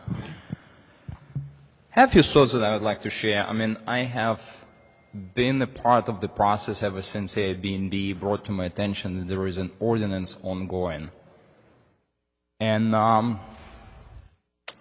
it seems like we are living in a paradise. All over the world, any developed nation or undeveloped nation, we are looking, and people are willing to pay money to get the business in. Jersey City seems to be okay to lose the small business. I came to this country from Russia back in time when Soviet Union just disintegrated and a lot of post-communist but still kind of communist ways of going were still in. So I came to the land of opportunity. I had $100 in my pocket. I didn't have family. I got here, and the only way that I knew how to make money is WORK, and it's not a radio station. I got my education here, fully paid up. I met my wife. We got family. I was never ever in my life on food stamp or receiving any help from this state. And I'm paying enough taxes, and every year I pay more. So now I'm looking at the ridiculous amount of time that that community has spent trying to find a common ground of how the short-term rental market should be. And I cannot just, again, my background is economics, so I'm a data guy as well, not as hardcore as some of the previous speakers, but, you know, again, I don't believe in mental models. I need something tangible, something that I can touch, something that I can check. I don't understand how we can let in, how Jersey City as a city says, hey, listen, let's get big businesses in here. Let's give them tax abatements. Let's give them the opportunities to change the plans. I mean, we all remember big skyrises coming in with X amount of residential unit guaranteed and X amount of units commercial, and that's been switched. Tax abatements left and right for millions and millions of dollars, yet we're letting go teachers. So my mind is just mind-boggling. I have 3 kids, and I don't understand why, on one hand, we are giving tax abatements to big businesses. We are willing to kick out an industry of the small businesses out, and we are firing teachers. So as a parent, I'm very upset. How will I, talking about community, be raising my kids in Jersey City? That is just something that doesn't add up to me. You cannot say, we don't need your money, and then you raise my taxes and you fire teachers. That's one. Now, looking at some of the comments of the people that have spoken, I cannot help but see, again, we've had 4 or 5 meetings by this time. We did have a couple of the public hearings, and we had, I cannot, again, I'm a data guy. For probably 10 people that speak for A and B, I see just maybe 1 speaking against, and coincidentally, all of them are from downtown, from those inclined communities that are privileged already. Okay? I represent here another part of Jersey City, and again, I urge you to remember, Jersey City is not just downtown. This is crazy, like the stuff that we've been talking, that someone is having the garbage issue in downtown area. Have you guys been to Greenville? Like, really, Airbnb is the problem that city is willing to dedicate that much time? I'm speechless. I'm disgusted at the fact that, like, you guys don't see what I see. Maybe you should come to my neighborhood. I'll walk you around. Now, let me get back to some of the comments we made before. Someone rented in 2010 a 2-bedroom at 1050. Well, guess what? In 2009, when I moved here, and I was right there at the Marion and Grove, I was paying $1,200 for 1.5, and the apartment was as big as a shoebox. So when someone tells me that, oh, I used to rent that and that, I'm sorry, I just don't believe it. I was there. I still have the bank account where you see my rent checks going out. I would like to see some proof of some of the statements that I made here. Again, another question was no reasons to rent if I cannot get a long-term tenant. Well, there are plenty. I think I shared in the previous meetings. I have parents, they're retired, they're coming over. And then we have a lot of cases where long-term rental is not necessarily for all of us. It's just like a job, right? Not everyone can be a good singer. Long-term tenants have different issues, and some of us would rather have a short-term rental. And I see no difference if I have 1 person living the entire year or if I have 2 people each living 6 months. I just don't understand why we want to discriminate them. That just, here I'm just asking questions, you guys, the councilman, because that's what I get listening to those public debates. Talking about discrimination, I don't know about, again, it really strikes me that I'm not sure whether you guys have even opened an Airbnb application. 99% of us have instant book. I don't care whether you're white, black, whether you come from Caribbean, from Russia. As long as you meet certain requirements that the Airbnb allows me, you booked. How more open and diverse can I be? Some of us, said that we are like trying to discriminate. By no means. Yes, I am in the business to make money. So guess what? I am willing to invest extra money to make sure that I get either better vacancy or, increase my rate. But this is all how this country was built, right? We didn't arrived in New York back in time in 1970 and just put a little, tiki hut and says, that's fine, I'm perfectly fine. No, someone else built the Wall Street, right? And then guess what? Yes, it is progress. I'm sorry, it's supply and demand. You want to go to work closer? And if you work in Manhattan, yes, if you have an opportunity, you buy a $5 million condo in New York. If you don't, no, I'm sorry, you commute from Brooklyn, from Jersey City, from Staten Island. That's just how it works, right? So when the people come in and they're trying to, put money in and make the neighborhood better, I just don't get why we are all for it in other parts of the country, but Jersey City somehow is different. Again, here, I'm taxed like a business. I would like to understand where my money goes, because I see that the small business is taxed and non-welcomed here. But the big business, we keep hearing about the tax abatements, and we have developers like, dear developer, please come, don't pay. Well, no one offered anything like that to me, right? So, is it not a discrimination in this particular case, big business versus small? There was a great point brought by the previous speaker. I apologize, don't remember the name. I don't get why New York Hotel Union has anything to do whatsoever with Jersey City. Like like lobbying at its best. And the fact that you guys are willing to see that, I mean, again, we see those people pack up and go, whatever the time that their bosses paid them. Originally, you remember, 7 o'clock, bam, they pick up and they go. Then they started paying them a little bit more, I guess. They were sticking out till 8, till 9. You see, that place is getting empty. Now, again, my whole point is, Alex, I mean, that's another story. That's the first time in my life that I've seen that a man was about to be taken out by the police just for speaking in the public meeting. I mean, when I give a call to my relatives in Russia, they're like, are you serious? Are you in the United States? Because what you tell us reminds us of the back when the Soviet Union was there. So this is, again, that's my question. So the city wants to regulate what we do with the property. So what is coming next? So I have 2 cars, and the city says, well, why won't we have an ordinance? If you have 1 car, the second one has to be used for something else. Let it, I don't know, you have to drive low-privileged people, or I don't know what, or give it to city for the public works. Like, where are we going? So,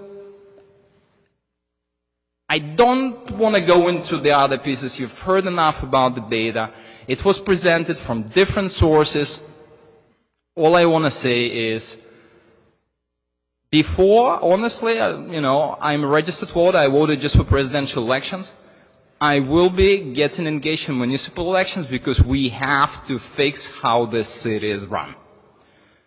If we are saying no, and it's like a penny, oh, we are losing $4 million tax revenue. I'm sorry, I just that just bogs my mind. I just don't get why on earth, if everywhere in the world you see presidents, mayors, like New York, you would say a rich city, right? Every speech of the mayor is like, hey, we need to bring more business to the city. But Jersey City is just different, and I don't like that it's like that. I thought that I live in a capitalist society. The laws of supply and demand, not some politician dictates what the public good should be. That is bizarre. So with that, I will wrap up. I would just urge you very much to consider the consequences of what you're doing. I live in here and I pay taxes to the city, and I don't want to have that tax pieces to go to pay for the proceedings. Because I know those people will go to court and the city will lose. And boy, I will be coming for all of you guys who would vote yes for that, because that's ridiculous. You're presented with the data, you're presented with the facts. If you guys would not make it right, again, I'm not saying regulation is bad. I'm saying that's fine, let's regulate it. But what you are proposing, someone complained about the trash. We have so many agencies. And again, someone mentioned it right there. Yes, I own, and again, I have just 1 Airbnb unit. My 3 tenants are long term. The moment I'm getting this trash ticket, I'm rushing to court because for $250, I'm sorry, I'm not making, that much money to just dismiss and say, yeah, that's fine, I'll pay it. So to tell me that my short-term resident didn't pay it and I would not address it, again, that argument just doesn't hold for me. I would again urge you to consider what are you doing. Okay? I think it's a hastily run attempt to pass an ordinance that will possibly will give you a short-term political benefits, but long-term will hurt us ridiculously, and we will get that ordinance repealed. In another, whatever it is, 2 years or whatever it is, but that's crazy. You cannot go back and forth on the law, right? Let's make it right for the first time and uphold it. Thank you.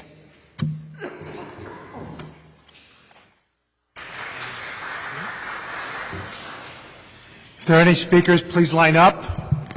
Any other speakers, please line up. My name is Mike McKay, and I want to start off today with tackling a few myths that are related to short-term rentals. So I won't dive into the data. I think that's already been made pretty clear. But the first one I'd like to dive into is a lot of people have been saying people who stay in Airbnbs in Jersey City don't spend money here. And I'd like to read you guys a few recent reviews that I have that directly dispute that claim. So this first one is from Jennifer from Mount Gilead, North Carolina. She says, "We love staying in Jersey City as it's much quieter than NYC, and this location delivered. The apartment is located near many wonderful restaurants, many of which are BYOB, so they offer a great value. The apartment itself was clean and neat as promised, and we would try to stay here again in the future." The next one we have is Charles from St. Leonard's, Australia. "This is an amazing place. Comfy beds, spacious decor, well lit, keyless entry, Roku with Netflix and everything you need. What we were really surprised about was the neighborhood. It was really lively yet kid-friendly, perfect for families and people who love to stroll around." Mark from Belfast, United Kingdom. "Such a great location for food, bars, and transport. 5 minutes walk from the waterfront with the best views of Manhattan. The neighborhood was friendly and safe, with the best bagel shop in Jersey City around the corner for breakfast. Highly recommended." Janice from New York.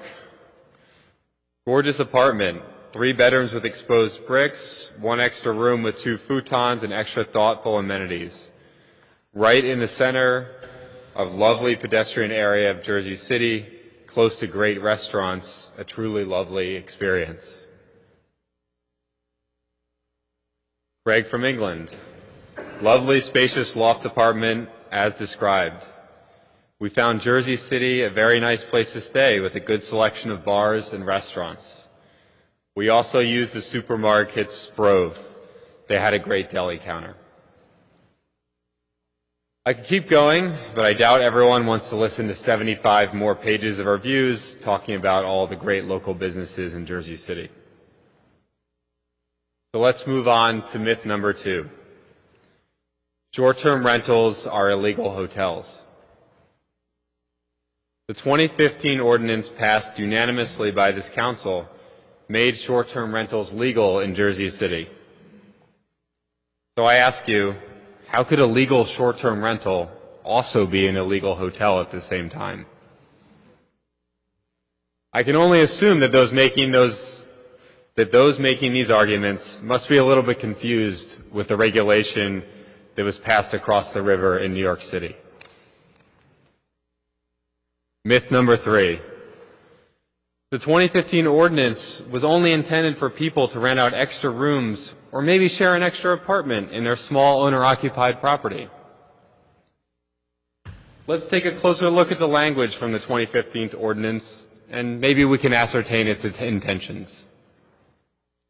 "No person offering a dwelling unit for short-term rental use shall be required to obtain any license for such use, including but not limited to licenses that would otherwise be required by Section 188 or 254-82, unless such a person offers more than 5 separate dwelling units for short-term rental use in the city.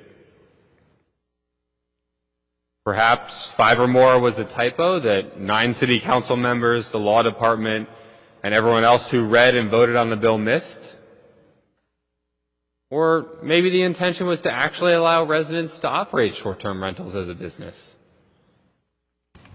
And for those of us who tried to register when we crossed the 5-unit mark, when we called the city, we were told, the city never set up a registration system, so don't worry about it. And even if your intention in 2015 was not to allow short-term rentals as a business, you must see that the 2015 ordinance you passed clearly invited Airbnb hosts to set up multiple properties without any fear of legal concerns. So let's look at the final myth. The City Council does not have to grandfather existing Airbnb hosts.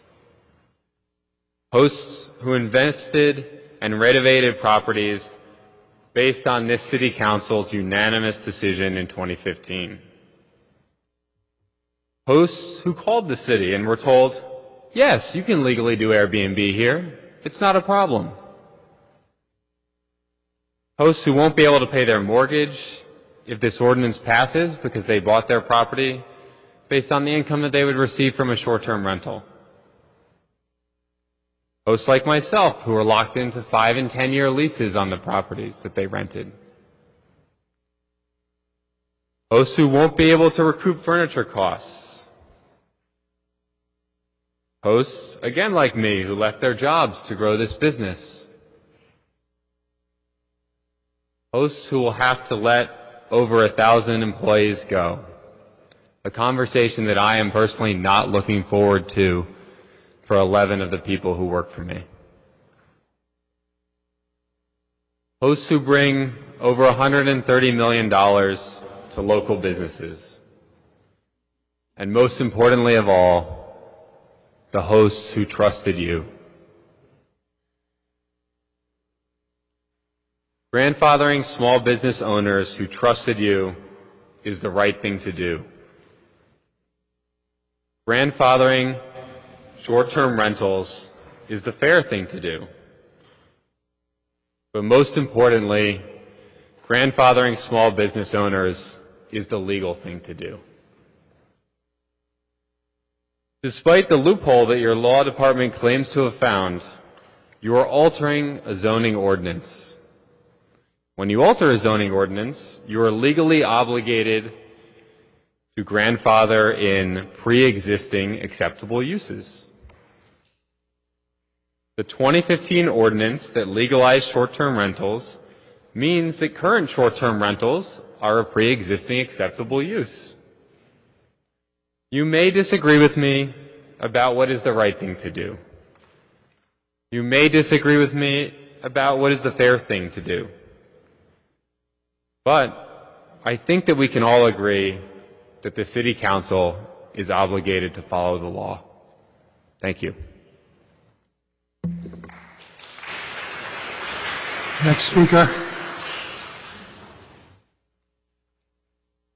Hi, my name is Arun Goyal. I'm a resident of Jersey City. You're going to have to spell that for me.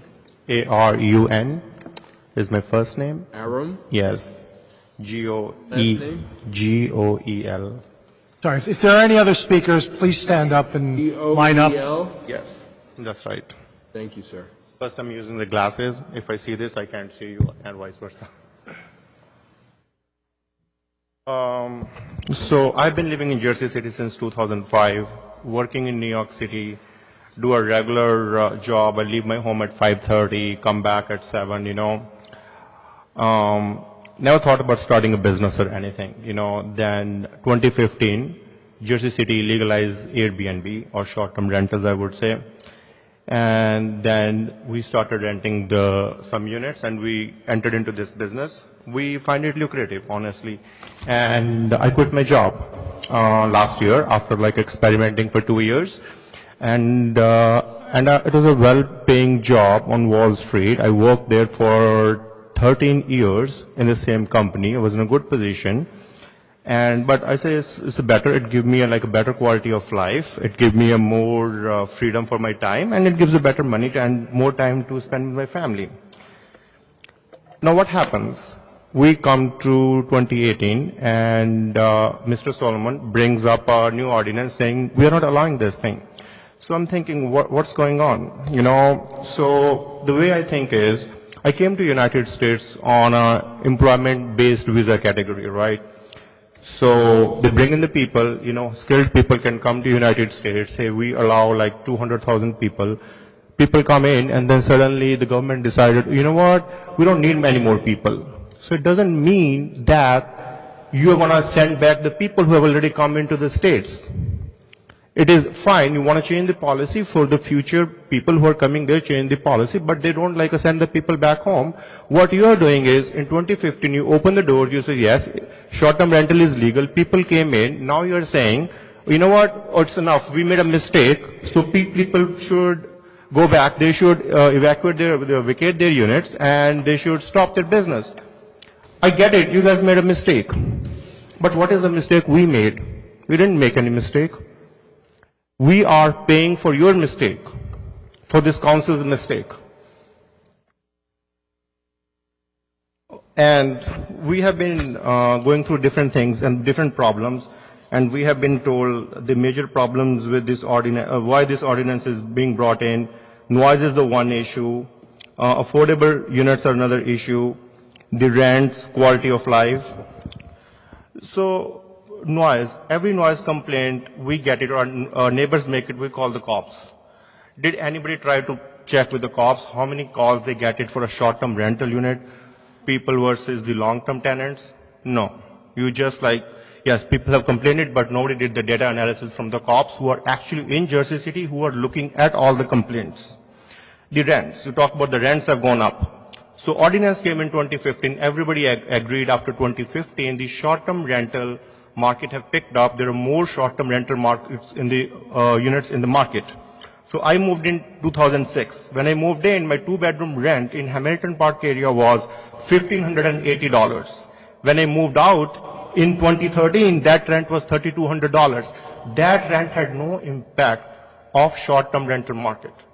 This was the rent increase because Jersey City is a very attractive place for people to live in because of a good commute to New York City. We need to accept that. And that fact continues. It's not a short-term rental market is driving the prices. It is its proximity to New York City. It's the commute, the PATH train, which is driving the rents up. And the other argument was given that it is reducing the affordable housing units in the market. I think every host agrees that we need a regulation, and they agree that affordable units should not be allowed for a short-term rentals. And this, everybody proposed it, everybody agrees to it, but council doesn't listen. This is fine, we want to ban it. Quality of life. The people who live in Van Ness Park area, Hamilton Park area, yes, oh yeah, they have a quality of life. These are residents of Jersey City. We have buildings coming up right above Grove Street Station. These are residents of Jersey City too. They have a quality of life too. We approved a hotel right next to it. What happens to their quality of life?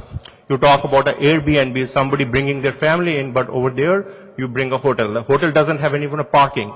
You go there all the time. The cabs are there, like picking a passenger, dropping the passenger. That is not even a problem in the neighborhoods. Nobody talks about that. Nobody want to talk about that. Nobody want to listen about it. And the other thing is, you talk about the hotels. We are bringing hotels in the neighborhood. When we were discussing, when we met with the different councils, councilmen and councilwomen, we proposed that you should allow the Airbnb or short-term rentals to do the business in the zones where the hotels are there. If the hotel is standing in a neighborhood, what is the problem if there is any small business operator is trying to do their business in that zone? That's not a residential area. There is no quality of life issue over there. There's no noise issue there. There's no trash issue there. But no, you don't want to listen. Why? Somebody just want to think, why you are doing that? So these are not the issue. Council is not doing it for the residents of Jersey City. There is something more going on in the background which nobody want to talk about. Why is Hotel Union over here? What is the interest of New York City hotels in Jersey City? Why they are here? They are here only because we are eating into their revenues. We are taking the money from them. They don't want that. Once this ordinance is passed, you will not see them here forever. Maybe they will give you the funding in your political campaigns, but otherwise they will never be in these chambers. These people, they will still be here in chambers for other issues apart from short-term rentals.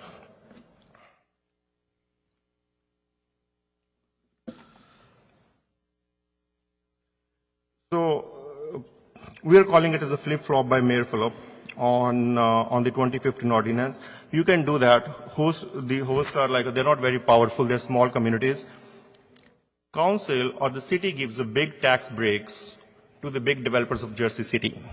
Imagine they give a tax break in 1 year, and after 5 years they say, we are going to take these tax breaks away. What is going to happen? They're going to bring a lawsuit on you. They're going to go against you, because they have a lot of money. The hosts are small players. They don't have a lot of money, so you want to play with them. You just want to you don't care about them. I think this ordinance is about protecting the hotels, protecting the hotel revenue. It is not about the residents of Jersey City at all. The other thing is people have talked about these many jobs are brought into Jersey City. This is the revenue brought into Jersey City. But other thing is hosts who are residents of Jersey City, they are making money, but they are reinvesting the money. If there are small businesses, they want to reinvest the money. They want to increase their capital. They are reinvesting in the Jersey City itself, which further bring growth to Jersey City if they're making money. Council fails to understand that. They don't even recognize that fact.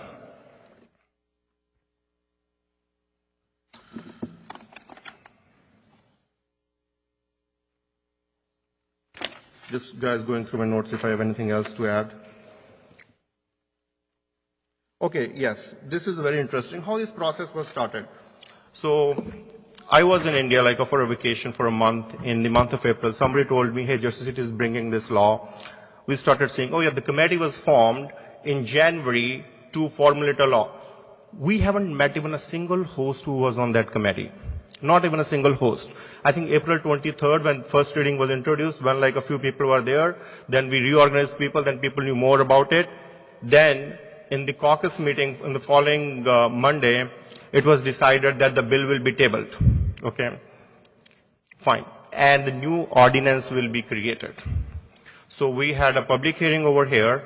I was here at the public hearing, and I know that at least 90% of the people who spoke in that public hearing was pro short-term rental. But still, we ended up with the ordinance by Mr. Solomon. We spent a lot of time in 19045, and that 19045 will be the benchmark. What was the point of forming a committee if you're going to use the 19045 as a benchmark to start your work?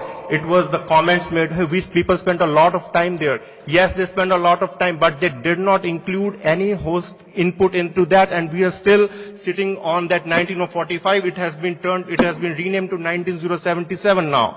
But ultimately, we are still looking into the same ordinance. And after the public hearing, and a lot of people, I think 90% of the people are pro short-term renters, but their suggestions, their concerns were completely ignored, and still we are looking at this bill, which is very similar copy of 1905. So making a council committee was a farce. There was no intention of creating a new bill and listen to public hearing. That's all I have to say. Thank you, and I oppose 19077. Thank you. Please approach the podium if you're speaking. Anyone else speaking, please line up. If there are any other speakers, please line up. Okay, sir, it looks like you're the last one. Oh, here we go. All right. Your name, sir? Mark Palumbo. Mark, can you repeat your last name? Palumbo, P-A-L-U-M-B-O. I got it. Thank you. Well, I'm humbled to be able to speak to you all tonight. It's great to be part of this country where everyone gets to be heard. You've heard a lot of more eloquent people than Mr. me. Palumbo, if you can speak right into the mic, lift it up. You've heard a lot of people more eloquent than me speak. I don't have any prepared words, but I do have a few things to say. We run a property management company that only does 5 Airbnbs. It's no big deal, so that might give us some perspective. That might be a little bit different. We're not going to live and die with this ordinance. However, there are a few things that I've been witnessing going to these meetings that we find kind of interesting. So when we look at this as a process for property management, it's a little bit different than if we're owners or if we're tenants or if we're just hosts, and that's what we do. But we came into this and people were told one thing and then they were kind of whiplash politicked out of that other thing. So I think that's where a lot of the drama comes from. I'm told I'm supposed to hate the hotel lobby, who I know their signs are a little higher now, and I'm supposed to hate luggage, and I'm supposed to hate Mr. Solomon, and I'm supposed to hate a lot of different things, and I don't. I try to be a progressive liberal person, although our rights keep getting stripped away in different assets of property ownership for some reason, which I don't understand. And so I don't want to hate a lot of these people. I think it comes down to the way this conversation and debate has been framed. And I think part of that responsibility is with the city council. You guys made a rule and incentivized people to go do something, and then they did it, and then all of a sudden you're completely taking that rule away, which it's difficult for a lot of people to understand, I think. From all the information that I've read through all the different articles, it seems like in the worst ward of Jersey City, there's a 9% Airbnb short-term rental situation. 9%. We're talking about 9%, not 89%, 9%. We're talking about 9%. We're talking about practice. It's been literally 4 years that we've been practicing this. And if right now the logic that we're hearing based on all of the efforts everybody's put in is that there's no way to continue short-term rentals in Jersey City, and now that's the expert knowledge, 4 years ago we have to realize when the decision was made to approve it and encourage it and incentivize it, that was the expert knowledge at this time. Now all of a sudden the expert knowledge is totally 180-degree opposite. How can that possibly be? Can't we understand that just some rational and reasonable time to data gather is what's called for here? You can't be experts 4 years ago with a completely different and opposite view of what you're experts in today. So I don't understand. It seems unconscionable to me. I don't want to go full Jon Stewart. This doesn't call for it. But for shame, you guys encouraged people to spend lots of money. Some spent millions. Some bought furniture. Some will go bankrupt. What's the emergency? We're talking about 9%. There can't be rational regulation where you say, okay, if 9% is the emergency number, then we're going to hand out permits and licenses like they do all over the world with reasonable intelligence and reasonable rationality, and they permit those, and they cap it at a certain number. If 9%'s the number, in the other places, like the Heights where I'm from, where it's 2 or 3%, okay, then maybe when it gets to 9%, we'll stop, and then we'll reevaluate. It's very difficult when people ask me, well, is it corrupt? Are they bought out by the super PAC money? Is it the hotel lobby? Who we love. We don't want to see, I'm not sure if there's any hotel jobs at risk. But Kenya and Angie, who work for us, their jobs are at risk. I'm not 100% sure their jobs are less important than a hotel lobby job. Everyone deserves the right to make money. There's a lot of people running successful businesses Because there's a lot of demand. Not because there's a shrinking demand, because there's a lot of demand. The hotel rooms are $500-something a night. We've heard all the data today. There's no emergency here.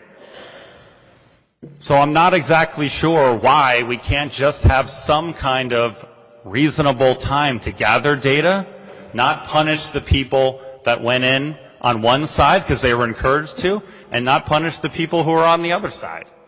Compromise. That's what politics is about. I don't understand why we're whiplashing from one side to the other. I'm not sure what the benefit to that is.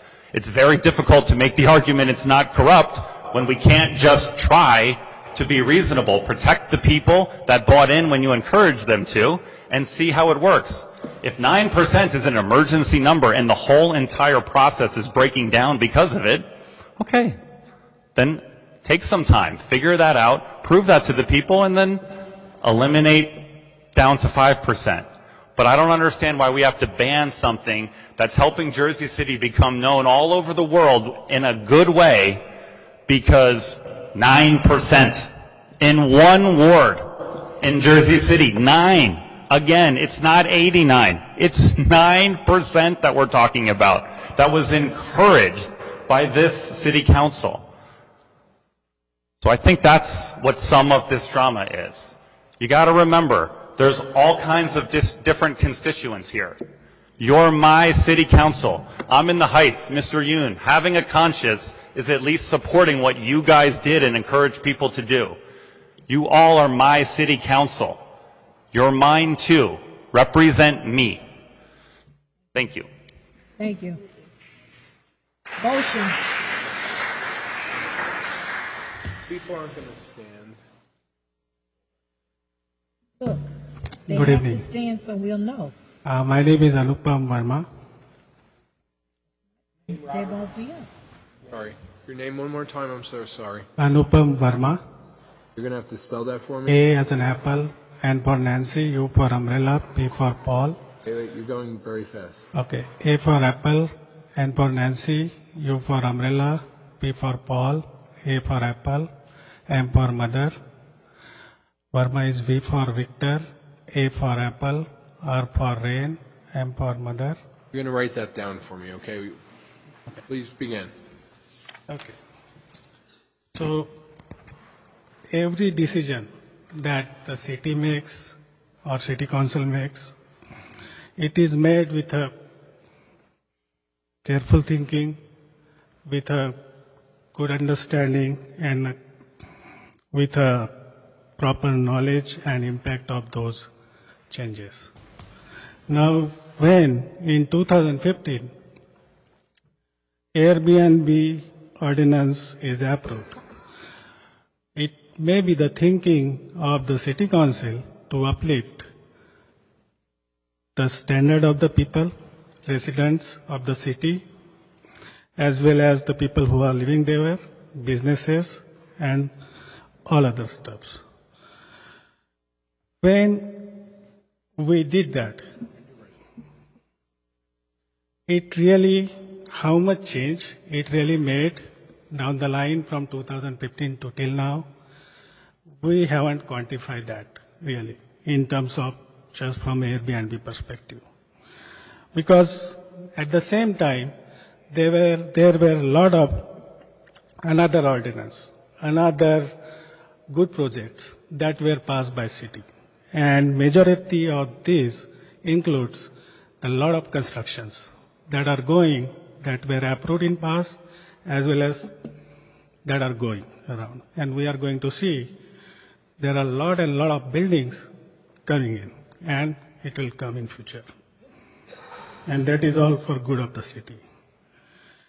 Now, if we kill the Airbnb, what is it going to bring? Is it really going to bring more affordable housing? If that is so, then we need to really carefully think about it. If we kill Airbnb today, what I think is there are more houses that are going to come in market for sale because a lot of owners may not be able to afford the mortgages or may have problems, and more units come into market for sales, there are more people ready to buy it, demolish it, and convert into luxury apartments. So where is the affordable housing coming out of this? By killing Airbnb. I don't see that is happening. And Jersey City is still good market for buyers. There are a lot of buyers. But there is one more factor that I see. And that factor is our president's policy. That is America first. What is that policy is doing is right now, it's keeping the economy going at a good pace. There are a lot of jobs coming in. Jersey City's economy is morely dependent on New York. We are dependent for jobs in New York. Our housing market is dependent on jobs in New York. All this policy that President is bringing in is bringing jobs in New York. I don't see that is happening in Jersey City. So what is going to happen here? We are bringing a lot more apartments in parallel, and we have a proper influx there. But down the line, let's see, Bloomberg is saying that there may be a slowdown that may come down the line 2 years, 3 years, who knows when. But if it happens, and we see the economy is going down, at the same time, we have so much apartments coming up on one side, and there is economy starts going down, there are a lot of apartments that will be available for renting, and there would not be any people or, required supply. Demand and supply will not quantify in future for the way we are moving forward. Other problem I see is Jersey City is more has immigration policy. Jersey City allows more immigrants to come and work. Mr. President's policy is America first. There are two different things. We are seeing less immigrants coming in future as these policies are working, and we would definitely see a lot of imbalance in between these two.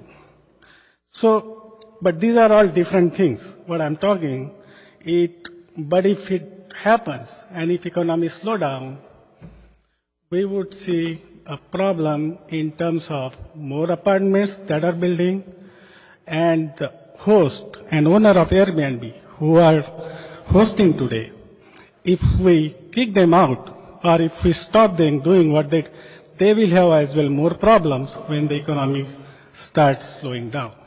So we need to look from all perspectives. Really what we are doing today is having the impact of what impact we will have in future. Thank you. Yes, sir, come on up.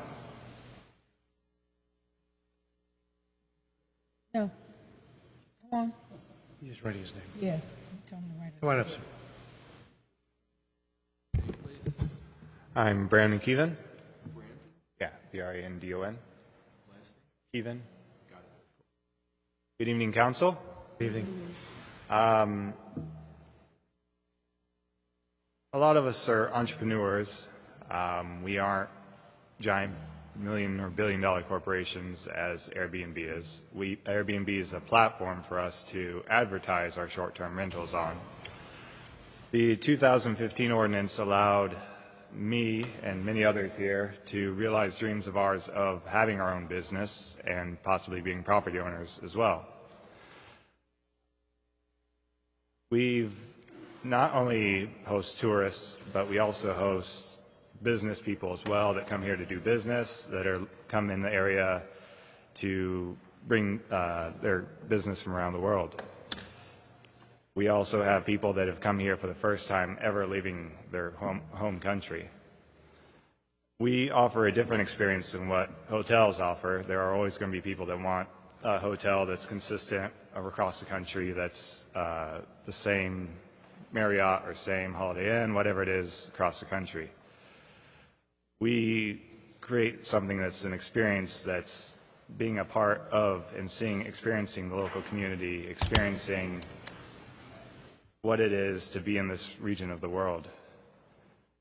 And I feel these ordinances haven't been well thought through, haven't given the full thought of what the process could be to justify and give the best possible solution, and I would suggest more investigation and looking into it. Thank you. Brandon, you spell your last name for me? Keeven, K-E-E-V-E-N. Thank you. Thank you. Motion. Is there anyone else wishing to be heard?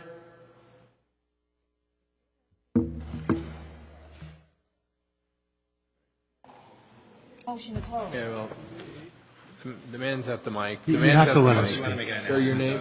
Yeah, tell them they need to stand up. If you want to speak, you need to stand up now.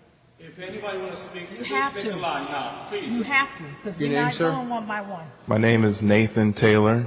Thank you, Mr. Taylor. And You may begin. Thank you for listening to me. I appreciate it. Okay. I am an Airbnb host, but I was operating my own homes before Airbnb existed, and I've done short-term rentals here in Jersey City since almost 20 years now. And I understand that a lot of people will be hurt if this ordinance goes through the way it is now, because it will limit their ability to do what they like with their homes as far as rental. And I also understand that that people have problems with Airbnb in their community. But I want to say that Airbnb hosts, we are ambassadors of our community. We're not a nuisance to our community. We're invested in our community. The better our neighborhoods are, the better we do in our business.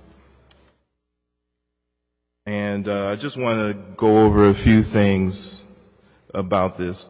The first thing I want to say, the simple truth is short-term rentals are needed. There is a market for it. People need it. Not only do we have tourists that use short-term rentals, we have people who are relocating to Jersey City and people who are moving away from Jersey City that need interim housing. And I just don't see how, what I see is if this ordinance goes through as it is, what you're going to do is you're going to push the short-term housing market underground. And it's just going to be, the quality of short-term housing will go down. The good thing about Airbnb is it's a self-regulating system. It's a system based on reviews. So if you have someone that's a quote-unquote slumlord and their apartment is infested or whatever, like, they won't last very long on Airbnb. They will be exposed very quickly. And what I'm trying to say is that people, all human beings should be respected and should have a respectful, clean, safe home, whether it's for one night or if it's for a 1-year lease. And what Airbnb does in short-term rentals, it provides people with respectful and respectable housing that they would not be able to afford if we did not exist. For example, I provide at times, depending on the time of year, but for as low as $20 a night, and there's some other fees, so it will go up to $40, you know, you can have a room. It's going to be clean, it's not going to have bugs, it's going to be safe, you're going to have Wi-Fi, you know, you're going to have all these things for $40. Now, you're not going to, what type of hotel are you going to get in Jersey City for $40? It's probably not going to be that nice. So when you take away short-term rentals, you're taking away a marketplace that people want and they need. Two,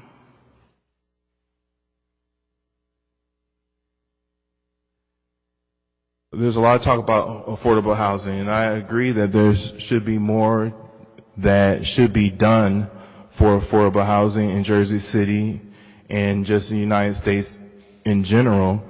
And I see that Airbnb and short-term rentals are being scapegoated for the fact that rent and just basically the cost of living is going up across the board.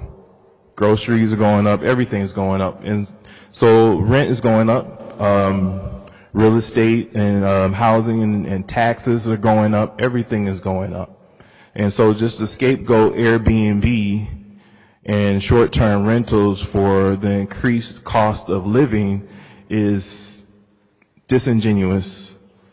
And the simple fact that it's really not that easy to get an apartment in Jersey City or in the New York area in general. You're going to have to be gainfully employed. You got to show your work stubs, pay stubs. You're going to need first month's rent, last month's rent, and the rent for you moving in. So you have to have maybe about $5,000. You have to have a long work record. You can bypass a lot of that through short-term rentals. You can get a clean, good place to stay without all that money to put down, and you're not going to have to, like if you have poor credit, you're basically going to be ostracized and left out a lot of the rental community. So how is it good for affordable housing and just everyday residents of Jersey City who are just trying to make it? How is it good for us if we take this resource away from us? A third thing I want to say is that for middle income, working class people, our home is probably our biggest asset that we have. It's a resource, and you passing this ordinance that limits the amount of time that we could short-term rental a room or a basement or something like that is basically you're devaluing our property. You are limiting what we can do with our own property, and it's making us poorer, to be frank.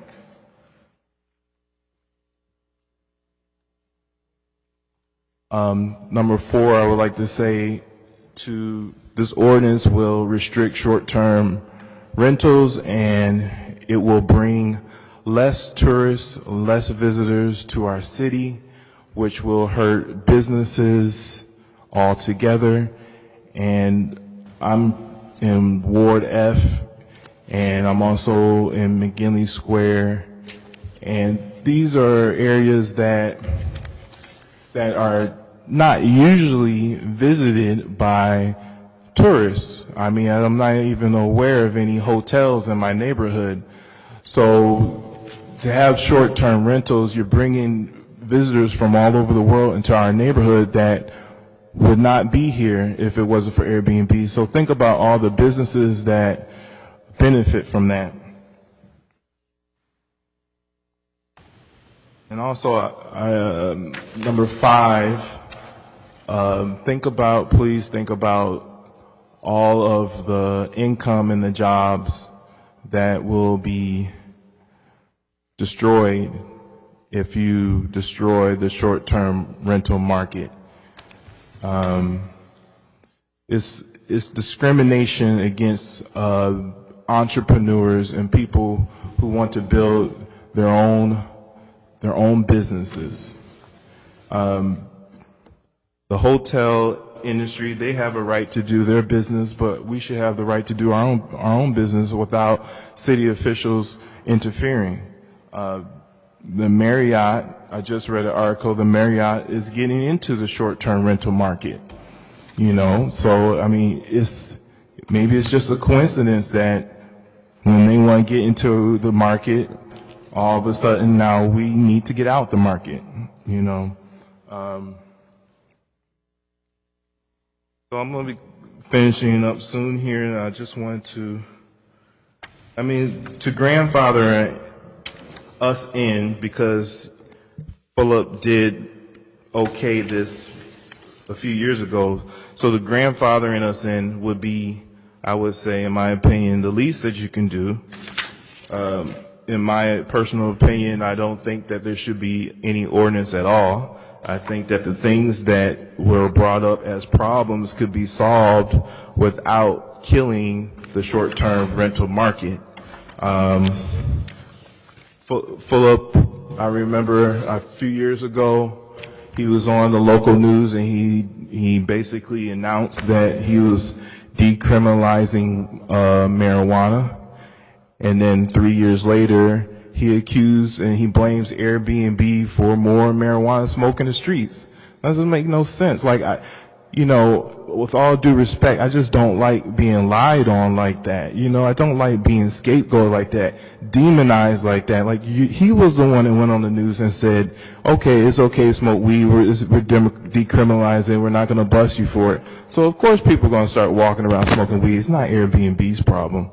So, if you guys got an issue with that, then you have to deal with that, but it doesn't have to be something that, it's not something that Airbnb is causing. Another complaint is garbage. I remember a long time ago, about 20 years ago, I got a $100 fine because I let my grass grow too long, and my neighbor called it in. I got the fine. I paid the fine. I never let my grass grow long again. Just so if somebody's putting garbage out at the wrong times, or even if they're being loud, just enforce the laws that we already have on the books. Find these people.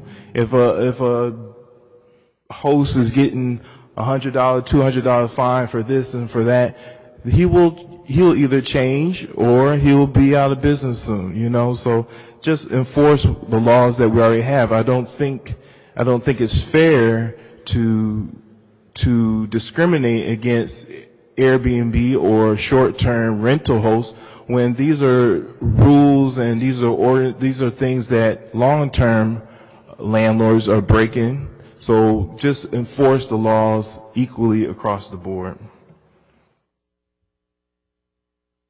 So in closing, I just want to say that the short-term rental market is a safety net. It's a safety net for our residents of Jersey City because it's easier for them to get a property, get a residence, whether it's for a night or for 3 months or for 6 months. It's much easier for them to do it through the short-term rental market. And I'll close with that. Thank you.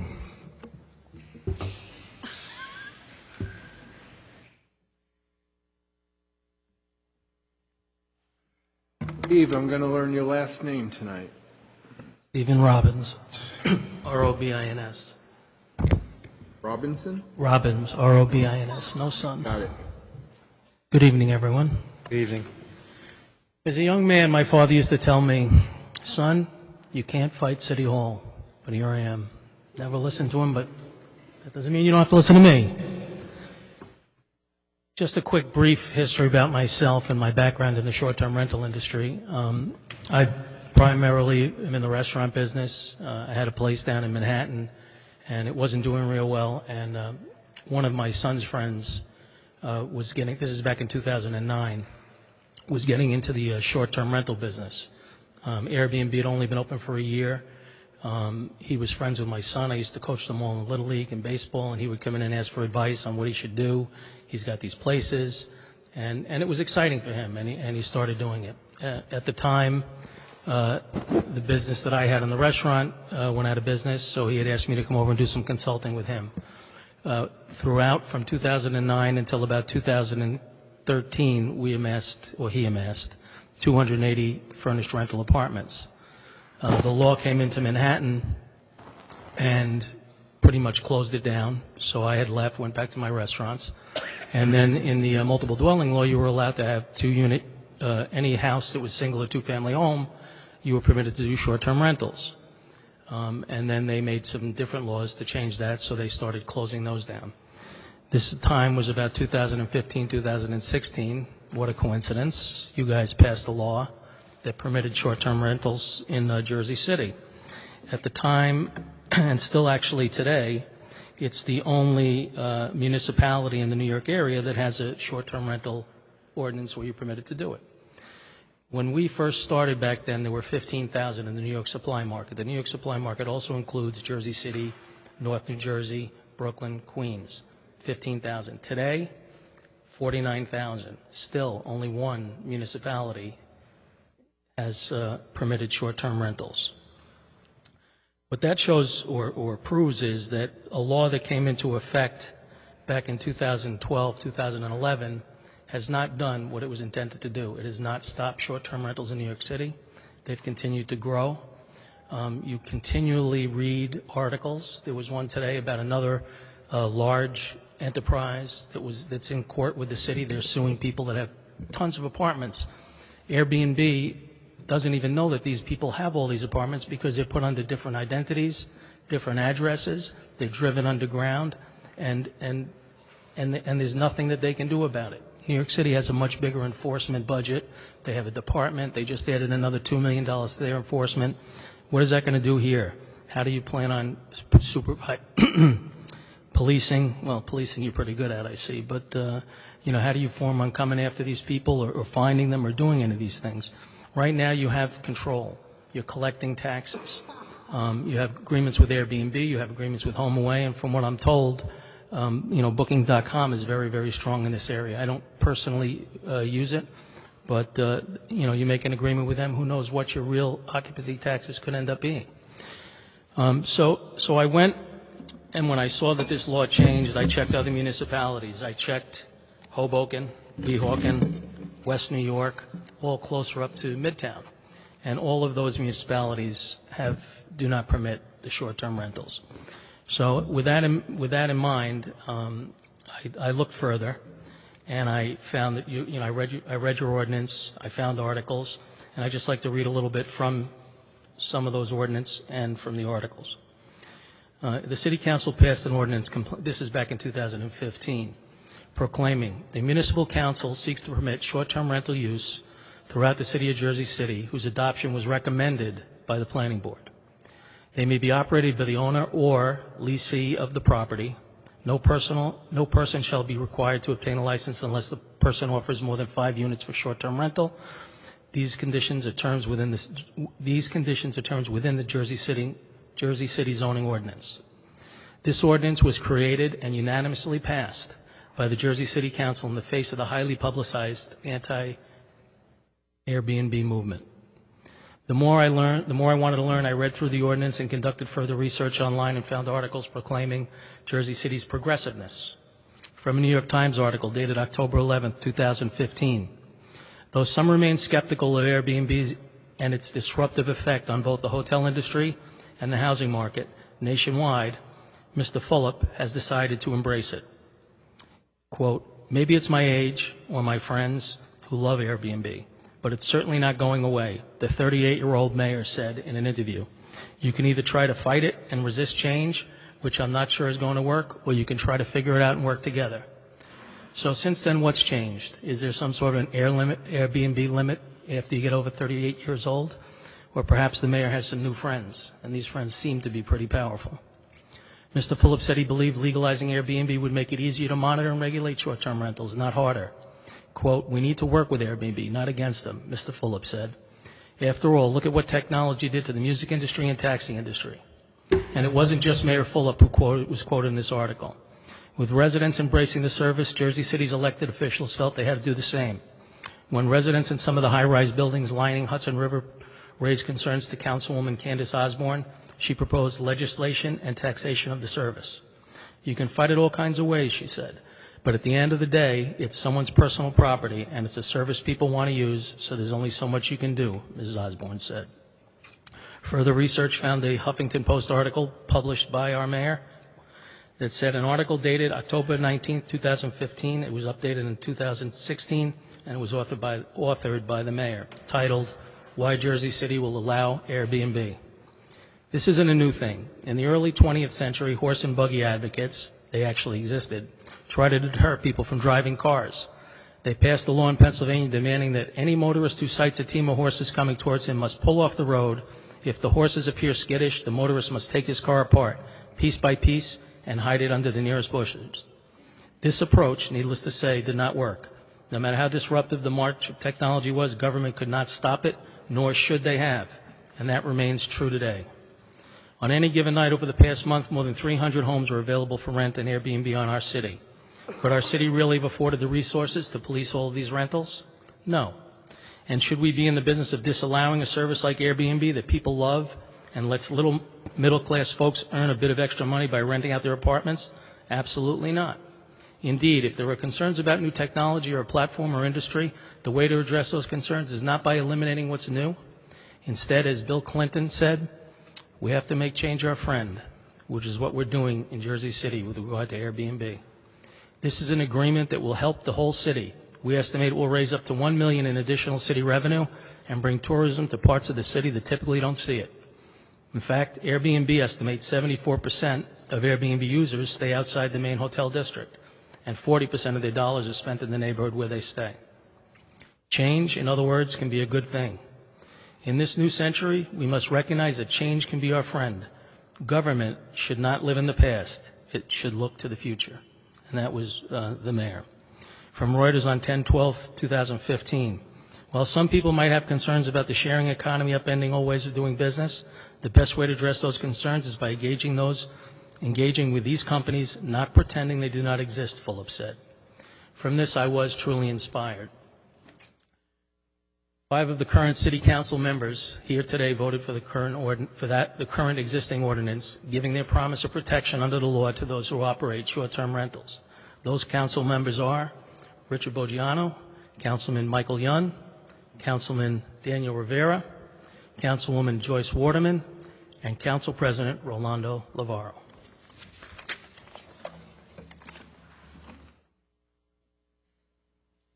With this information at hand, and confident that I would never be here today thinking that this city would change their mind, I convinced several people to come here to Jersey City to operate short-term rentals. 2 of my sons who are here today, 3 other members of the group that I was a consultant for, and they all came out here and they got a few Airbnbs together, and I've been helping them manage it and getting them started. I did this with the hopes of getting my son to move out of my basement so we would make enough money. Nobody thinks that's funny? Nobody? I do. All right, thank you. Thank you very much. So when I first heard about this ordinance coming, my first reaction was, oh, there's some people at the city council. There's no way that Mayor Fulop would let this happen, because I've read so much about this mayor and how progressive he was, and this was a great thing, and invite us all here. And lo and behold, I found out that he was the one that proposed this ordinance. Now, my sons have borrowed money, invested money. The people that I convinced to come here invested money. And this is why, on your promise, these people, and you've heard many, many stories here tonight, and you've heard many, many stories at other meetings. And this is why you must reject any ordinance that does not include grandfathering, godfathering. Grandfathering is required by New Jersey state law. Does anybody really know what the economic impact of stopping this is going to be? I don't think so. I don't believe any studies were done. Don't you want to know what the economic impact is going to be? Isn't it your responsibility to know this? This is a drastic change. You're taking a place that permitted this to taking it away.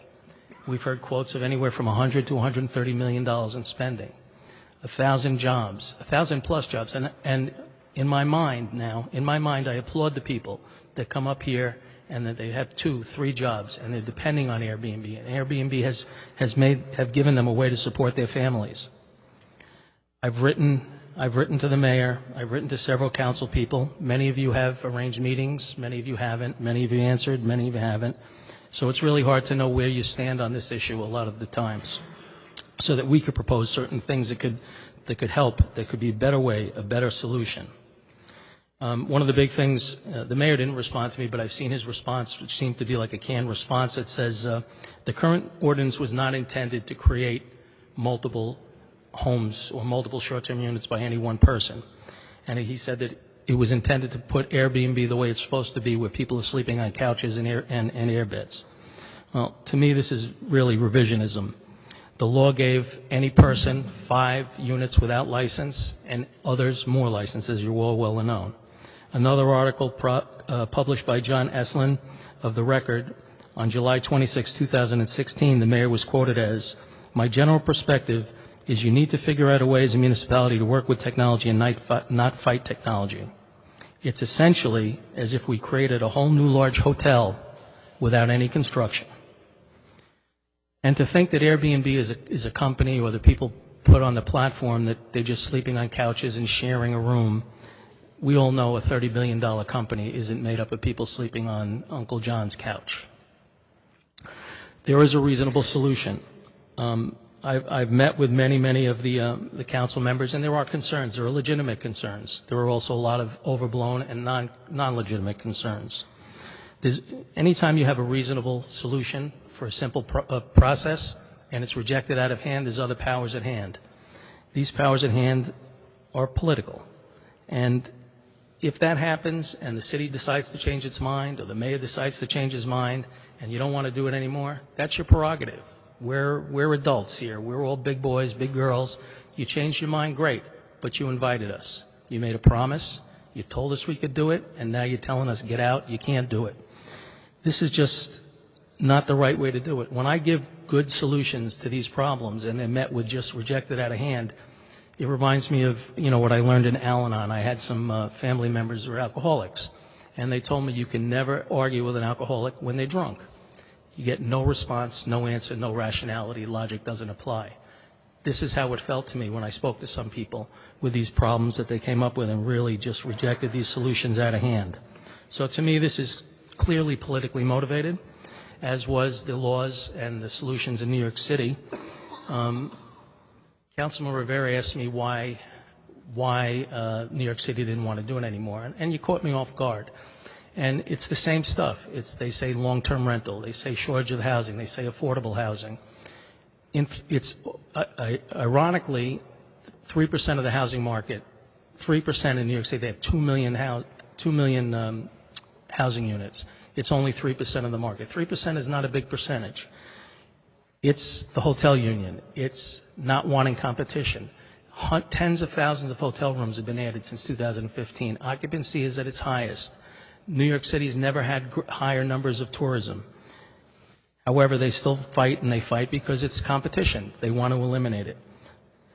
If you read the newspaper, I'm sure everybody reads the newspaper, there's one all around all the time, but the hotel lobby just endorsed Mayor de Blasio for president.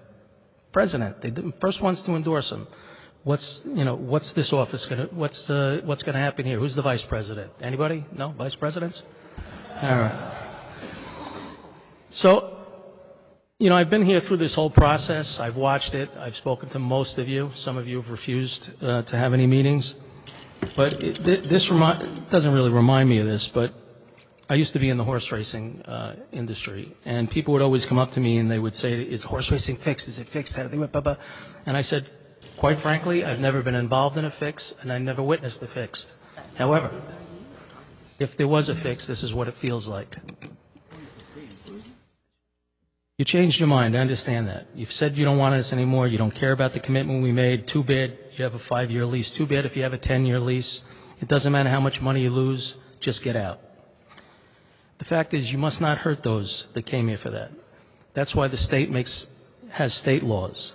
That's why you cannot do things like this. That's why you must reject this ordinance, especially any ordinance that does not include grandfathering that's required by state law. I mentioned before about the New York City law not working, and the surrounding municipalities right next door to you, Hoboken, West New York, Union City, all of them have laws that say you can't do it. All of them have 2% of their housing market is listed as short-term rentals. Jersey City, where it's permissible, 3%. It is higher in Congressman. I'm making you Congressman already. This way we'll get you out of here. Congressman Solomon over here, his is higher. He's got the downtown. It's closer to the city. It's closer to this, but it's still a small percentage, nowhere near those that you've been promoting. All this law will do is send these things underground. You won't know where they are. You won't know who's doing them. They're going to use fake addresses. Enforcement is going to be just a major, major problem, and it's going to be a major cost for a city that seems to have its financial issues. You know, it seems we're down here to, you know, wondering why. How did this happen? What are the reasons? Because the benefits clearly outweigh any of the problems I heard. I sat here tonight, as you all did. I listened to everybody. I've been to every meeting. People have issues. These issues are easily resolved. Easily. Those are quality of life issues. You guys have other issues, which I'll get to in a few minutes about housing. But there are some benefits. A Jersey City homeowner that rents it out to a short-term rental property and is in present can deduct all of their real estate taxes on their personal income. There's no deductions, limitations on that. Many people are able to keep their homes. It's created jobs, supported businesses. Many, many people go out and spend money in the economy, as you've heard from many people, and they've read their reviews. These short-term rentals do not use the schools or any social services. The money guests spend goes into our economy from outside the economy. That's a dream for any place. If you could bring money in from not your own area and put it into your economy, that's a tremendous benefit.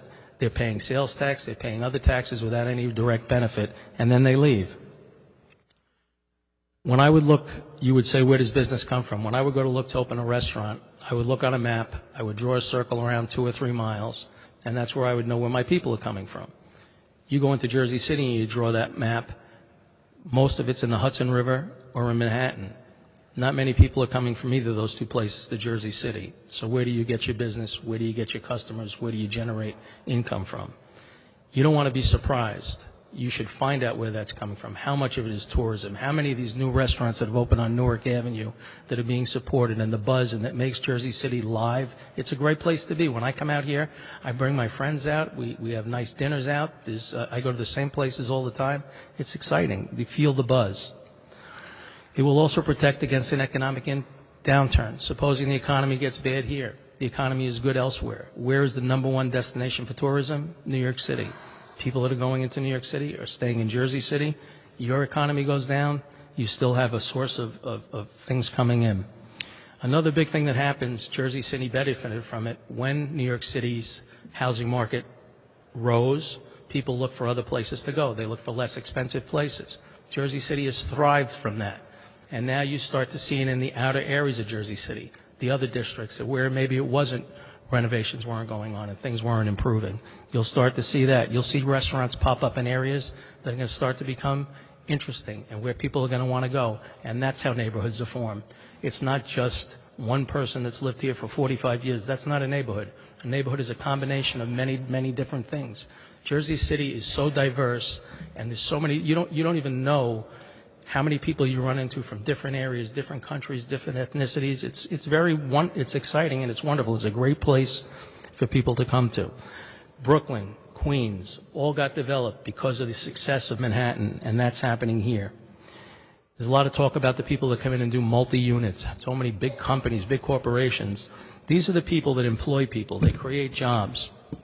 They find things to go. It's not just about tourists. Many, many people come. There's weddings that they come to. They have to have their family. There's funerals that they come to see. A woman that works for me, her granddaughter is graduating, and it's up in upstate New York, and the hotels were all full, so she went online, and she was able to find herself a nice place on Airbnb or Booking.com, and now she's able to go up there. It's not just about tourists. People come here.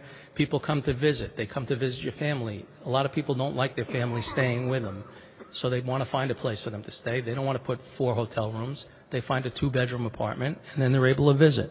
These are the things. These are the differences. These are the things that happen when Airbnb is thriving. Yes, there's quality of life issues. I've listened to these things. There's noise problems. There's complaints of people smoking weed. There's transportation issues. Enough for the suitcases already. We have garbage issues. We always have garbage issues. There's strangers in the area. There's strangers everywhere. It's everywhere. Everywhere, I tell you. Diminished public safety. The big somebody had a gas leak. My house had a gas leak. My house had carbon dioxide where we had the fire department come. These things happen not because they're from Airbnb. Things happen. These are the exceptions, not the rules, and we should not govern by the exception. The city is supposed to enforce these issues that come up. If there's a garbage issue, I guarantee you if you find one Airbnb garbage issue, there's 50 other ones that are created by the people that are here all the time. If you find a noise issue by one Airbnb, it's 3% of your housing stock. So only the Airbnb people are sloppy and noisy? Not likely. How will the city enforce this mess? This is something you have to think about. And how long will it be before Marriott is back here before this very city council asking you to modify, should you pass this law, so that they could run their new short-term housing? One of the most credible arguments, and not an easily found solution, is the housing market. One of the favorite things of politicians both in New York and Jersey City is to talk about affordable housing. Well, that has no place in this conversation. Affordable housing has nothing to do with Airbnb. Affordable housing is the responsibility of government. It's a responsibility of new development, and it has nothing to do with this issue. A lot of talk about supply and demand. We've had discussions. Yes. You got a lot more points? Yeah, oh, yeah. Oh, yeah? Yeah. Okay. Well, keep it on point, okay? I'm sorry? Continue. Go ahead. Thank you so much. Supply and demand. When the supply meets the demand, the supply increases. That's going to create development. That's going to create building in outer areas. You messed me up. I'm going to have to start all over again. Not likely. Short supply and demand. So there's going to be more houses built because the demand gets greater. Supply and demand for the price of rental prices. Rent is not going to go up just because, unless supply and demand meet each other. When you have a 5% vacancy rate and a 3% Airbnb, that's not going to drive the pricing up on rentals. It just doesn't have a big enough effect. A lot of talk about what's happened to the rent prices.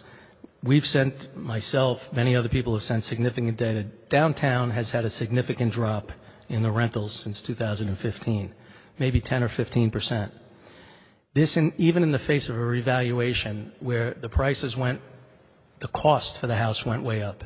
People could not raise their rents to meet those costs, so those costs stayed the same. When you have a vacancy rate of 5% and Airbnb is only 3% of the housing, it cannot possibly have a movement on upward pressure. The difference of short-term and long-term tenants. The whole thing about owner-occupied that's in this ordinance is only addressing 28% of the housing rental market. 72% of this market is rentals, non-owner-occupied. Permanent tenants are permanent problems. If somebody has a tenant that has a problem, the only way they can get them removed from that house is if they don't pay or if they do an illegal activity.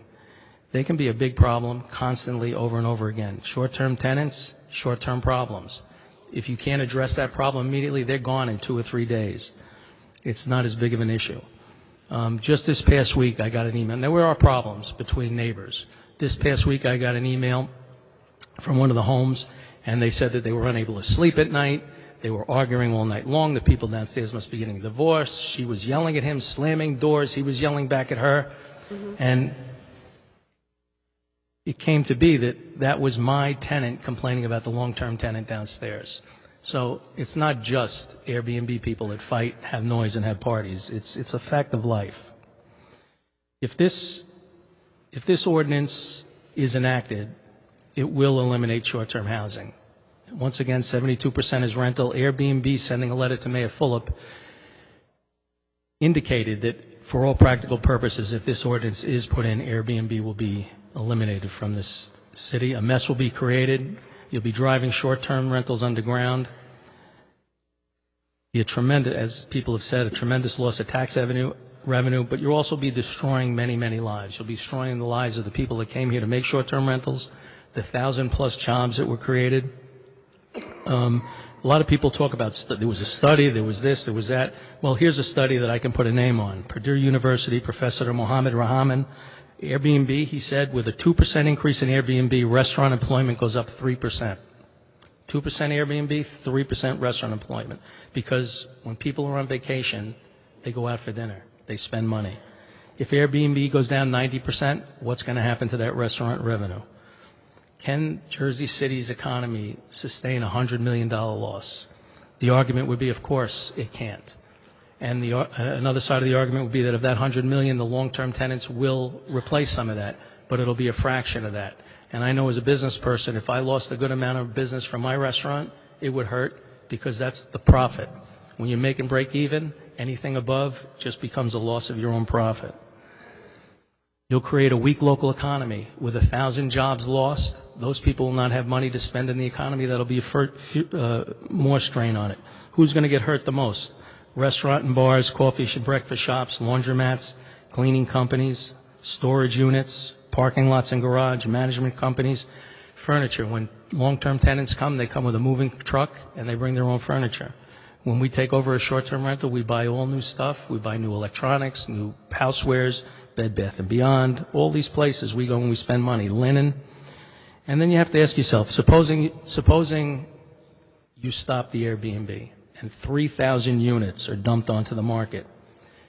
That's not enough to drive prices down, number one. Number two, you're going to now fill 3,000 homes up with long-term tenants that could bring up to 3,000, 2,000, 1,000 more children to the schools. What is that going to do to the school system? How much more stress will that put onto it? These are the things that, you really have to think about and study, which you haven't done here. 15% of the homes, and these are false items, by the way. Some of them came at some of the meetings I was at. 15% of the homes in downtown area are short-term rentals. All non-owner-occupied units have a negative impact. Short-term rentals put upward pressure on rents. Short-term rentals make it impossible to find housing. Short-term rentals hurt affordable housing. All short-term rentals do not take care of their property. These are just not true.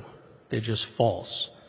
We have a place that we had taken, one of the first places that one of my sons took, and it's a townhouse, but it's a condo. So 2 different apartments. So when we first got there, it was in January, and there's very, very little business. Hardly anybody comes. And the woman and the man that lived downstairs were constantly calling up, complaining, and we had no tenants. They were complaining about this, they were complaining about that. I had not known that the landlord that we had said that we would take care of the snow and the garbage and everything else, so that's why they were mad. So we adjusted, we took care of all that stuff. I sent somebody out, we took care of everything. And, occasionally somebody would leave a cigarette somewhere, we get a text, we get an email, we get this. So and then nothing for almost 8 or 9 months. Then she decided she was going to sell her condo, and our lease was up. So I had called her up, and I said, I see you're selling your place. Would it be better for you if I don't renew my lease? Would it be easier for you to sell your place? And she said, no, please don't do that. We want you here. You're a great tenant, and we've told people what's going on up there, and they're all great with it. She told me stories about all the wonderful people she met. These stories you've heard, I'll skip over those for the council president. I'll skip over the stories for you. Please. I'm going to go to what's true now, so let's pay attention. What's true? Short-term rentals do create some quality of life issues, mostly created by bad actors and bad hosts. You guys don't want STRs to become, short-term rentals to become too big of it in the market. That's a smart idea, but there is a place for it and there is a proportion for it. You need to know who your hosts are. This is true, and this is a solvable issue, registration. You need to be able to contact them, absolutely. If there's a problem, they should be contacted. There should be a way to contact them all the time. It's also true that over $100 million are spent by people on short-term rentals. It's also true that 1,000 plus jobs. It's also true that you have a promise and a commitment, especially the 5 of you that initially voted for this ordinance, to those that came here. Airbnb alone in 2018 had over 181,000 guests. With the other platforms, it was well over 270,000 guests. What kind of an impact does that have on your neighborhoods, your businesses, your people? I haven't heard enough complaints as a business person or as a person that thinks about things to say, all right, what we've heard can be solved, and why would we want to lose all of this benefit? It just doesn't make sense. We talk about studies that have done. When I say something about numbers, I have a backup.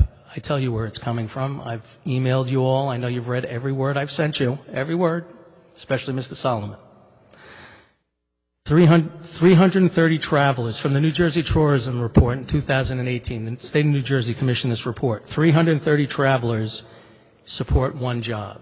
So you have 270,000. There's a lot of smart people here. Do the math. That's a lot of jobs. The per capita spending is $408 per visitor. 270,000 times 408 is a lot of money, even in the world we live in today. So these are all the things that are true. So what is a solution? You know, I've met with many of the council people, and I've agreed with a lot of the things they've had to say. But the biggest disagreement I have is the remedy and the solution that you're coming up with for the problems that you face. The supply is already limited in this. You know, you don't need government to say we have to keep Airbnb at a lower rate or a lower percentage of how much the housing is. Most of the people, and I've been out in the market, don't want to rent. The homeowners don't want to rent to people who are going to do short-term rentals. The big buildings don't, for the most part, don't want to rent to short-term rentals. A lot of condo associations already have these things in place. So if these apartments were available, there would be a whole lot more than there are here today. If it was easy to get short-term rentals, it would be 15 or 20%. You've all told me stories about, you heard about the people that called up, they want 100 apartments, they want to come in, they want to infiltrate Jersey City. It doesn't happen. It takes time because they're not available and they're not readily accessible. Think of the areas of your district where Airbnb, if done correctly, could be helpful, that would bring people in, that would allow families to have their other family members when they travel come to meet them. The outlying areas that don't have hotels, this would give them the opportunity to have their people stay nearby them. High fees are not the answer. Inspections are not the answer. Requirements and registration, these are things that can be moderated and put into place that will solve all of these things. Yes, there should be liability insurance. You can have noise restrictions. You can put in noise monitoring devices. Proper disposal of garbage and recycling, that's everybody's responsibility. This is not just Airbnb people. Prevent things, owner occupied, it's probably more important to meet the guests when they check in, have no key lock, meet them, give them an orientation, tell them about the neighborhood, introduce them to the neighbors. This creates for a neighborhood a dynamic neighborhood, not a seclusive, whatever you want to call it, letting people into your neighborhood. I don't think we do that anymore, but that's not good. You know, rules not to go over the apartment's maximum occupancy, 2 people per bedroom. These are things that you could put in that would solve all of these problems. Put the poster with the house rules and the contact phone number for the host and all the local emergency numbers. Adjacent property owners. We give the adjacent property owners our phone number. If there's an issue, they call us. If there's a problem, they call us. My phone hasn't rang today. I silenced it as instructed, but it hasn't rang today. That's because we haven't had any problems. So we've lost all these things. You guys don't want it anymore. We understand that. But now it's down to grandfathering for me and for a lot of other people. And grandfathering here in this state is a matter of right. New Jersey State Law 4055D-68 is not there as a challenge for you guys to find a way to figure out to go around it. It's there for a reason. It's there so you can't go around it. Grandfathering in means legal use of a property based on the legal existence of a use prior to modernization, excuse me. Pardon me for 1 second.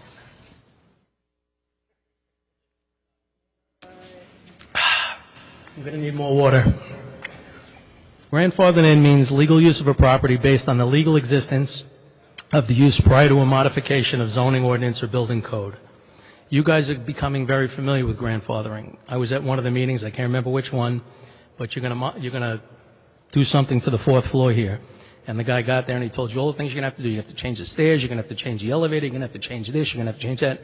Why do we have to change all those things? Well, because you were grandfathered in. You don't have to do those things until you make a major change. You're grandfathered in on it's zoning, it's building, it's all these things. Lessee was part of the language. You just can't remove things from an ordinance and say you're not changing it. If you all look at your ordinances, when you get down to the one that exists, there's 3 lines that say what it is, and then there's 25 lines that are strike, strike, strike, strike, strike. That's a change. That is definitely a change. In fact, An ordinance that changed a legal existing use under state law is protected as a nonconforming use. Under the current ordinance, a person could be a leasee of a dwelling where residential uses are permitted. They don't have to reside in the building, and they can offer the dwelling for short-term rental use. Therefore, it is a legal existence. If the administrative version of the proposed ordinance is adopted, a leasee's right to offer a dwelling for short-term rental use becomes prohibitive. This legally existing use is protected under state law. Oh, and it's also the right thing to do. Just reading a part of the law, nonconforming structures and uses. Any nonconforming use or structure existing at the time of the passage of an ordinance may be continued upon the lot or in the structure so occupied. Any such structure may be restored or repaired in the event of a partial destruction. So these are legally existing uses that will become illegal. I don't see how that cannot be a change in the ordinance. And then when you look at it, you say, what is the history of this ordinance? This wasn't, with all these complaints and all these things, you would think that one of the council members might have proposed this ordinance, but it didn't come from the council. It came from the mayor's office. It just isn't commensurate with the issues you're trying to solve. This is more like legislation by donation.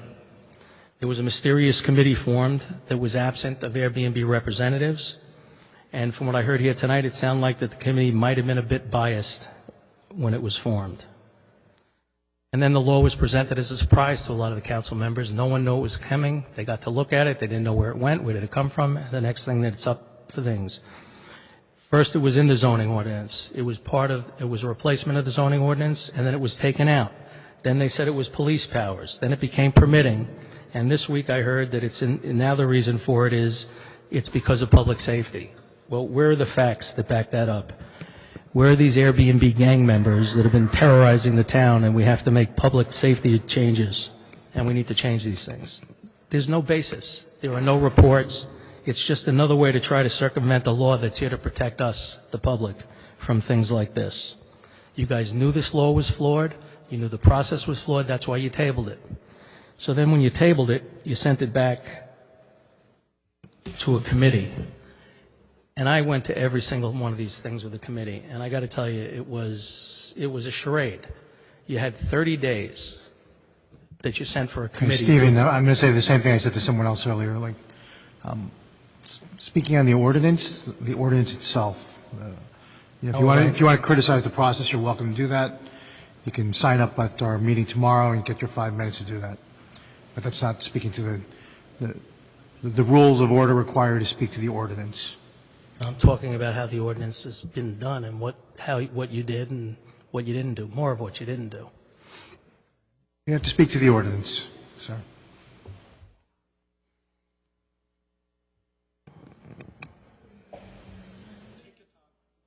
I'm thinking. So, the ordinance that is before us today is not dissimilar from the ordinance that was sent back to the committee. Not much was changed. A lot of public testimony was taken, a lot of remarks were taken, however, nothing was done. This ordinance was sent back to be redone, not touched up. And all it did was, ended up being was touched up. There was no dialogue, there was no discussion. All of these things that you heard here tonight, and also we were limited to 2.5 minutes before. And when I asked about that, and it took you guys 5 minutes, by the way, to decide whether to give us 2.5 or 3 minutes to speak of the thing. And then we were told we had unlimited speaking when we came here, and we could talk about this topic. We're held to 5 minutes all the other times, and this is supposed to be our moment. Now, in my opinion, this should have been done, more of this should have been done during that 30 days, not one night where everybody was worried, how long are we going to be here, how late are we going to be here, what are we going to do, what are we going to do? This should have been done in several days. You had 30 days to do it. Stephen, speak to the ordinance, please. Where is the ordinance?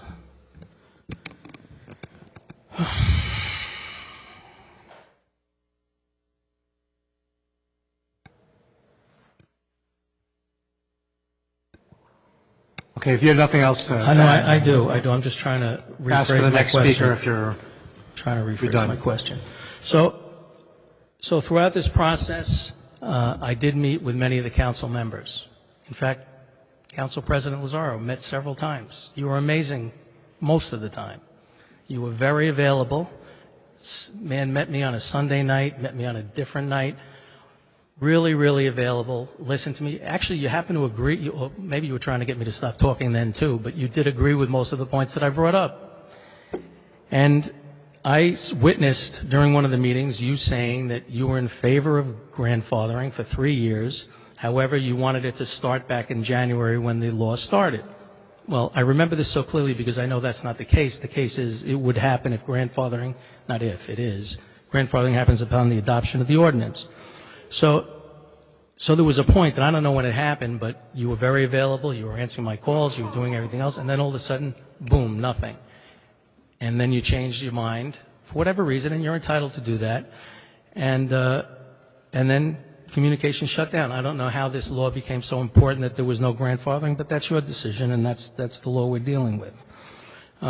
What I did like in the process was that I went to a meeting with Councilman Yun and Councilman Bogiani, and they had all the people there, people telling their stories, the cleaning people, Airbnb was there.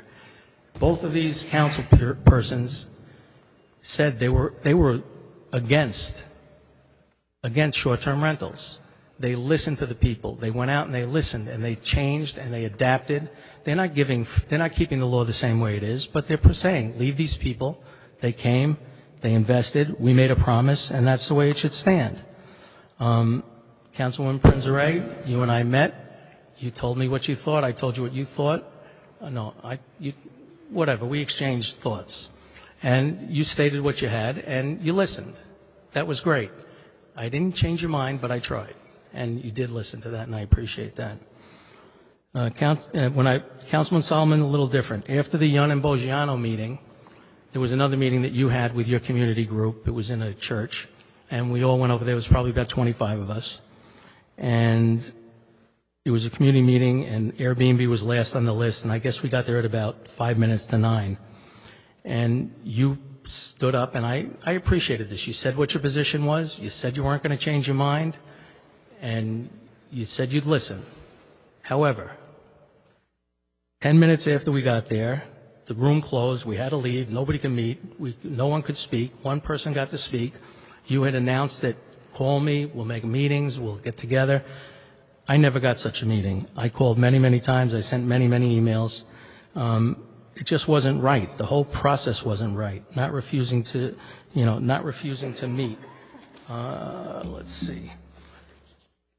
You were quoted in the Hudson County View where you said, but I'm not in favor of the grandfather provision because a lot of the constituents who reach out to me said, I bought in this neighborhood 10 years ago and I thought that I was buying in a neighborhood, but now my neighbors are running a hotel that is unstaffed and I didn't ask for that. So they're sort of saying, grandfather me back into the neighborhood I thought I was moving into. Excuse me. Really? Take a walk down Grove Street, and when you get to Grand Street, there's a nice row of townhouses on this side, nice neighborhood, nice row of townhouses on this side, and right in the middle is a 30-story building. Is that changing the neighborhood? Those people strangers to the people that live there? Neighborhoods change when things change.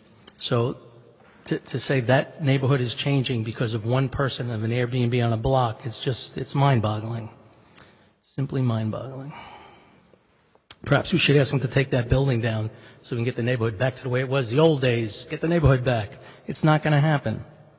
Do we really want to go back to Jersey City in 2009? I don't think so. Okay, Council President, this part is called conclusion. I'm getting to the end. You know, when often there's an issue, I try to say, how would you explain this to a 12-year-old child so they would understand what's going on here? So I have this fictitious story that I made up. It's about two council people that are they're married. It's a mommy and a daddy. Sorry? It's two council people. It's a mommy and a daddy. How would you explain to your 12-year-old child? Mommy and daddy, why are these people so upset about short-term rentals? Well, mommy and daddy told these people they could come and have short-term rentals in Jersey City in 2015. But now Uncle Steve doesn't want them anymore because his friends told him the short-term people have to leave. Uncle Steve told Mommy and Daddy, if we don't agree and do as he says, we'll be in big trouble. So we're going to have to hurt these people, even though so you're going to have to hurt these people, even though you promised you wouldn't, Mommy and Daddy? You understand, don't you? But Mommy, isn't it against state law? Will you get in trouble? Uncle Steve got some lawyers to say it's okay. Oh, so you mean it's okay to hurt people even after you promised you wouldn't? And just so you know, Uncle Steve is me. Somebody told me there's another Steve somewhere, but I'm the Uncle Steve in this story, so we didn't want to insult anybody. So my big question is, what's the rush? Why was this ordinance bullied through? The sky's not falling. There's no need for speed. You're making people that made lifetime decision changes, you're making a rush change. You don't need to abandon the good. You can control it. You don't need to eliminate the jobs. You don't need to hurt the businesses. You invited people here. You should honor that. Another story. Let's use the Wizard of Oz. There was I'm finishing. There was a young girl named Dorothy. She was in the need of short-term housing. So how would they solve that in the Wizard of Oz? Well, they would get the Scarecrow to use his brain and analyze the situation and come up with a good solution. They would tell the Tin Man to use his heart and show compassion for those that were here before. And they would tell the Lion to use his courage and ignore that man behind the curtain.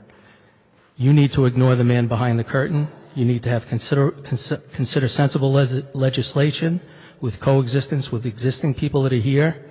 You need to take this ordinance, you need to go back to the drawing board, listen to what you heard here today, and come up with sensible legislation. And you should not vote for any ordinance that does not include grandfathering. And thank you so much for your time. Thank you. Okay, folks.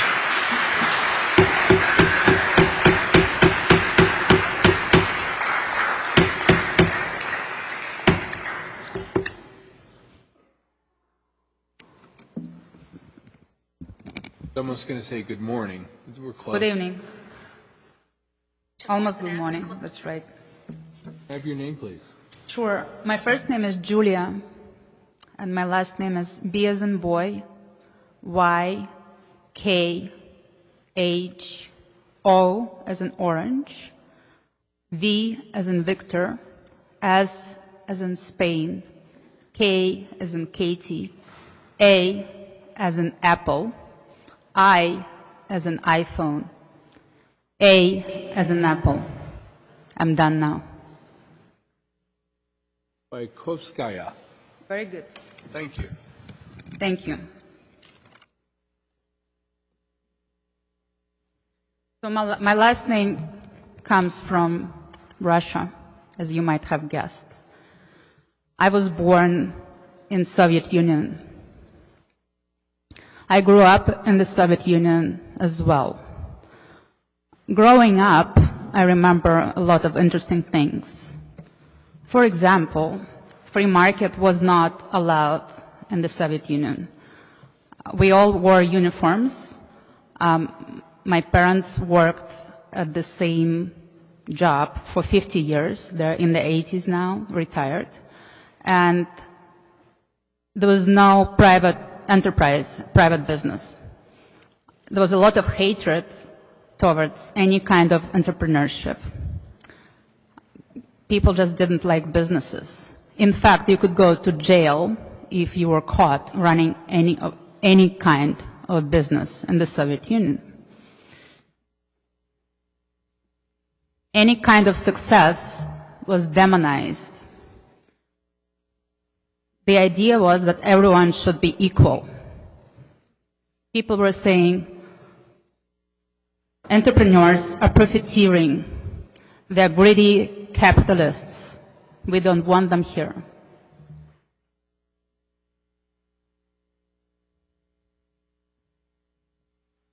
Stalin wanted everyone to be equal. Power to the poor. It was a totalitarian system, and if you study history, you might know that it didn't work. Soviet Union collapsed in 1991. If you study history, you would also know communism didn't work anywhere. It didn't work in the Soviet Union.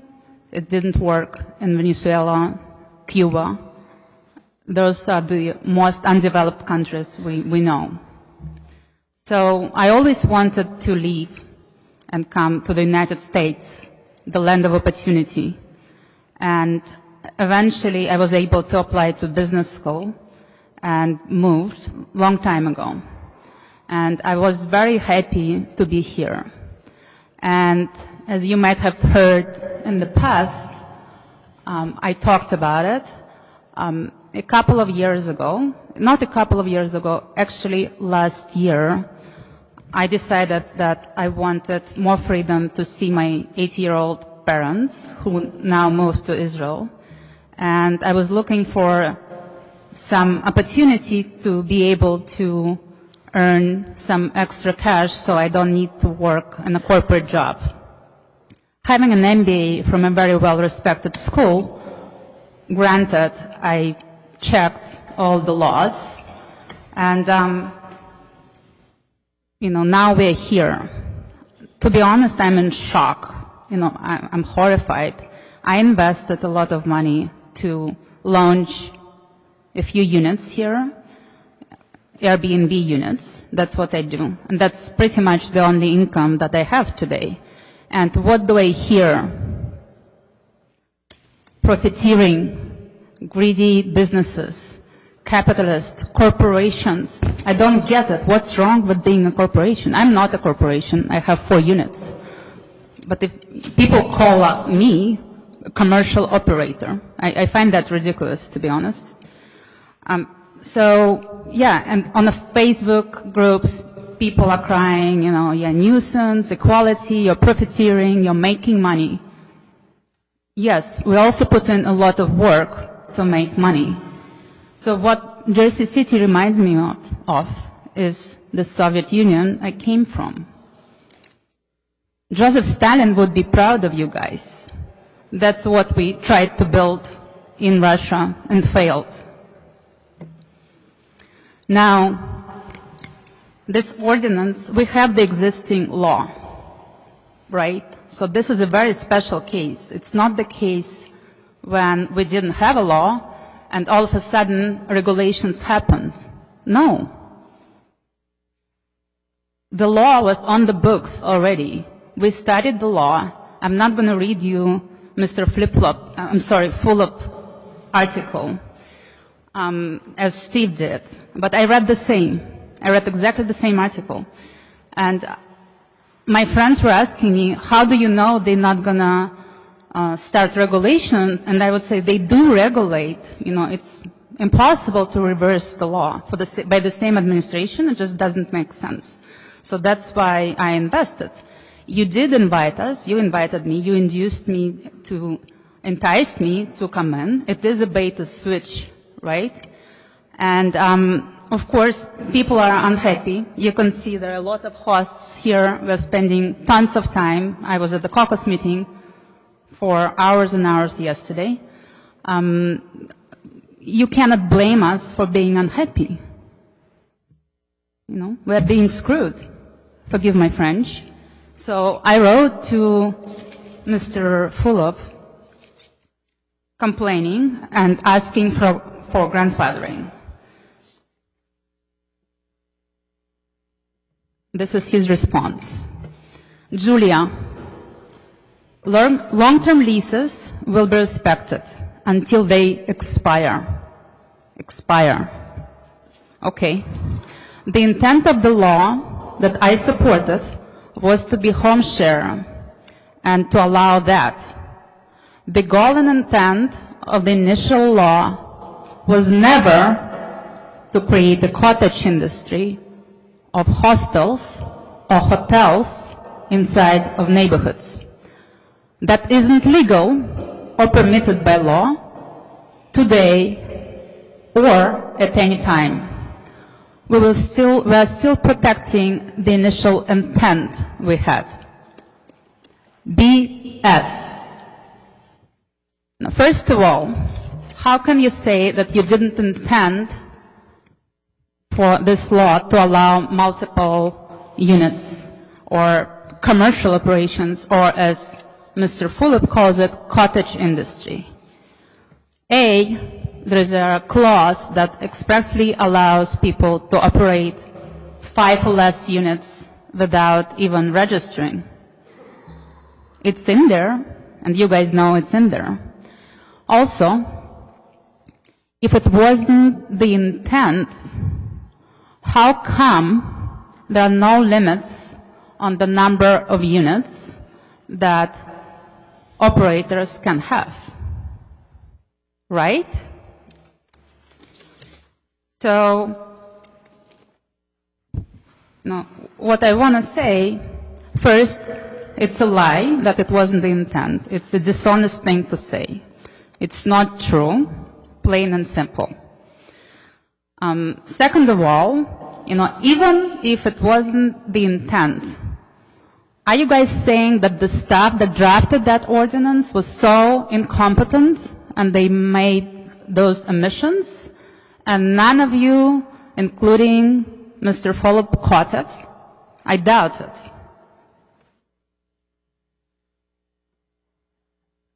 Further, what the intent was is completely irrelevant. I don't care what the intent was. The law says what the law says. You cannot go back and change it. It's in black and white in there. And, if people who are drafting the ordinance misunderstood the intent, not my fault. I did my work, I did my job, I researched, I invested. I shouldn't be punished for it. If now you think it's a mistake, which I doubt you thought in 2015, the only fair thing to do would be to grandfather the existing hosts, as the state law requires you to do.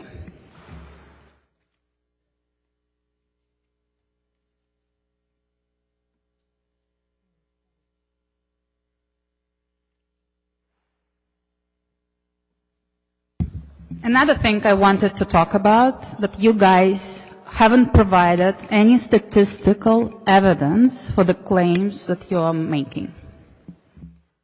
For example, as other people pointed out before me, rents have been actually going down over the last couple of years. Over the last, 15 years, of course, they were going up. But guess what? Rents tend to go up with inflation, period. I study real estate markets. On average, rents going up 2% a year. Rents are not driven by short-term rentals. There is no correlation. You can show us research which says there's point whatever percentage. It's statistically insignificant. Rents are going up all over the country. Rents are driven by population growth and by the job growth. And that's what Jersey City has. A lot of people are moving here because New York City is overpriced. I moved here for this particular reason. I can't afford New York City anymore. And, people from Brooklyn now are moving to Jersey City. And it's becoming actually a great place to be in many respects because of people like me who made it a great place to be. We attract tourists. People haven't heard about Jersey City a few years ago. Foreigners don't know Jersey City. They did not know. Now they do. So the data is not there to support the claims that I used to actually drive this ordinance.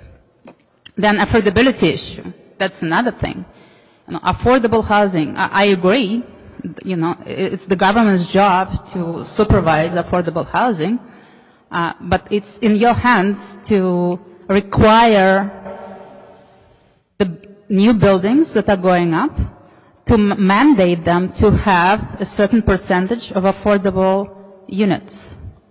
This is a completely different issue. Again, this is not Airbnb issue. A lot of units are downtown and they're expensive. They're not affordable to begin with. I rent mine. I'm a renter. Average price is $4,000 a month, my lease payment. So, and I know other hosts because now, we did know each other. Now we all met. We do talk. Trust me. And I know that a lot of the hosts, they're paying a lot for their leased apartments. So this is made up. Affordable housing, I agree it is a problem. It is a problem. But it's not a problem that caused by short-term rentals. Then I hear a lot, we have this percentage and then percentage of the units dedicated to short-term rentals. However, even James Solomon admitted in his article yesterday, I think, that Airbnb has not provided any data whatsoever. So, long story short, the data does not exist. As a host,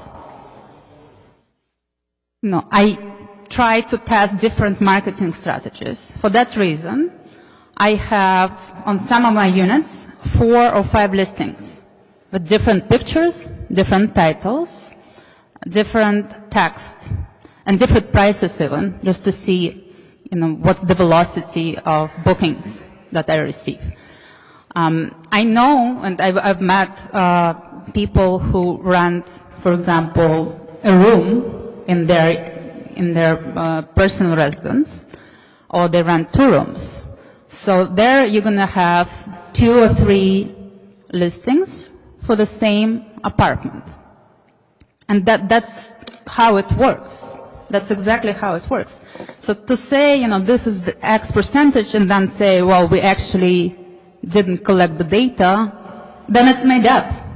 It's made up. So let's not make decisions that are affecting thousands of people. It's hosts, it's people we employ, and it's our guests, and it's businesses that benefit from our presence. Let's not make those decisions based on fake news, fake data. The data does not exist. Also, as the speaker before me mentioned, we have done zero effort to try and study what are the benefits. What are the benefits that we bring? What are the businesses that benefit from us? And, when people say, the guests don't spend in Jersey City. Not true. We know. You can only say that if you've never run a business like this. We know people call me every night. Where can I go for breakfast tomorrow? Where's the best steakhouse? Oh, I need to, buy groceries tomorrow. And a lot of people stay for weeks. I have a Norwegian couple staying for 3 weeks in one of my apartments. And then I have a Chinese family staying in another of my apartments for 2 weeks now. Of course, they come for different reasons. Not all of them come to see New York City. They come to see doctors. They come to apply to universities. They come to visit family, and there is not enough space with their relatives. Of course, they spend. They spend on restaurants, coffee shops, Uber. Just walk around. They spent a lot. Even Mr. Philip in his article was talking, 3 years ago, how according to, I forget what, but he was saying that, he thought it's 40% of the total spending is dedicated to short-term rentals. So, of course, those businesses do benefit. Also, we do, hotels are crying that we are taking their jobs. We are creating jobs. How can you not see that? You know, we need people. I don't clean my own apartments, and I don't fix things. I'm not very good at it. So I have a handyman who is working for me. You know, he's not full-time because I don't have a lot of units, but he's fixing something every week for sure. And I do have a full-time couple. They work as my cleaners because I do, you know, cleaning is a high-volume business. And I do have a dedicated, you know, employees doing that. Laundromats, we use, as you, I'm sure, understand, a lot of, you know, we do a lot of laundry. And I have to replace certain items on a regular basis. And, you know, I go to, you know, Target, Walmart, but it's all around here. So we do buy furniture. We do buy towels. We buy, you know, I provide wine for my guests. I buy chocolate. So we do spend here for sure.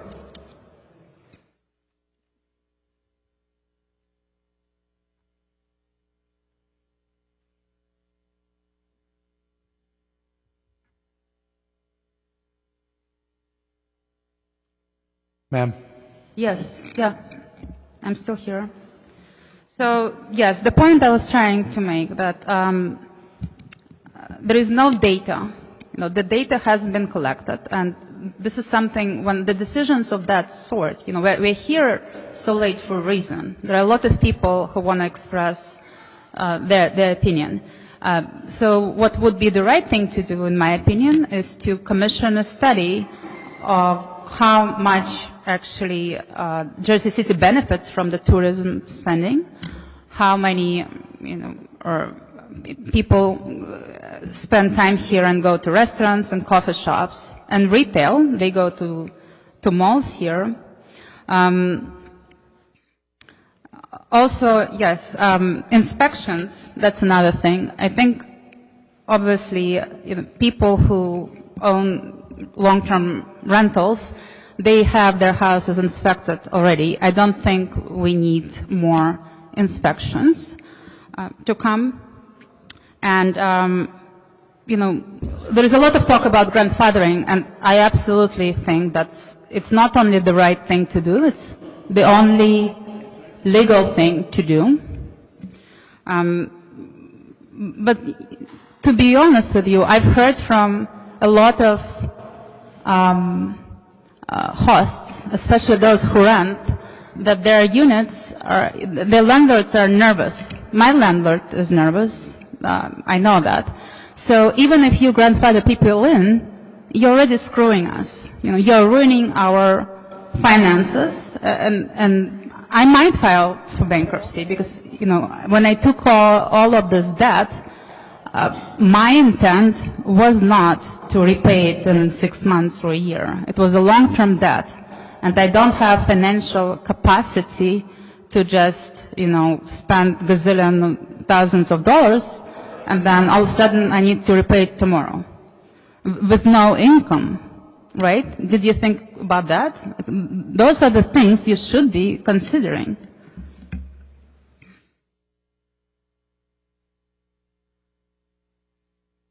So even with grandfathering, the point I was trying to make, the number of short-term rentals will go down anyway. And I know some hosts told me that they already got cease and desist letters from their landlords, and they told them to stop. Even before, you know, even if before they allowed it, they said it's fine. Now, you know, people are nervous, landlords are nervous, and they say, you know, just stop. I don't want this to happen to me, because for me it would be financial ruin, and so would it be for all other people who, you know, a lot of people who lease. Another point I wanted to make, that we actually, you know, there's a lot of talk of shortage of housing, but the truth is, there is oversupply of housing. There are new buildings going up every year. Vacancies are up. Vacancies are not down. So rents are going down because there is oversupply. Why don't we talk about that? Also, as one of my colleagues was saying, short-term rentals are satisfying a need. There are certain people, they have no financial means to rent the apartment, which is true. And short-term rental is the only option for those people. And we are not creating competition for hotels. Hotels are for people who are traveling as a single person or in couples. If you're traveling with a family, 5 or 6 people, nobody goes for a hotel. You would go bankrupt if you rented 2 or 3 rooms. It doesn't make any sense.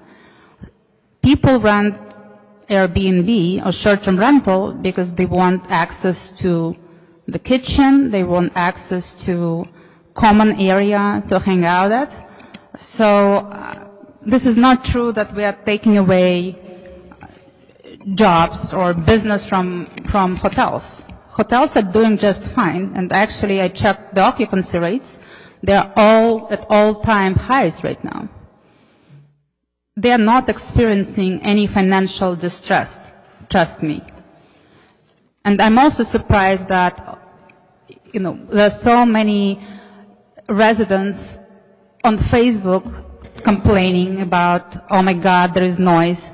But only like 4 people were here on the resident side speaking against short-term rentals. If they hate us so much, why they are not here? My impression is this problem is hugely exaggerated. And when we talk about noise, all right, well, you live in a huge urban city right next to the center of the universe. What do you expect? Are you saying there was no noise before short-term rentals? Doesn't make any sense whatsoever. If we are not here, the noise will continue.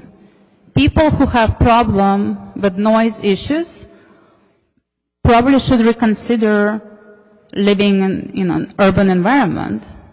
Move to Appalachian Mountains or to the Poconos. Very quiet there.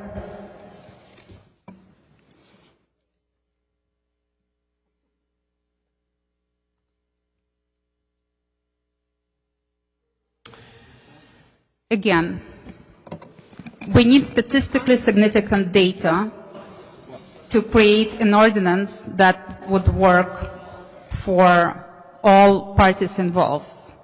And considering the fact that you enticed us to come in, you have to grandfather us.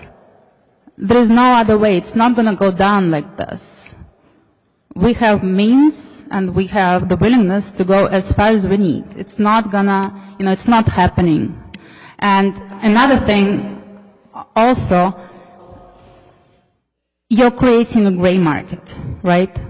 You're completely contradicting yourself. You want to regulate, you want people to register, you want people to tell you where the units are. Why would they do it? We're smart people. If you're telling me I want to shut you down, please come and register. I'm not stupid.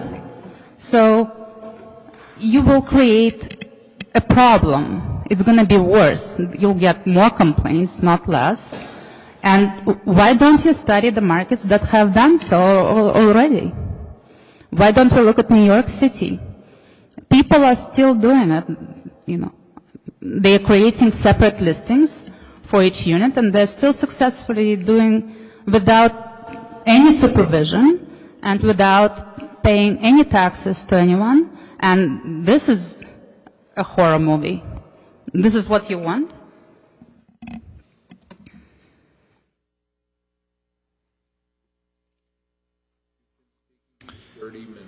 Right. Thank you. I appreciate it.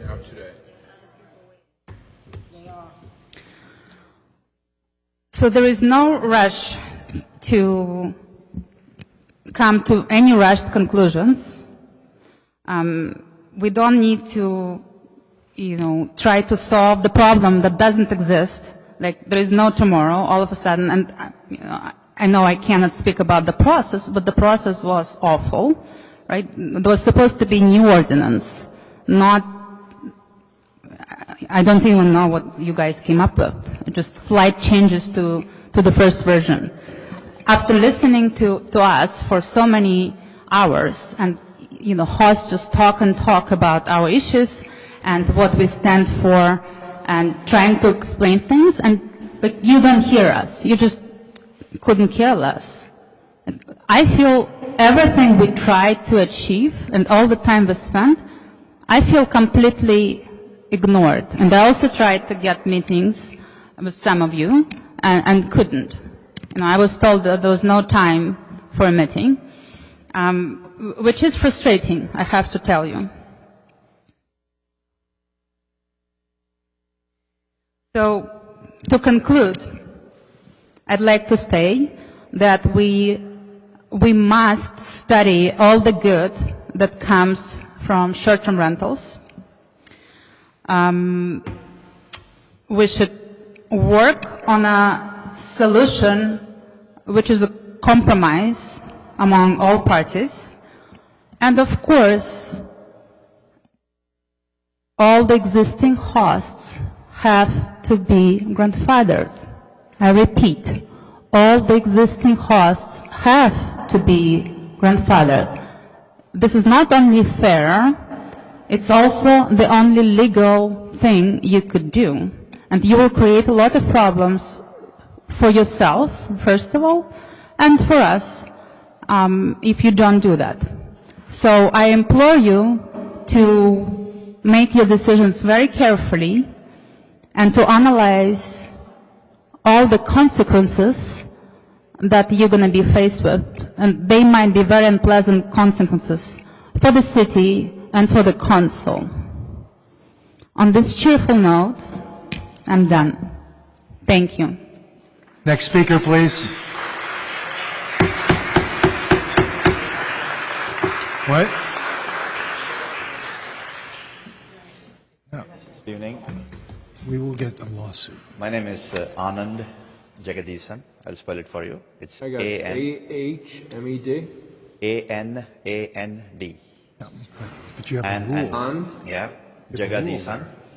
J-A-G-A-D as in David, E-E-S-A-N.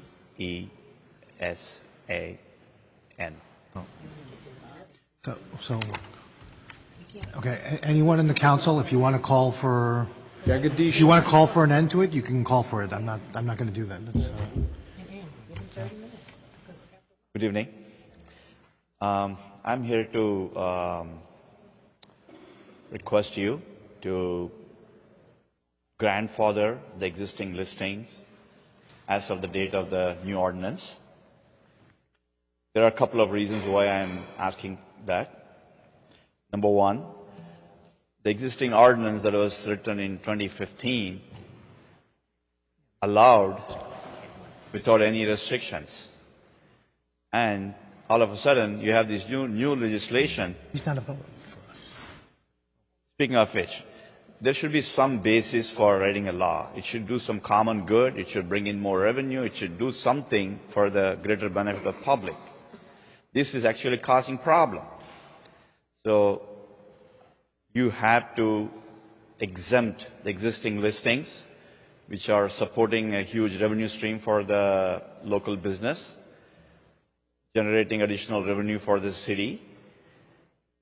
And if you don't do the grandfathering, it's going to affect a lot of people like me who have invested money believing in the original ordinance written in 2015. So please consider that before your final vote. And the other thing I want to talk about is the registration process. Everyone is in favor of registration because we definitely wanted to have compromise. That is the thing, right? You can't just have one-way street. You want to come in the middle and work to make it good legislation. So if you have a simple registration, it would invite more people to register, and by that you can have the list of hosts in case you want to reach, you want to have dialogue. It's easy for you to engage us instead of writing this legislation without any basis and having all this public testimony. It's just heart-wrenching. So my request is, go back to the drawing board, keep the registration process simple, grandfather the existing listing, and put whatever cap you want to put for anything that is going to be in future. That's all I want to say. Thank you. Thank you. Sir. Public speakers.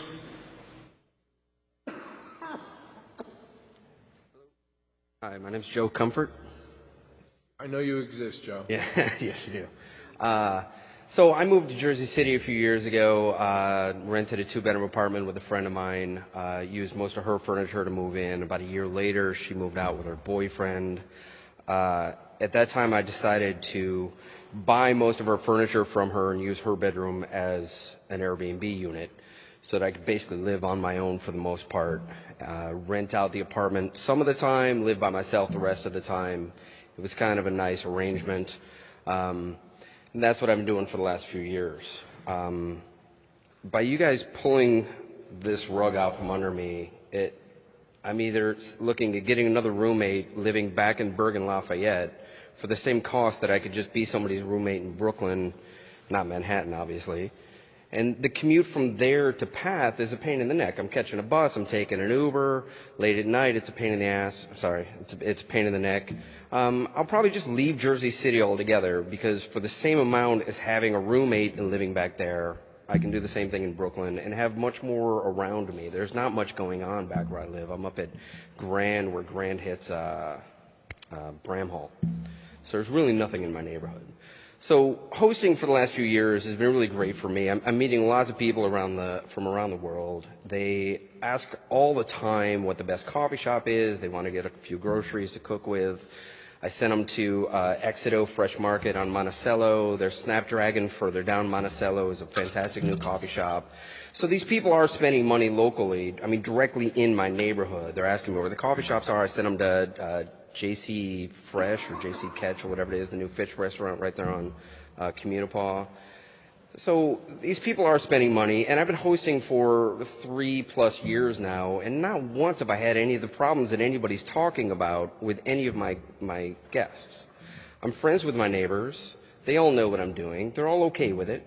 I've hired the guy that lives next door to, when I'm not around, to keep an eye on the trash, take the trash out, clear the snow, take care of the front of the building for me. I'm constantly going out there and cleaning up trash from all the school kids who are walking up and down the street, throwing their wrappers all over the place. I take good care of my neighborhood, take good care of my block. I've also come to hire a handyman who lives about 3 doors down. So whenever there's anything that needs to be fixed, the guy comes in, I pay him cash, and he fixes what needs to be fixed in my building. My laundry, I found a guy who lives in well, he's closer to Bayonne, but he's in the neighborhood. He does a pickup drop-off overnight laundry service. So I'm outsourcing all of my laundry to this guy, spending lots of money with this guy in the high season. He's fantastic. My cleaning, I handle it when I can. When I can't, there's a cleaning service. I pay him $75. It takes an hour to an hour and a half tops to clean this place. So they're making better than $50 an hour through me, right? I mean, these wages are pretty nice. So I'm contributing to a handful of local people directly in my neighborhood. The cleaner lives a quarter mile from me. He's in Bergen Lafayette also. So I'm contributing to helping out some people in my neighborhood financially. It's covering my rent. I don't rent the full month because I like having the apartment to myself part of the time. And it's a really nice thing. And I want to point out to you guys that I'm using it situationally, okay? It's just me in a 2-bedroom apartment now. So when you guys are talking about these big operators and all these other things, don't lose sight of little guys like me who are just covering my rent. In the high season, I make a little better than rent, but I've been covering my rent, and that's the gist of what I'm doing for years now. And I love the neighborhood I'm in. I love the apartment that I've got. But if this ordinance goes the way it's going to go, it's just not worth it for me to live in Jersey City anymore. I'm done. I'll sell off what I have and I'm going to move out. And that's the effect that you guys are having on small-time operators like myself. Okay? And I've got a few other anecdotes about Airbnb. So I'm a real estate photographer as a profession, and I've shot a bunch of short-term listings, 4 different countries now, New York, New Jersey, everywhere. And I've met a lot of people. I mean, I'll just give you a couple other stories. There's a guy that I met in Jersey City, young kid, loves his apartment, lost his job, started listing on Airbnb so that he could keep his apartment until he got back on his feet. And when he'd get a booking, he would go and stay with his mother in Newark. Okay, here's an example of how somebody's using Airbnb just to save an apartment that he loved. Another old woman that I shot for, she was the sweetest old woman, and she asked me 5 different times to sit down and have lunch with her when I was done shooting. So finally I agreed. I sit down and have lunch with this woman. I'm talking to her a little bit. And the big picture with her is she had a 2-bedroom apartment, completely paid for, and she used Airbnb just to have people in her life. All of her friends had passed away. None of her family came to visit her anymore. So she would have these guests come and stay with her, and she would treat them like family. She would treat them like friends. She would cook all of their meals, and that's really what it was for her. She didn't need the money. She needed the companionship.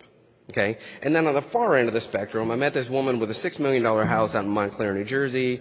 She's telling me how the guests can't use this area, can't use that area. And finally I said, Marianne, it doesn't sound like you really want to do this. I mean, why are you listing on Airbnb? Marianne's story is fantastic. She says, well, we've got the house in Vermont. We've got the penthouse in Lower Manhattan. We bought a house in Milan recently. And I just feel that our full-time live-in maid doesn't really have enough to keep her busy. So this woman actually listed 2 of her rooms in a 6-bedroom mansion so that her maid had something more to do. So what I'm saying is there's a lot of people using Airbnb for a lot of different reasons. Don't pigeonhole us all to being these big operators who are taking over tons of apartments all over the place, because we're not. There's a lot of people like me. There's a lot of people like the woman who needs companionship. There's a lot of people like the kid who's using Airbnb just to save the apartment while he get back, so he can get back on his feet. I mean, I've also met policemen here in Jersey City who are hosting on Airbnb. I've met so many people. I've met 2 people who work for the hotel union who list on Airbnb part-time also. So everybody's doing it. Everybody's doing it, and not everybody is a big-time operator. And if that's really who you guys are after, it sounds like you've got some nuisance laws on the books now, and you've got enforcement in place. You just modify things a little bit and you guys can handle it. You don't need to shut all of us down. I mean, it really feels like a boot on my neck what you guys are about to do. It's really heavy-handed. It really, really is. And look, you've got so many people talking to you for so many hours tonight. They're very passionate about this. Okay? Doesn't that instinctively make you want to pump the brakes a little bit and make sure you get this right? There's a lot of lives that are being affected here. So let's just slow this down, maybe table this vote for another week or 2. Let's talk about it a little bit more. I don't understand what the rush is all about. There's really no need for that. This thing isn't going to take effect until the end of the year anyway, from what I understand. So let's table this for now. Let's end this meeting right now. You guys can table it. And let's just slow it down a little bit and postpone this. That's what I'm asking for. If you're not going to do that, I think grandfathering, having to come up here and damn near beg you guys for grandfathering, it's just ridiculous. I mean, you guys invited us in to do this. I didn't invest heavily, but a lot of people did. And to pull the rug out from under them, like I've said a couple of times, it's just too much. I mean, you have to let these people earn a living the way you've invited them in to invest in a model where they're expected to earn this living. You can't just take that away from them and give them a year. I mean, it's going to take me more time than that to recover from this, and I haven't invested heavily. So please think of the people. We are people. We're not corporations. We're not big-time operators, and we need you to slow down a little bit. And that's all I have. Thank you.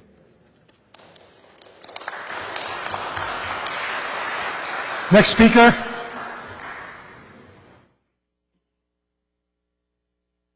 Hi, my name is Wesley Chareau. How do you spell your last name? Yeah, that's Sierra Hotel. Sorry, S-H-E-R-O-W.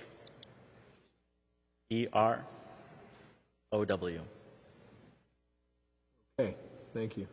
Okay, now I promise I'm going to stay on topic, but I'm going back just a little bit to give context.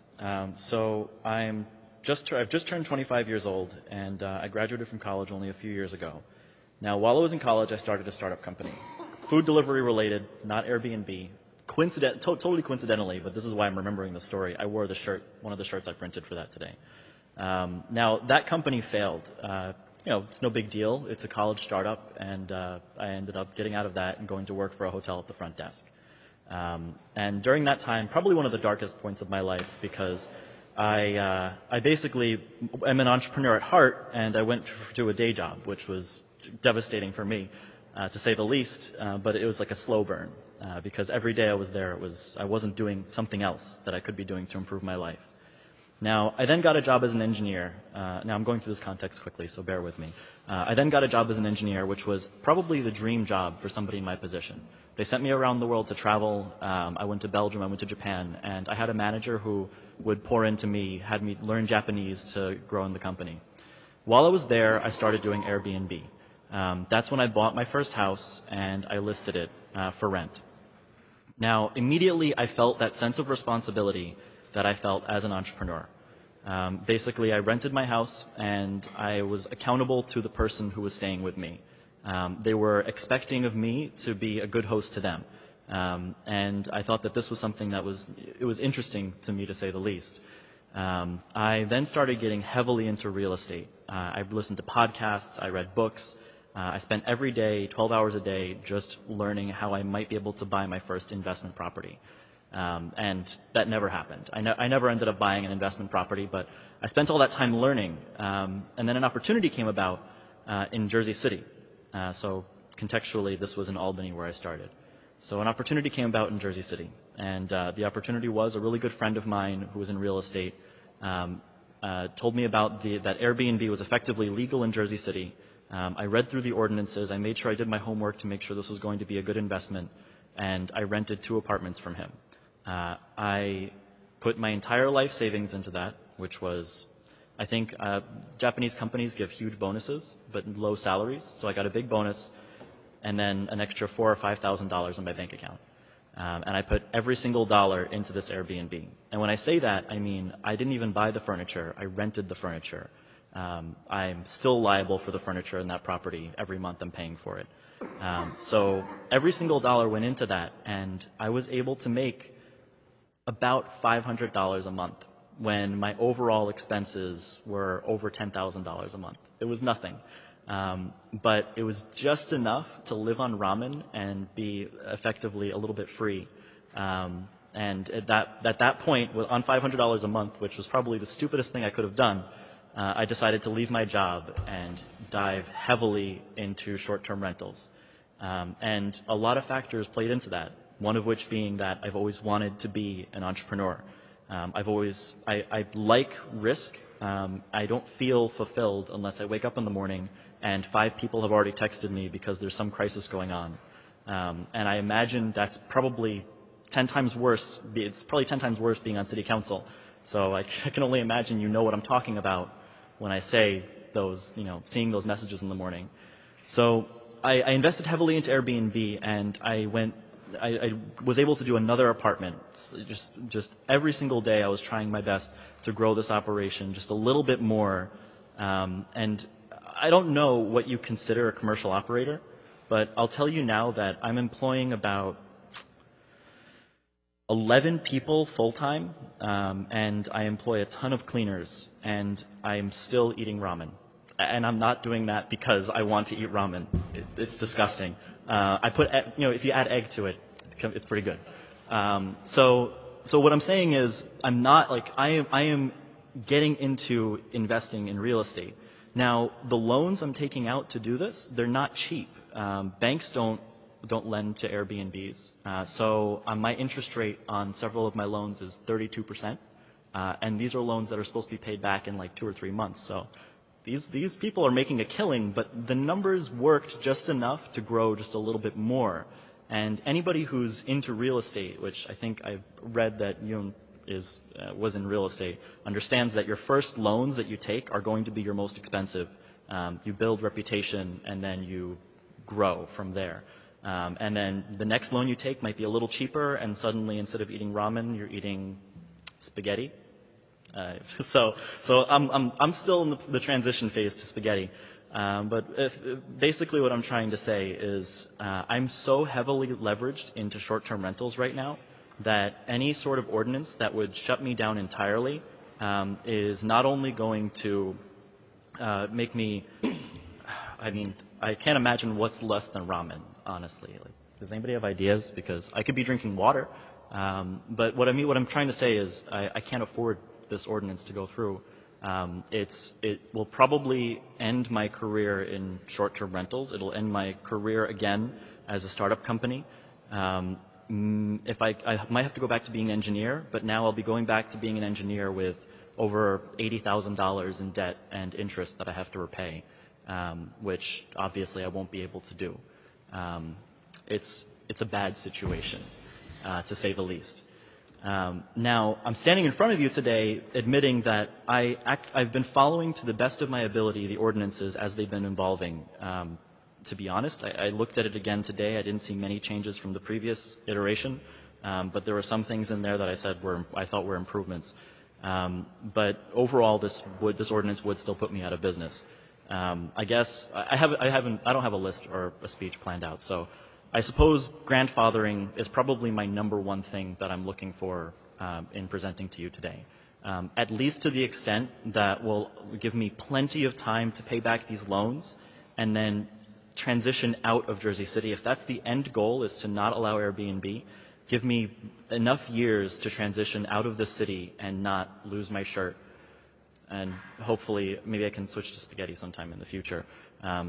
So that's number one. Now, having gone into my past, I'm going to talk a little bit about my experiences.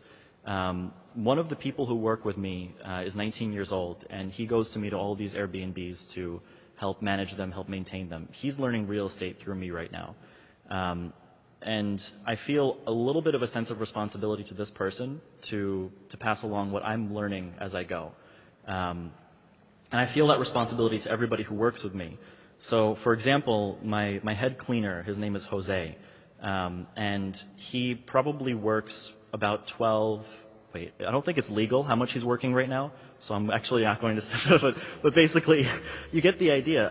A lot of people are really heavily reliant on what I'm doing. I felt that when I hired my first employee, that suddenly this was highly beyond me.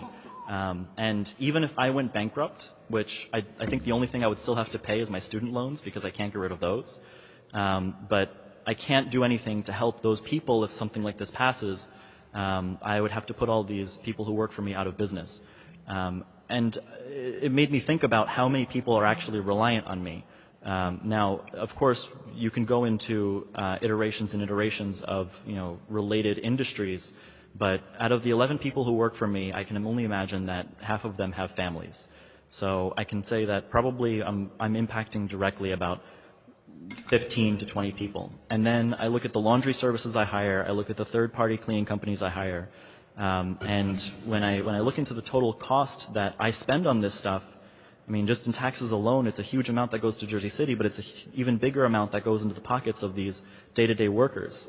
In fact, some of the people who work with me supply hotels. They supply linens to hotels. They clean hotels. I've consulted with people who own hotels. And so the impact just from me, I can't imagine the total impact from the people sitting behind me, but just from me alone would be just completely, I couldn't fathom it. I definitely would say it's over 100, 200 people, multiplying that by other larger operators in Jersey City. So that's one thing. I'm going to give you one more aside. Basically, I have one other project I started in Jersey City where I rent in a larger apartment building, one unit. Now, the reason why the landlord allowed me in is because the area itself is a little bit risky. The people who live there in this part of Jersey City, you might not want to walk alone at night in this space. And the landlord is currently trying to evict a place downstairs that is definitely selling some sort of illicit substances and has lewd women standing out front frequently. What my point is, the reason this landlord allowed me to come rent there is because I was going to bring in a different demographic to this area, this neighborhood. even if it's slight. And the concept behind it, as I've been told by the landlord, is basically they just want to have a little bit of diversity, a little bit of tourism coming into the area to attract businesses that are going to be favorable in this part of town, and hopefully evolve it a little bit. So I take that how you will, but I saw that as a good thing. The good thing being, effectively, we can get some different types of people into the area, and hopefully improve the situation. Even if it means shedding some light onto the illegal activities happening, so that anyway. So that's the point about that. And there's pretty much one more thing I wanted to talk about today, and it's the. All right. Sorry. The only reason I'm taking my time is it's a little bit personal. There's one other person who relies on me, which is a very close relative of mine who has heart failure. So I've been giving away a large portion of what I make to his treatment. It's my father. I give a large portion of what I make to his treatment in the hospital. This is not something I think I would have been able to afford as an engineer. I guess it's part of the reason I'm still eating ramen. But basically, effectively, I don't want to go too much into it. I could probably get into it and get kind of emotional, but that's not who I am. It's not what I want to do in front of everybody here. But basically, as long as grandfathering is an option for at least more than 5 years, honestly. I imagine my father will be around that long. Will be more than 5 years. Then that would be great. I'm slightly uncomfortable. I really don't talk about these things in public.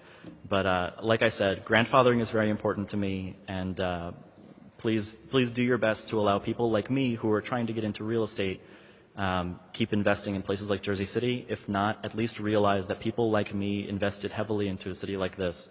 Under the assumption that Airbnb would remain legal, and right now we feel very, very betrayed by the city itself, in a sense that we could just go bankrupt tomorrow, and it feels like nobody cares, really, honestly. I mean, looking at the edges of the room that are still holding up signs while I'm talking about my sick father, that to stop illegal hotels, and it's ridiculous. I'm sorry, I'm done. Next speaker.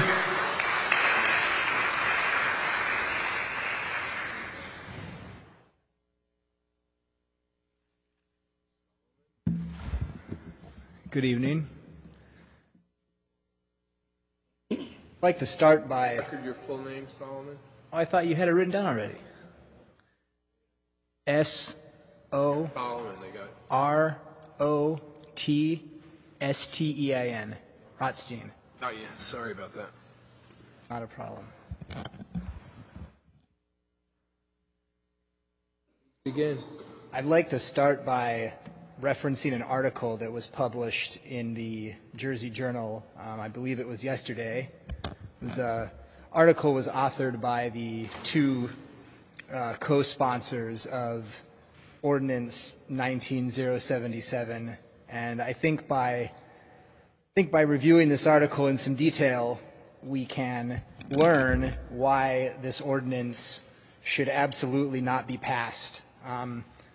Let's start with the first sentence.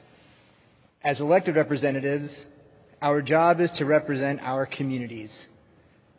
That is true, but only within the constraints of the law and without trampling anybody else's pre-existing legal rights.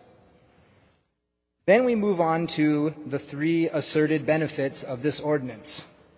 Number one, that it lets homeowners use their homes for true home sharing.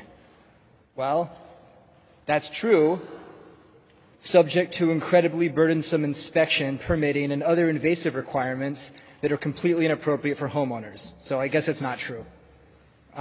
Second, it prevents renters, except it doesn't prevent renters because renters aren't allowed to do short-term rentals. So as you've heard from some other people tonight, those renters would then lose their apartments. And then, most importantly, It purports to strengthen communities with long-term residents invested in their neighborhood's health and growth, except I think every proponent of this ordinance who is a neighborhood resident you've heard tonight is almost exclusively anti-growth. So I don't really know how that works either. Then in the next paragraph, the focus is on people who have been priced out of their homes, and there are a few anecdotes. What I honestly found unbelievable about this article is you couldn't even find one person who had been priced out expressly because of short-term rentals. Not one?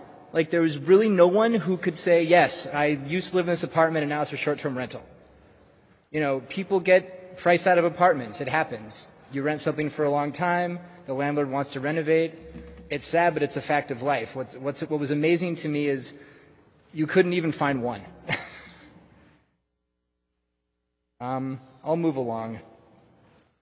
This will be my last point on housing because I think we're all tired of playing armchair economist and throwing this number here and this number there.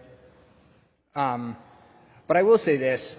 You point out a huge increase in housing supply, which corresponds to a 6% rental increase, you know, between 2015 and 2017, but there's no context given for that statement.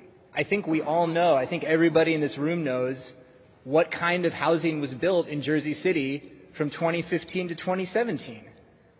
They were huge luxury towers on the waterfront with very, very, very high rents. Tax abatements were given to developers to build those buildings. So if you're letting those things get stamped out like crazy, well, of course rents are going to go up even as supply increases because the rents in those places are super high. Now, if you have a small house, if you have a two-family and you want to make it a three-family, if you have a one-family and you want to make it a two-family, oh, guess what? You're not getting a tax abatement. Then it's inspection and permit time. Then it's a grueling, impossible process before the construction board. So if you want to add middle-income infill housing, forget about it. You can't do it. The only housing that is able to be added right now is luxury housing. That's why you have this disparity that seems to defy the laws of economics. We then have a comment about how Airbnbs degrade residential neighborhoods. This is something that members of the host community have said from the beginning. We can treat this as a simple zoning problem. If you don't want there to be short-term rentals in residential neighborhoods, then let's do something to move them out of residential neighborhoods. But the interesting thing is that the same bill that the authors of this article are sponsoring actually moves short-term rentals into residential neighborhoods because it prohibits you from doing them in big buildings. You can't do it. You can only do them in buildings, unless they're a condo, of 4 units or fewer. So I don't understand the point. If short-term rentals degrade residential neighborhoods, then why would we pass an ordinance that requires them to be in residential neighborhoods? You're right. Why don't we pass an ordinance, a proper zoning ordinance, where we can say, let's put them where they belong, in commercial districts, in places where they won't be such a nuisance, in bigger buildings. Ah, yes. Then we get to my favorite part, the restaurant owner. Where did we find Laura Scholar? Oh, I know where we found her. We found her on the 12-person committee who helped draft the initial ordinance back in April. This was a process that was very, very, very discredited, and that led to the initial ordinance being tabled. She seems to be the one small business person in all of Jersey City who doesn't like short-term rental guests dining at her restaurant. I think the only redeeming quality of that anecdote, and unfortunately it's not in the article, is that her restaurant is called Square One, which is where this bill should go. We should go back to square one, think this through, spend a little more time, and come up with something that actually works. Okay, And then she says, if the majority of available rental units are short-term, the sense of community and neighborhood will disappear. Of course it would. No one is arguing that the majority of units should be short-term. No one wants that. That's way too many. And as you've heard today, we're at tops 10% in downtown, which is the highest concentration of short-term rental units in the entire city. Then we get to the Economic Policy Institute, which says that studies overstate Airbnb spending because that spending would just occur by hotel guests. Well, that would be true except for the fact that in Jersey City, all the hotels are at capacity, and then we have another 3,000 short-term rentals. So it wouldn't be done by hotel guests because there's no hotels to put all those people. And there especially aren't hotels to put any of those people in neighborhoods outside the downtown core, like Bergen-Lafayette or the West Side or Greenville, where people come and stay and spend in those communities. No hotels are there. They don't want to come.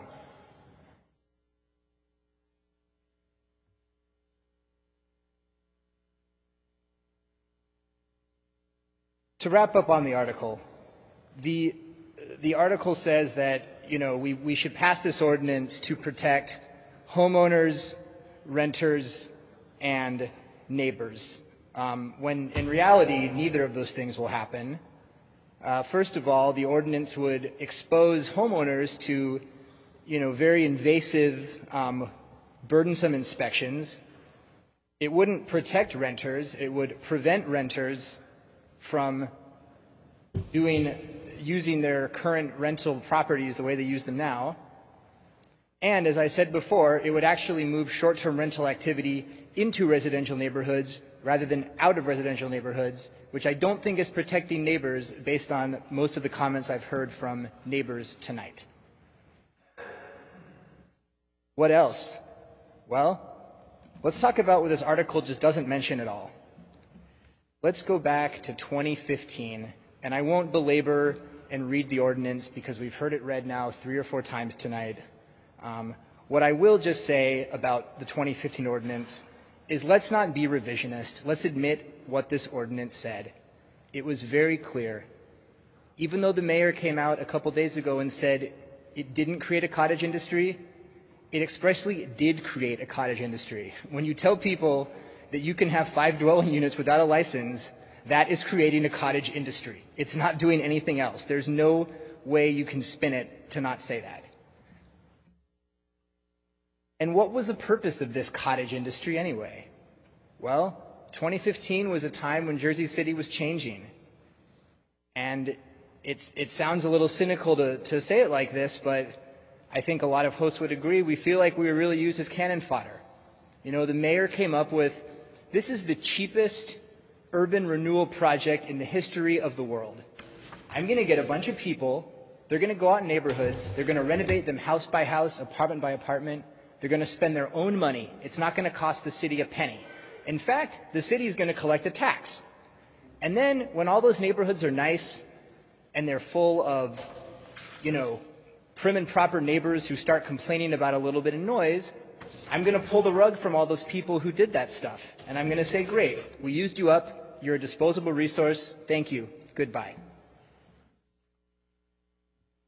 That was the substance of what was done then. We should also talk about the procedure. The planning board signed off on this. It passed unanimously. I know we've heard this tonight, but I think it's important to repeat. The mayor was supportive. He published numerous self-congratulatory news briefs. And most importantly, in 2015, the zoning code was amended, which created a vested property right under state law. What you did in 2015, like it or not, was you upzoned the entire city. Every single residential unit in the entire city of Jersey City acquired a new permitted use that it didn't have before. All of them. You gave a property right to every single homeowner, landowner, landlord, investor, renter, lessee, everybody across the board all at once. Again, maybe that wasn't the intent, but that's what happened. That's something that now we have to deal with when we think about what type of regulation we should have today.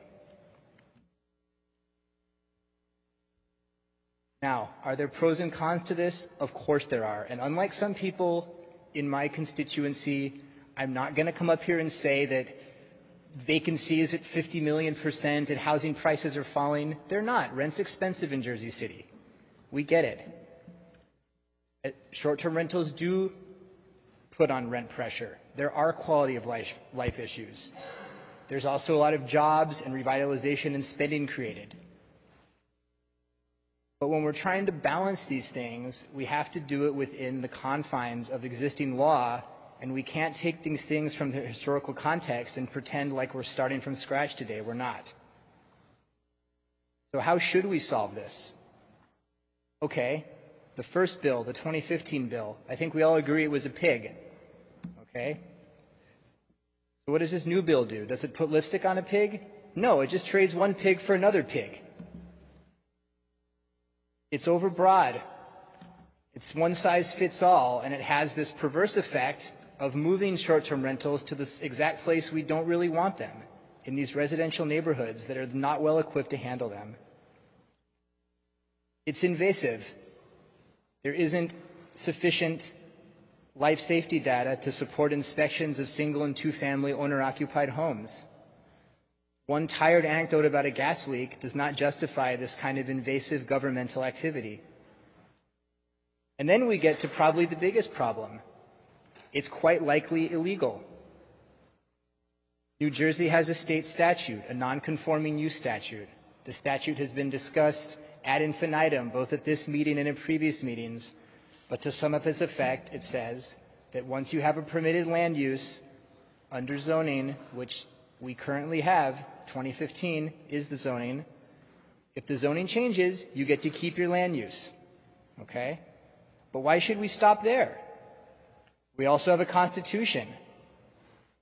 Constitution is something that we cherish. I know that because the Councilman Solomon just posted on Twitter about security cameras, and now he's a principled constitutionalist, which I believe the Constitution still has the Fifth Amendment that contains the Takings Clause.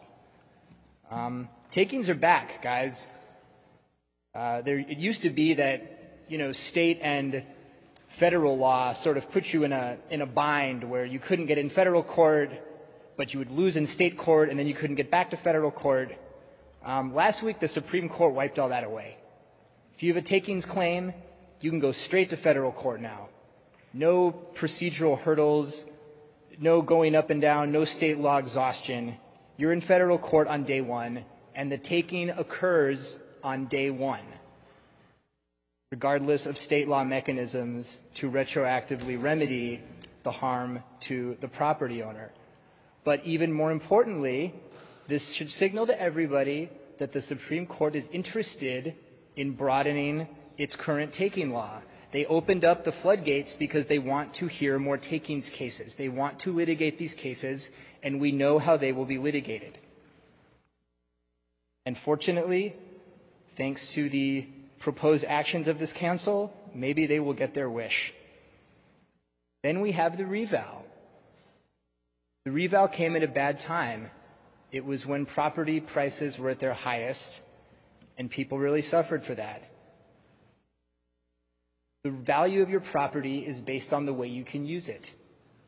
If you remove a use of almost every property in the city, that means every single property owner who used to have that use and now doesn't can go and appeal their property taxes, because you have, by definition, decreased the value of their property.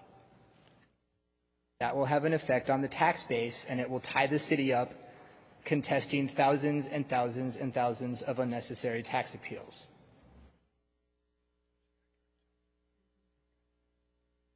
So how can we do this a different way?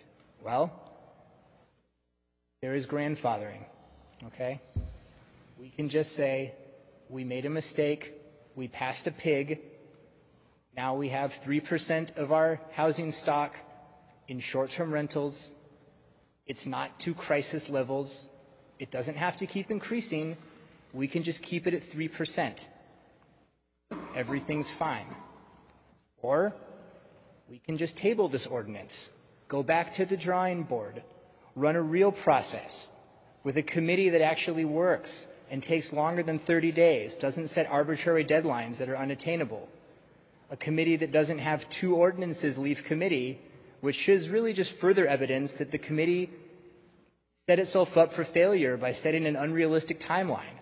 That's okay. We can go back to committee. We can do this the right way. Thank you. Okay, next speaker.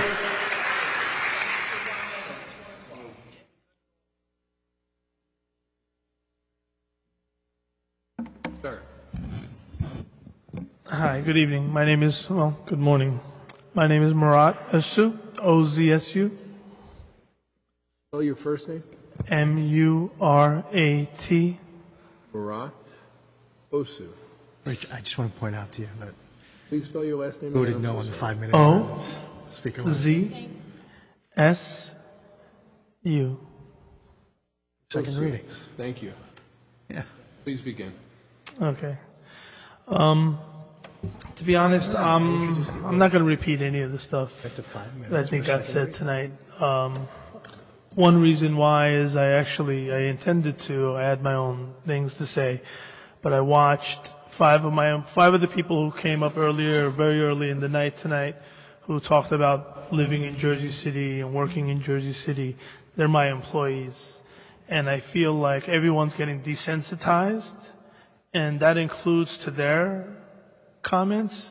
And so I don't want to keep saying any more things that are going to hurt those comments, because those comments to me were important. And I hope you go back and reflect on those comments, because the actions and the votes that you guys are going to take tonight are going to not just impact the few here who have been there meeting with you guys and pom-poms, but it's also going to hurt a lot of people who don't come because they can't afford babysitters, and the few that did come, and they're gone because, right, grandma can only watch the baby so much. Jenny, she has a baby that's about 3 months old, I think, tops, right? But she came because she really does mean what she means. So I don't want to take away from anyone else's comments anymore by repeating anything that you all have clearly become desensitized to. Somehow, as an organization, as a group, we've all been polarized into where we're thinking, and everyone's got their heels dug in. It seems, I don't want to assume that, but it feels that way, right? And that's why you've given a forum to people and said, the only tool you have is to talk all night, so they're talking all night. So I'm not going to do that. I'm going to try to inform you guys on 2 things, if you don't mind. Give me that time.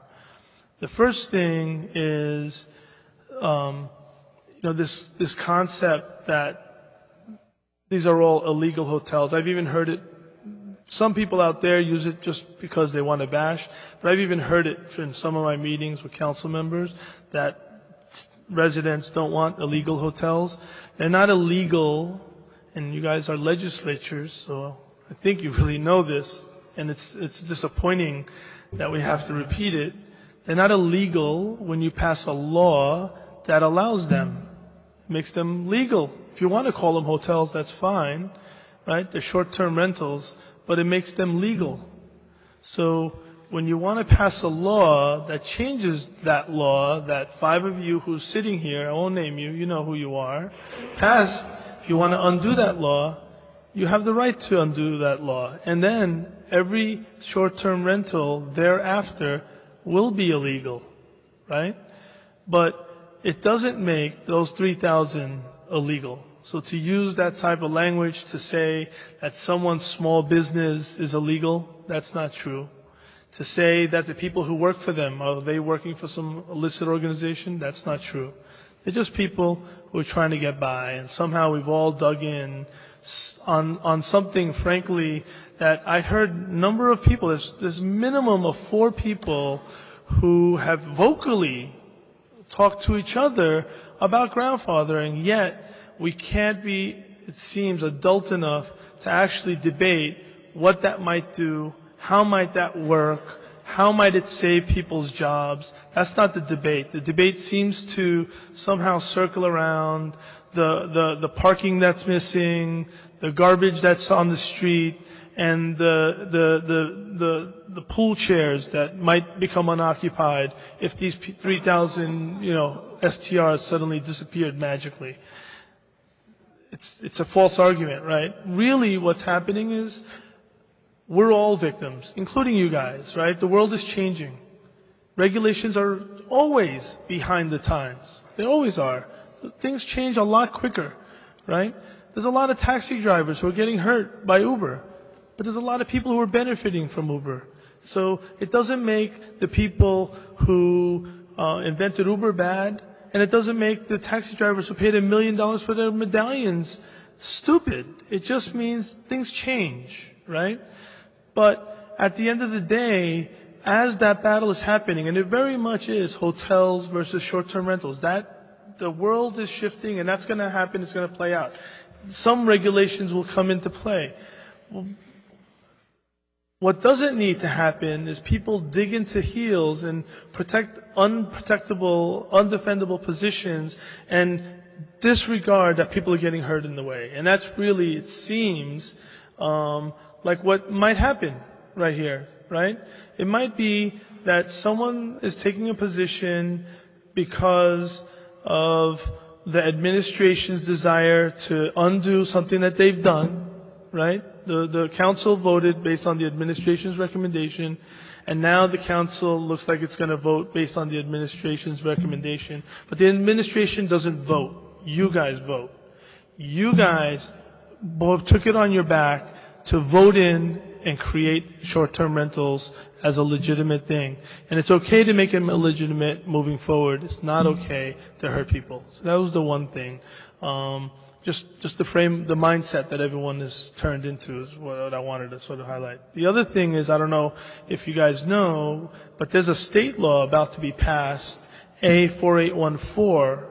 If you haven't read it, please do. It's I believe on the governor's desk.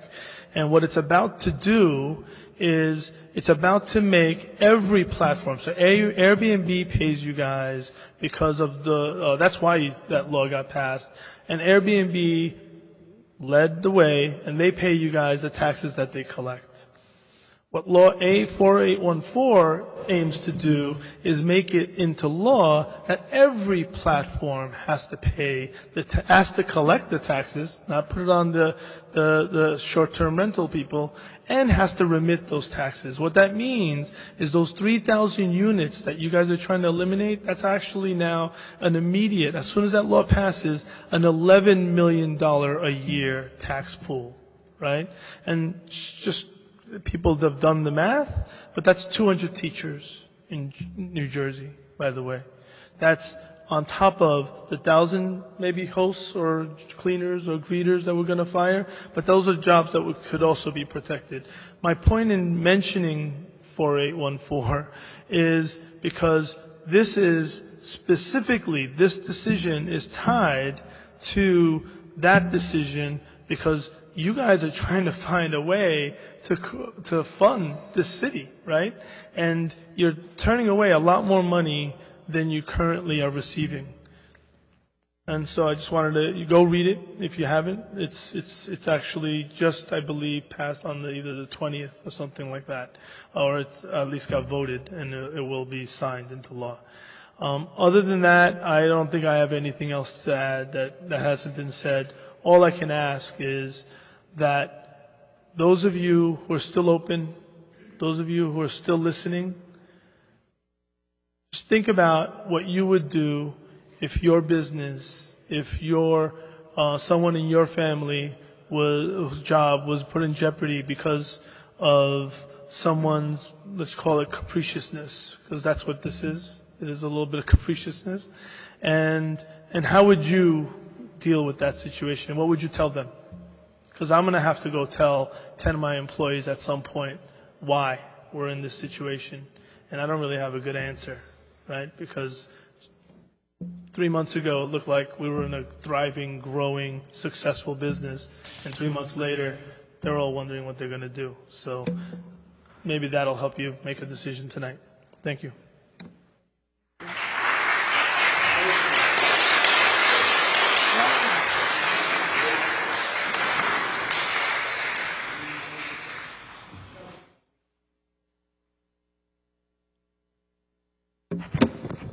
Hello, Council. My name is Christian Gavilan. Gavilan, Gavillan. Please begin. So I met most of you guys already. Actually, probably half of you guys. I know of some of the rest of you. I love your salsa events, Rivera. Lavaro, I thought you were going to really side with us with the grandfathering, but you flaked out on us. Maybe you could change your mind again. I have some faith. Ms. Waterman, I wrote you email, and actually I want to read that real quick. Give me 1 second. I didn't get a response, so I assume that you didn't get it, so I'll just make sure you hear it now. Got it.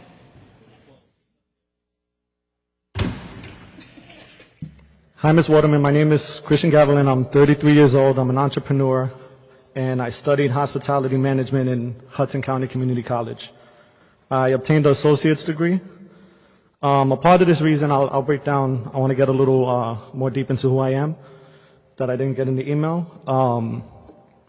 I obtained the hospitality degree because in 2015 some of you guys passed this ordinance to legalize Airbnb. So I continued my education late because the job I had sucked, and I had to take that job because responsibilities, because life. I realized that I should probably get an education in something I could do something better than what I had. I worked in a scrap metal yard, Sonelli Iron and Metal and Sea Caucus. You may have heard about them in the news. They're a terrible company.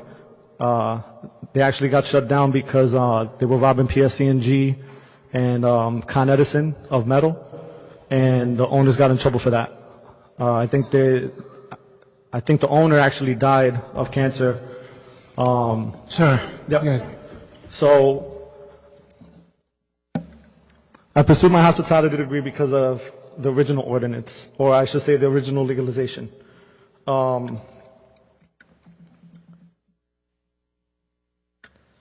I own a cleaning company.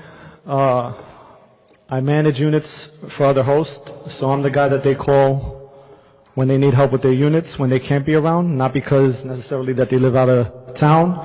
They live in town, they have other responsibilities. I was willing to give up my career, which wasn't a career at all, to pursue something new. I saw an opportunity. While I was in hospitality management studying, I learned that, if you see a window of opportunity, take it. You guys presented one. The first time I actually felt proud of myself pursuing something that was my own. This is a coalition or a collection of entrepreneurs. We use Airbnb, we use Booking, we use HomeAway. We're real people. Sometimes we promote a brand that isn't our own. My brand is Crispy Clean. It's KRSP, Knowledge, Respect, Success, Power, all things I would like to obtain in life. And I thought by doing hospitality, I could pursue those things. It kind of sucks when an ordinance comes through to eliminate jobs.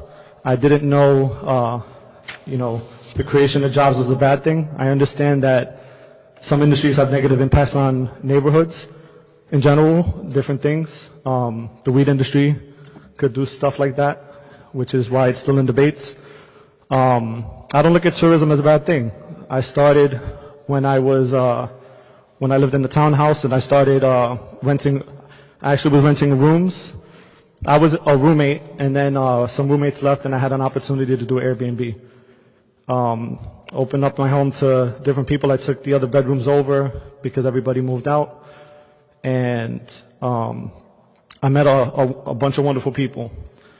I loved Airbnb and the concept of it. I never really used any other platforms. I just felt a lot of security with that. And I went to some of their events. They had an Airbnb open. I went to Paris. When we went to Paris, there happened to be this terrorist event that happened in Paris that year. basically there's this sense of community that Airbnb always gave me. It just helped me develop my character. I feel I became a better person. And this is my life story, why Airbnb means something to me. There's a lot of us, and we could be here forever talking about these things, but we're real people. I want to understand the points of view of the people that don't accept us. I've heard a few. I have a few debates online, on Facebook. When I'm not talking with you guys in your emails, I'm trying to understand. Sometimes I rudely am in the back talking to the hotel union. Hey, what's your point? You know, what are you here for? I get it. You guys are getting paid. I don't like it. My girlfriend works in the hotel. What's so bad about Airbnb? I've heard different things. None of them really seem valid, in my opinion, but I'm still open to hearing things. I definitely get some of the points of view of the neighbors, to a degree. But the vitriol that they have for host, I actually, you know, when I try to get things out of them, they don't seem to have the statistics to prove what they're saying. It's usually anecdotal. We all have our issues. I mean, you know, on both sides of it, there's things that can be said to why I love Airbnb, why I hate it. I'm sure a lot of people use Airbnb when they go abroad, but for whatever reason, we just don't want it in our neighborhood. I've talked about James Solomon using mental models. I say that to tease a little bit, but because I really want to get more information out. If you don't have the information as a whole as a council, I would just ask that you give us time to do some more research.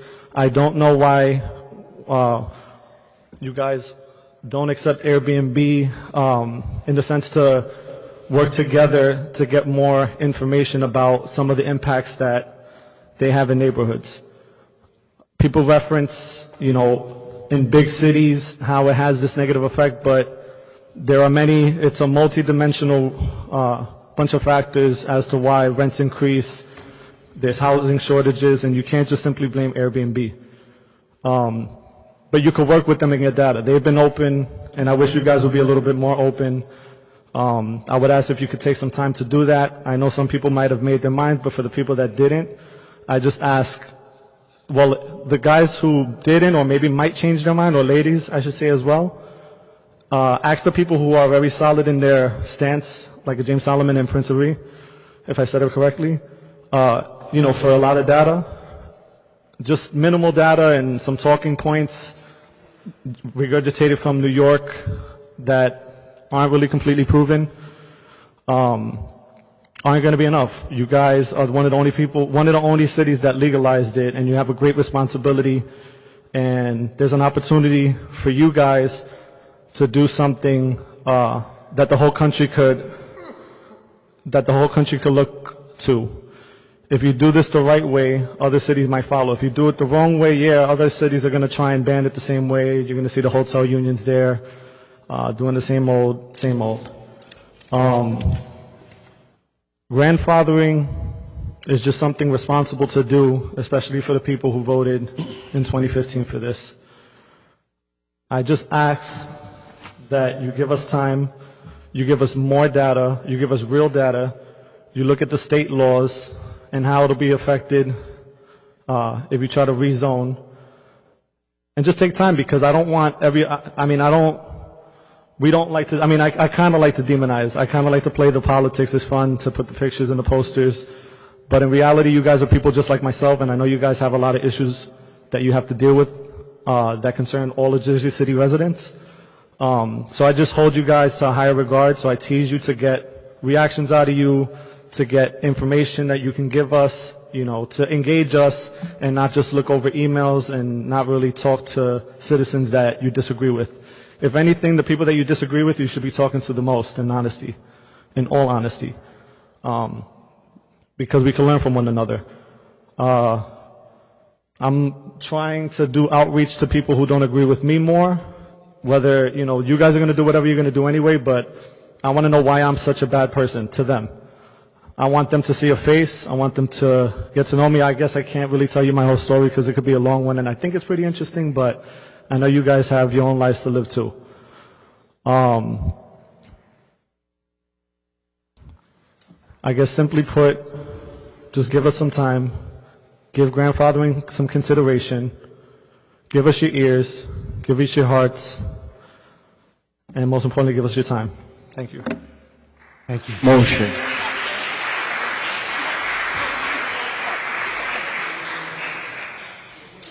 Okay. Being that there's no one wishing to be heard, I heard Councilperson Waterman make the motion to close the public Rivera hearing. made the motion. Rivera made the motion, seconded by Ridley. Okay. Let's get technical. Councilperson Waterman, you did the second? Ridley? Ridley, okay. So many jumped in at the same time. Sorry, council members. So, we have Councilperson Rivera making the motion, seconded by Councilperson Ridley to close the public hearing. Councilperson Ridley. Franzeri? Aye. Baggiano? Aye. Yun? Aye. Solomon? Aye. Robinson? Aye. Rivera? Aye. Waterman? Aye. President? Aye. President, we're going to talk about how we're going to vote on this ordinance. Do we want to let people explain what was going on in the...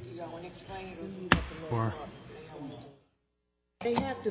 we said that at the outset, so we should honor what we said.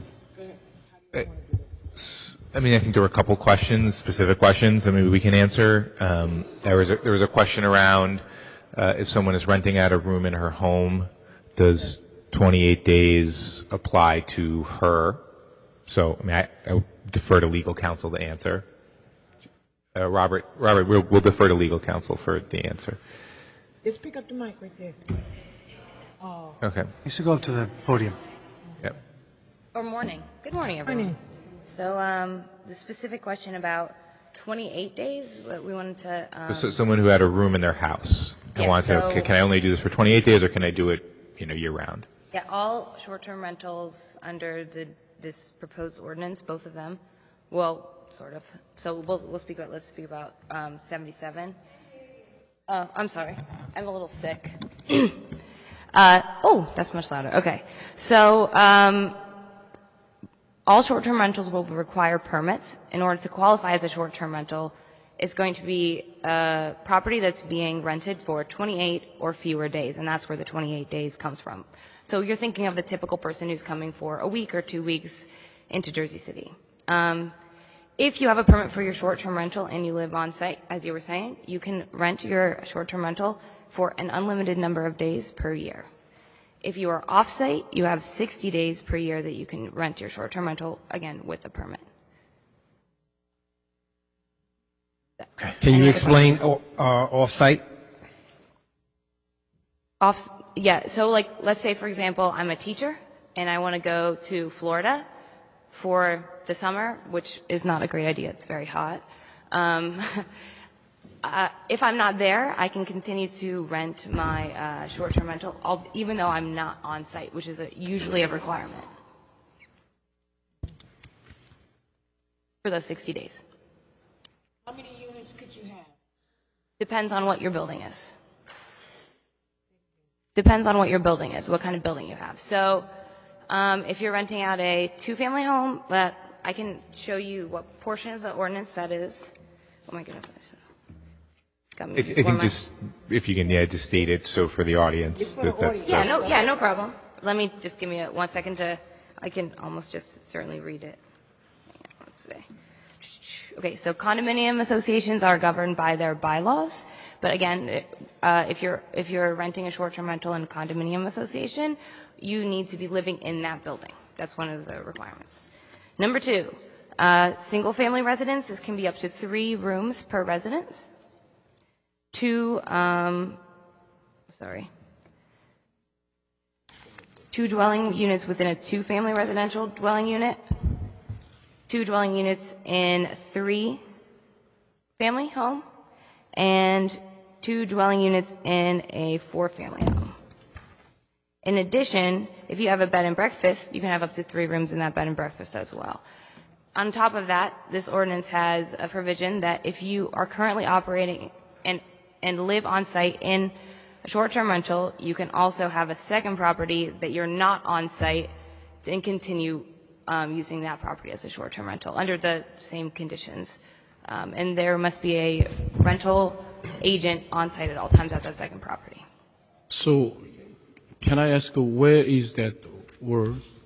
Which part? You just say that you can rent another property. So it's you guys caught me before my morning coffee. It's going to take me a second to find it. It's okay. Take your time. That's funny. Okay, so we have, it's 255-2, section H, and then all of the subsections therein. Just a minute. 255-2. Yes. Section what? H. A? H as in Hannah. H is Hannah.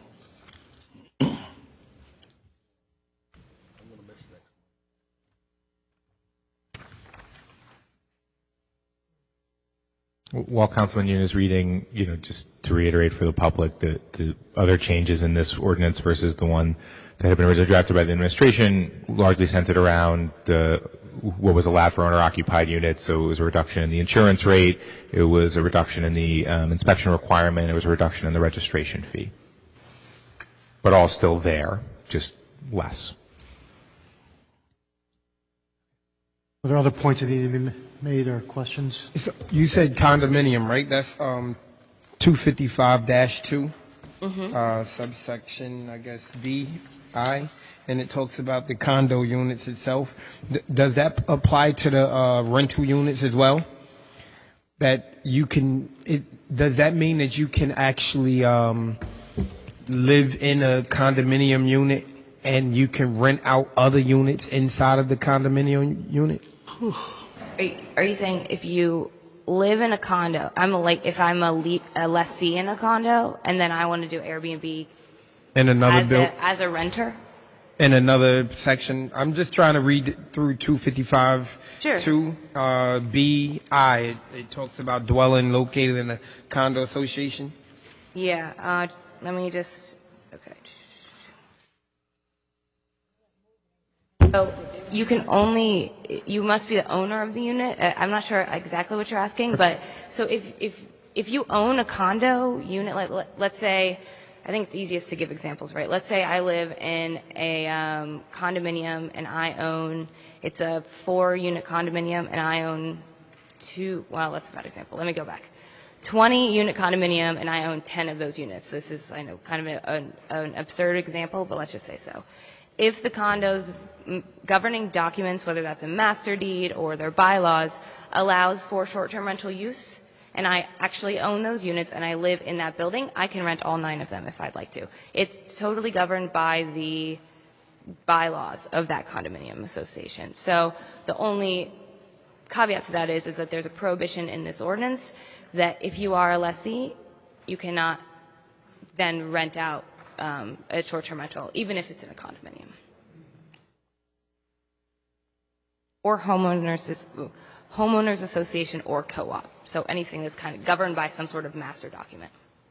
So what if I live in a rental building, that's my main residence, and I rent out 3 more units? Is that possible? If you rent? Yeah, in a rental building. If you own? No, if I just rent. No. Okay. No.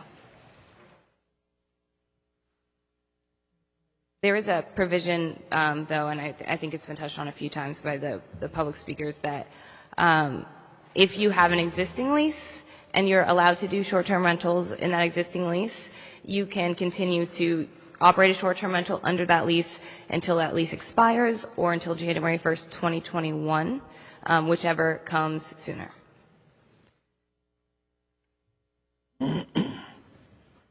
Now, I've heard some questions earlier touching on zoning. I see here at 345-60, it says no change for supplementary zoning regulations. And I have the original document in front of me, 15 .137, but it doesn't touch on anything about zoning. So A through Y is no change, but then Part Z is the part that is the short-term rental portion of the supplementary zoning portion of the zoning code. And in that, there was a portion of language that was deleted from that part of the code. And what was the portion that was deleted? Part I through V. Oh, well, actually, this is, yes. So Roman numerals 1 through 5. The sentence that remains is short-term rentals are permitted as an accessory use to a permitted principal residential use in all zoning districts and redevelopment plan areas where residential uses are permitted. And then the additional language was stricken.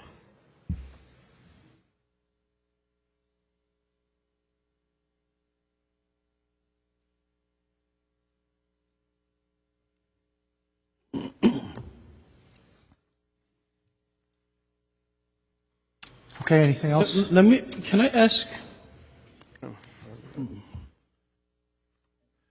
When I put in my ordinance, actually, it's identically the same, except I printed the grandfathering, you know? But that one, you just mentioned the page 6. Of which ordinance? I'm sorry. Yeah, no, this one I'm going to say. Which ordinance are we speaking of? No, 78. 077. 77. Yeah, 077. You just mentioned to that. Page 6H, if at the time of the adoption of this chapter, the owner is operating two property as all those things, when I see mine, it's not there. No, so we can talk about this a little bit offline, but the grandfathering or legacy short-term rental clause covers this in your ordinance. Okay. So it's not necessary. It would be redundant. Okay, great. Yeah. Look at that. Dotted the I's and crossed the T's. Thanks, Hannah. Oh. All right. Anyone else have other questions or issues you wanted to raise? Okay. Thank you, Hannah. No problem. No further questions or comments? Byrne, can we call for the vote? Okay. As directed by the council president, I will call the vote. We're voting on 19077. The ordinance introduced by Allison Solowski, Councilman Solomon, and Councilperson Prinzeri. Right. Okay, Councilperson Ridley. So I'll be very brief. Thank you to everyone who took the time to come out and voice your concerns during the various meetings that were held and that contacted our office and sent emails. We did receive all of that information. So I thought about this, I guess, in two different ways. As someone that owns multiple units in the city, I thought, how would I feel if I was going to use Airbnb? I don't currently. And then also as someone living in a home, how would I feel about neighboring houses that are doing Airbnb? Most of the concerns that I got from residents that reached out were residents that were in two families or occupied their homes and were renting rooms or renting carriage houses in their homes and were concerned that they wouldn't be able to do that. I think that this ordinance does a good job of allowing those residents to still be able to operate within those means. And I think that, of course, there's always room to change things and rooms, no one's ever going to be satisfied on both sides. And I appreciate the additional ordinance trying to find a way to cover that, but I don't really agree with the logic of the second ordinance, because if we're saying we have an issue now, then grandfathering, in my opinion, continues that same issue that we're saying we're having now, or from residents. So I believe that there's some regulation that's going to be needed. So with that, on this ordinance 19077, I will vote aye.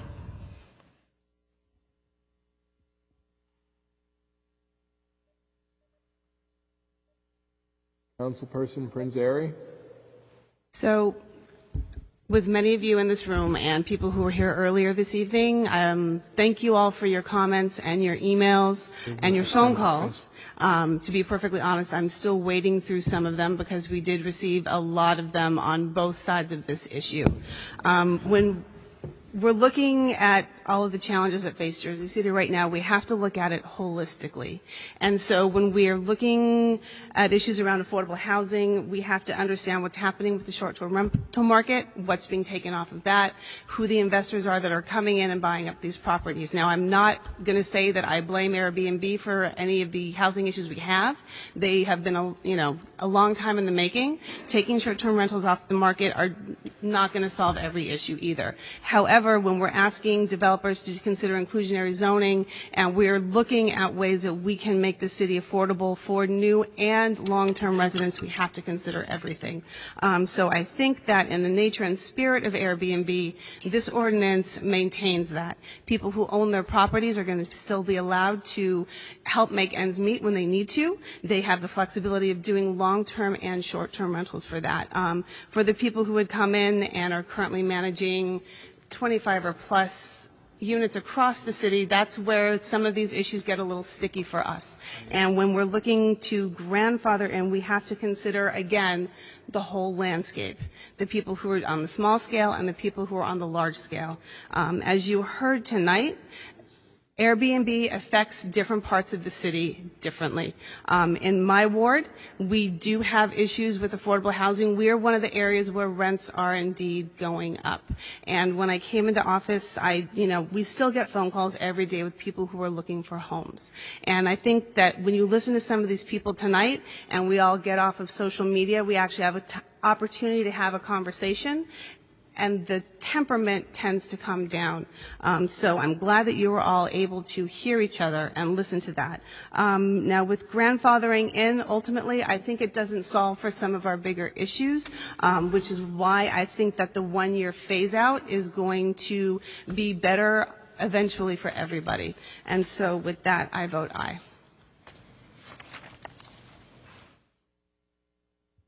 Councilman Baggiano. All right. This issue was rushed, and the problem of enforcement was not solved at all, along with other problems. I asked that the extension from 2021 or 2020 be extended to 2023, because I feel we passed this law in, 2015? 5 of us on this council did, and people bought property, and we should have given them at least 3 years to dispose of the property.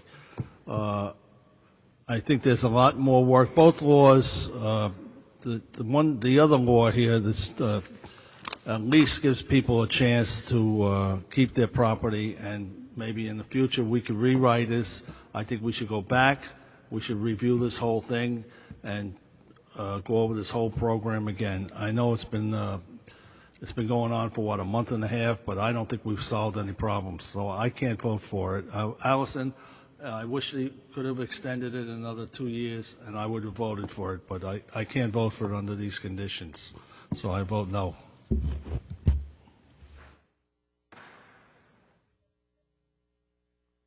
Councilman Yun.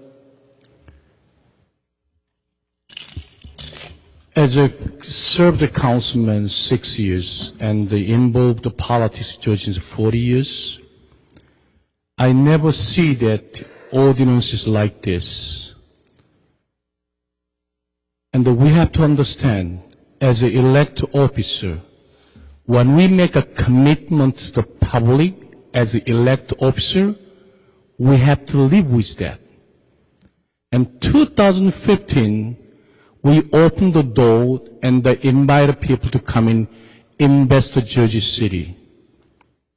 Invest in Jersey City is not just investing money in the certain area. actually invest the money, create a job, improved our area. So all kind of, they explained to that. I asked this very simple. One of the senior came to me, Michael, I don't like that Airbnb. So I said, why? The person say that, very simple. I don't like the people carrying the luggage in the street. So I asked the next question is that, the luggage is something to you? She said, no. Then why, what luggage is this issue? Oh, they are stranger. So stranger means they are bad people? No. When I come into Jersey City Heights 40 years ago, I was one of the, they called me stranger. I wasn't stranger. I was a new people in the town. I'm telling you, people say that, and the people live in Heights, they bring up the luggage in the mass transit, the bus line, is to make it more difficult to the neighbor. So I told them, I heard that more people complain, the man and woman wear the backpack getting the bus is more trouble than luggage. And the people say that, oh, because of the tourists getting the bus 119, that's why we have no room to get in. That's not the truth. Because they built 50th Street building in Jono Square without transportation plan. Years ago they complained about the bus not show up on time, but now today's complaints, bus is crowded. And the tourists, when they go to the New York City, they try to avoid the rush hour. It's true, because I travel a lot. So all the claims they come up, they have no base. And when the Amazon.com killed most small retail stores, Central Avenue nationwide, nobody asked them stop the Amazon.com, the business. And Ubers and the Lyft, when they killed the taxi business, and nobody said anything. But today when I hear the people, the targeting, every issue Jersey City has, blame the Airbnb host, I think that's not right. Based on my experience, they clean street to be a super host. They renovate inside, outside to make their block is a more better condition. They add to good things. But if you heard that, all those times, they talk about negative impact caused by STR, short-term rental. But never they talk about positive impact they bring up to Jersey City. Why? I mean, really, if he's a normal person, you're going to scratch your head. Why they only talk about negative impact? Why not they talk about positive impact? The visitors in Jersey City, through the, as a short-term rental, 270,000 people come in Jersey City. Then we should be creative. The destination Jersey City. Let them stay in Jersey City. Let them spend the money. Let them create the job. Let them continue to improve the Jersey City financially and economically. What's wrong is they make money. You say, what's wrong is wrong. What is the make money? What's wrong is that? Nothing wrong is that. This is country built for that. I mean, really, sometimes I scratch my head. The small people, they build up their business with hard work, and suddenly they discredit them their hard work.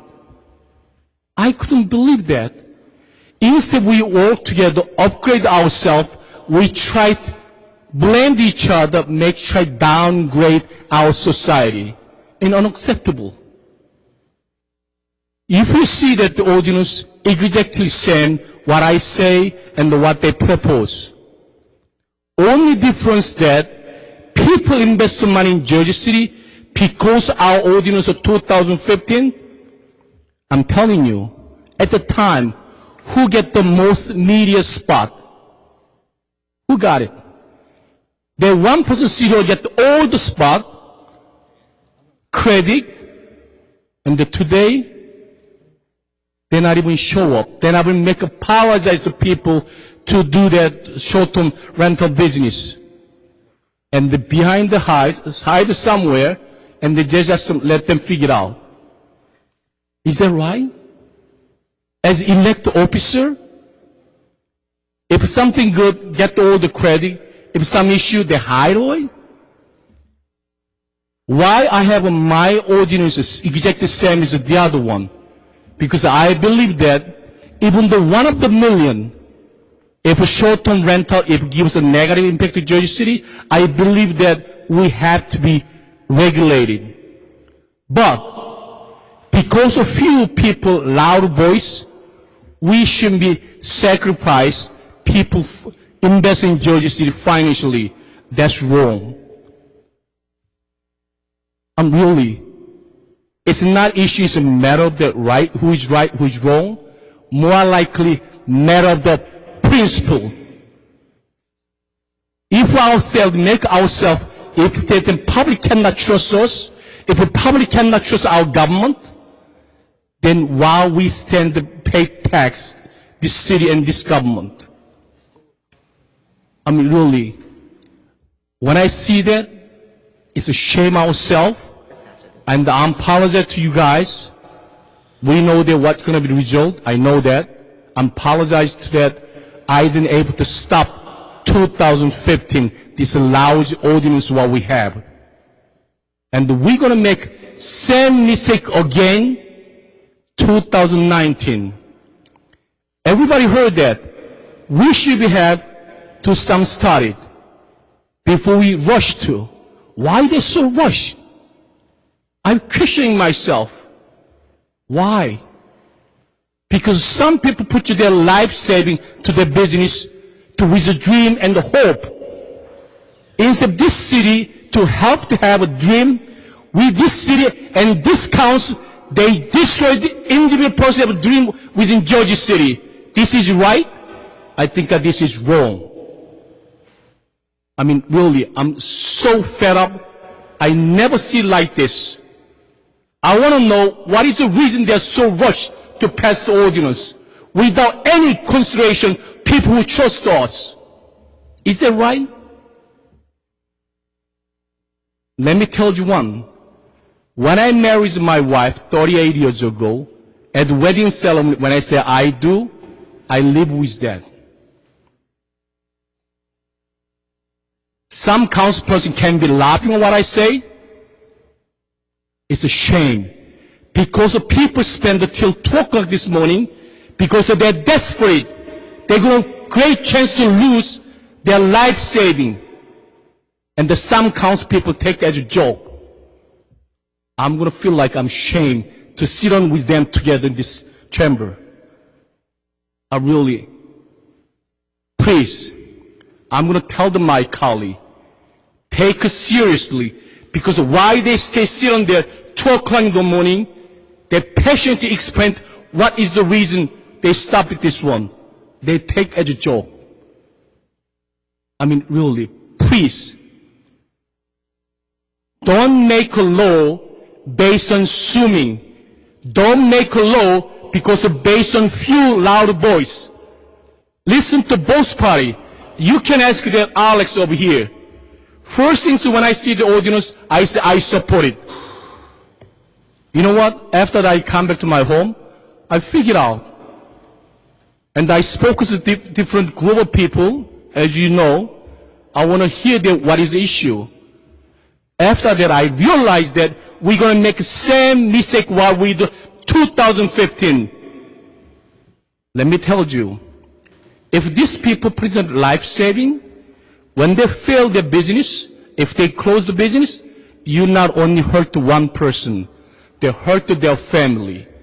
We're going to create a broken family, because you know what? When they financially crack, the most case, next they get into divorce. I'm pretty sure so many people go like that. As a councilperson, as a taxpayer, I got nothing to do with Airbnb. Even I told them, be the host of Airbnb. I'm not supporting you guys, but I fight for the principle, what I believe is right, not controlled by few loud voice. And we should make the same mistake 2015. We're doing now. It's a shame on myself, and the shame is our colleague. Time to stop that wrong things what we do. Please, give us them time to get out. Even though grandfathering, the grandfather, somebody say that, will die. Even though we're not grandfathering, the way creative ordinance, hard to survive Airbnb business in Jersey City. Why? If you get the 3 violation, there's great chance to revoke your license. We don't even have the grandfathering. They're going to be go out business sooner or later.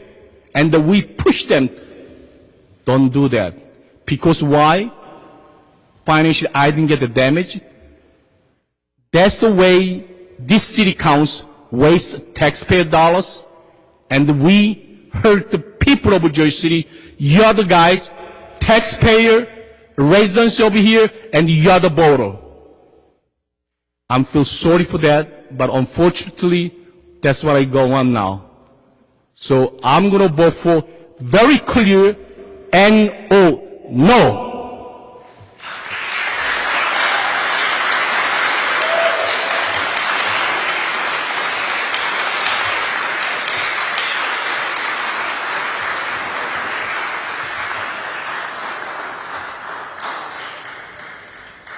Councilman Solomon. We'll start by, I think, kind of reiterating, I think, one point that a couple of my colleagues had made, which the reason to do this isn't because anyone sitting in this audience, anyone who's here and in this community is doing something bad or is a bad person or is doing something wrong.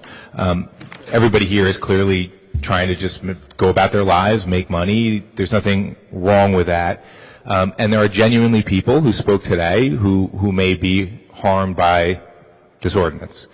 On the flip side, there's also people who have been harmed by the introduction of Airbnb, and there have been people representing trade unions here, and I don't apologize for being a proud supporter of unions in a progressive city. That's part of what the word progressive means. And those people can be hurt as well by the introduction of short-term rentals and their expansion. When we think about why we do this, why should we do this, we have to think about the impacts on cities. And one thing that's worth thinking about and worth maybe asking as a question is, why is it that pretty much every major city that is experiencing high housing costs has passed a version of this ordinance? A lot of the questions sort of came to us and saying, why are you guys unique? Why is it that New York has done this? LA has passed a version. Amsterdam, San Francisco, Santa Monica, Las Vegas, New Orleans, Orlando. Why? Now, they have variations. Some have slightly different rules, some have slightly different rules, but they've pretty much all taken a similar take. And it comes back to the 2 key issues for me, which have always been 2 key issues. What are the fundamental impacts on our neighborhoods?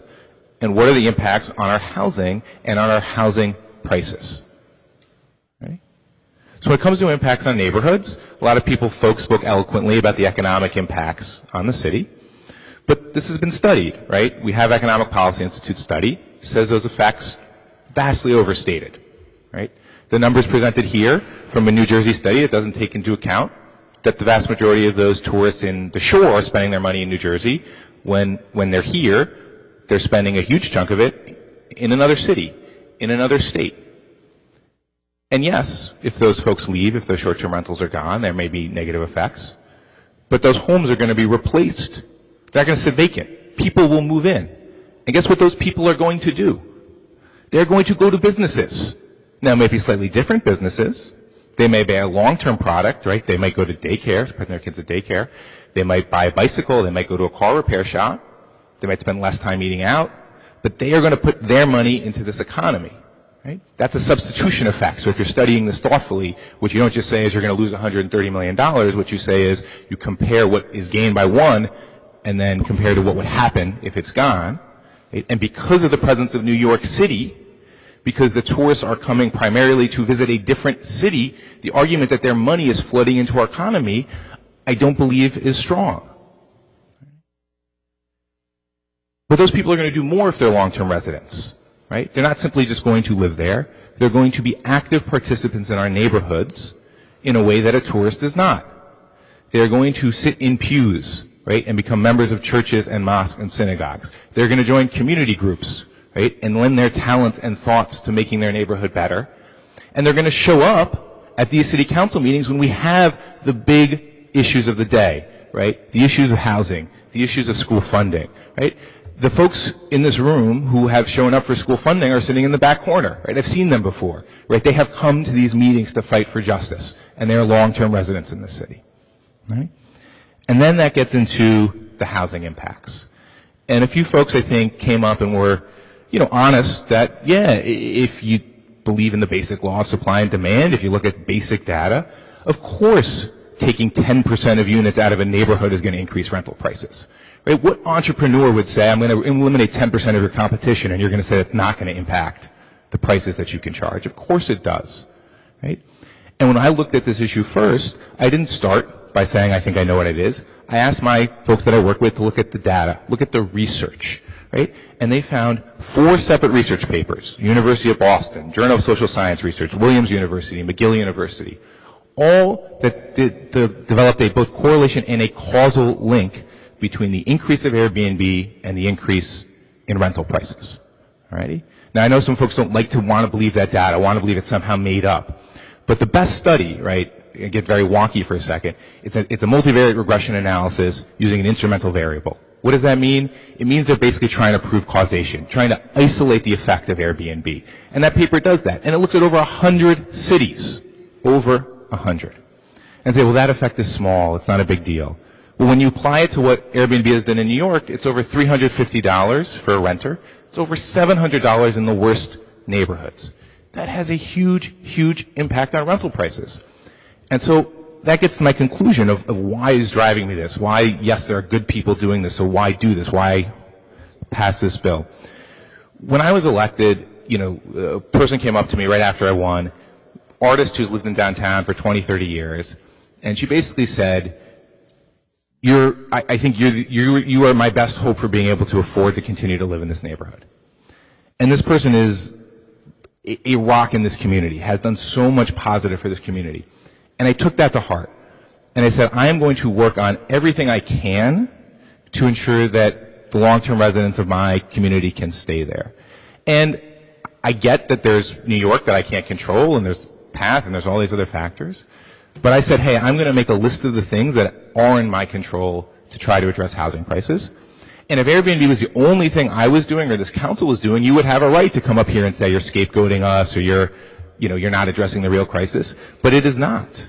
I spent 6 months we have no staff, so you guys know we have no staff. I spent 6 months of my no staff time all focused on this issue of rent control, right? And understanding how people are being pushed out of downtown because the rules aren't being enforced. And we have inclusionary zoning that's coming that a bunch of council people have worked on. So we are going to work extraordinarily hard on all the housing issues here and all to make an impact on rental prices, right?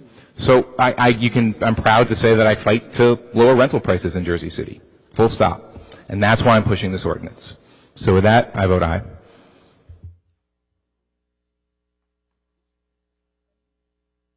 Councilman Robinson? Good morning, everyone. I just want to say thank you for everyone coming out and actually staying out with us tonight. Walk a mile in our shoes. Ms. Jocelyn, you still here?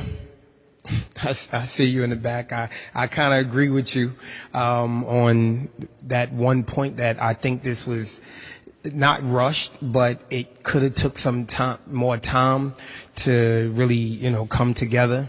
I was a little, offended. I didn't sit on this board, but I sat on the vacant lot board. And, it's been 3 months. We actually have our final up meeting coming up this Friday, and then it will be back in front of you all on the agenda. I wish that it would have only been one, vote that we're voting on right now. But I think all 9 members up here, the law department and everyone else believes that there needs to be some adjustments to what's going on. And I say that because the first ordinance was only 1.5 pages. If you look at this one now, it's 12 pages.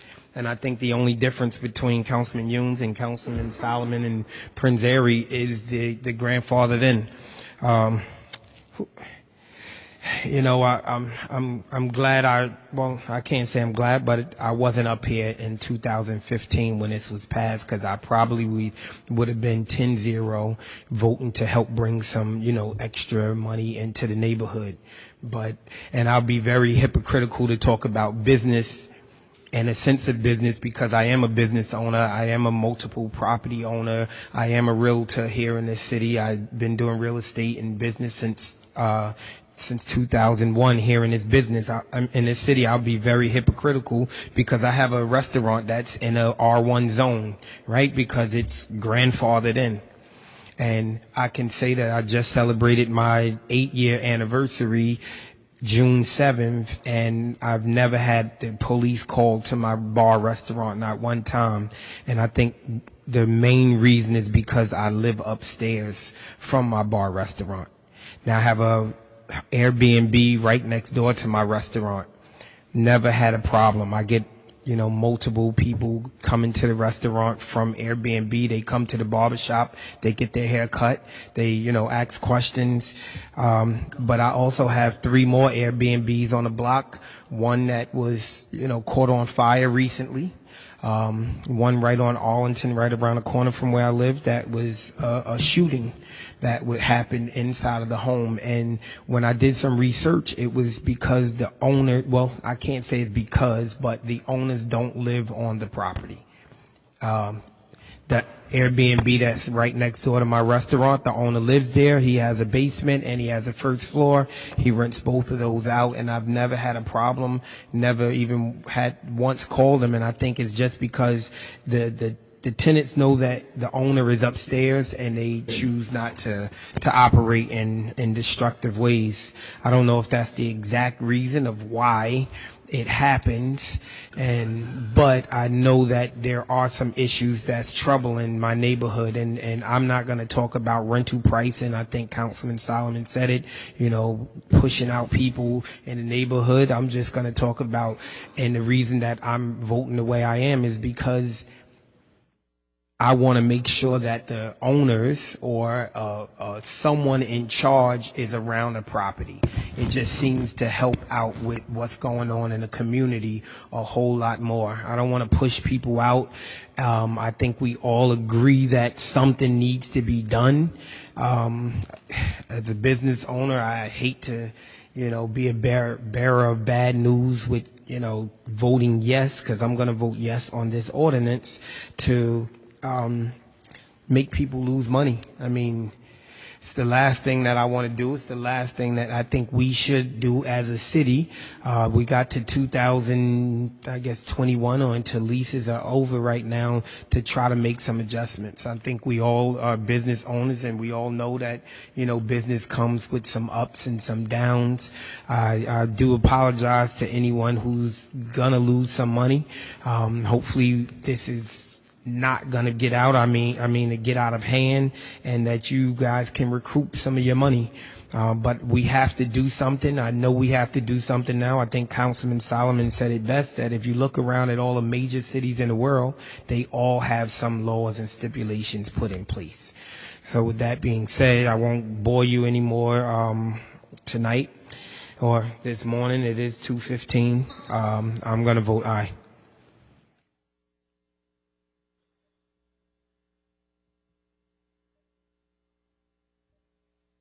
Councilman Rivera. I vote aye.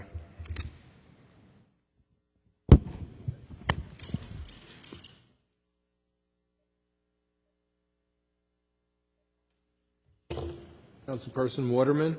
I want to thank everybody for coming out.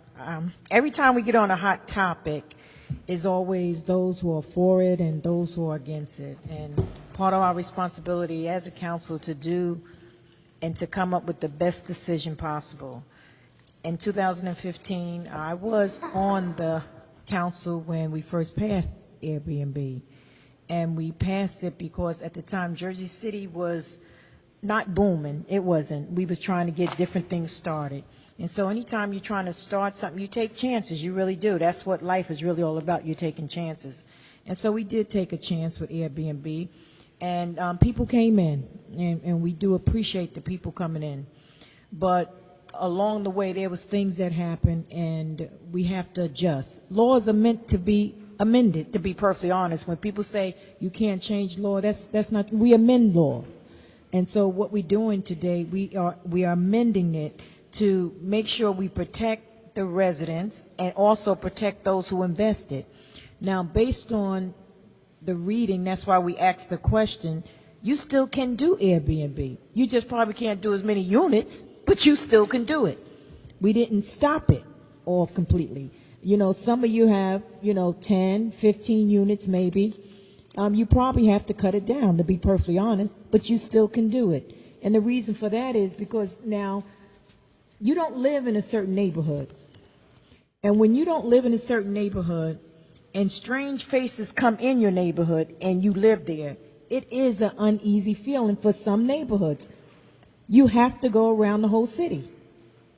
And sometimes when you are in a neighborhood and you don't know the person next to you, it is a challenging feeling. I don't care what you say. It is a challenging feeling.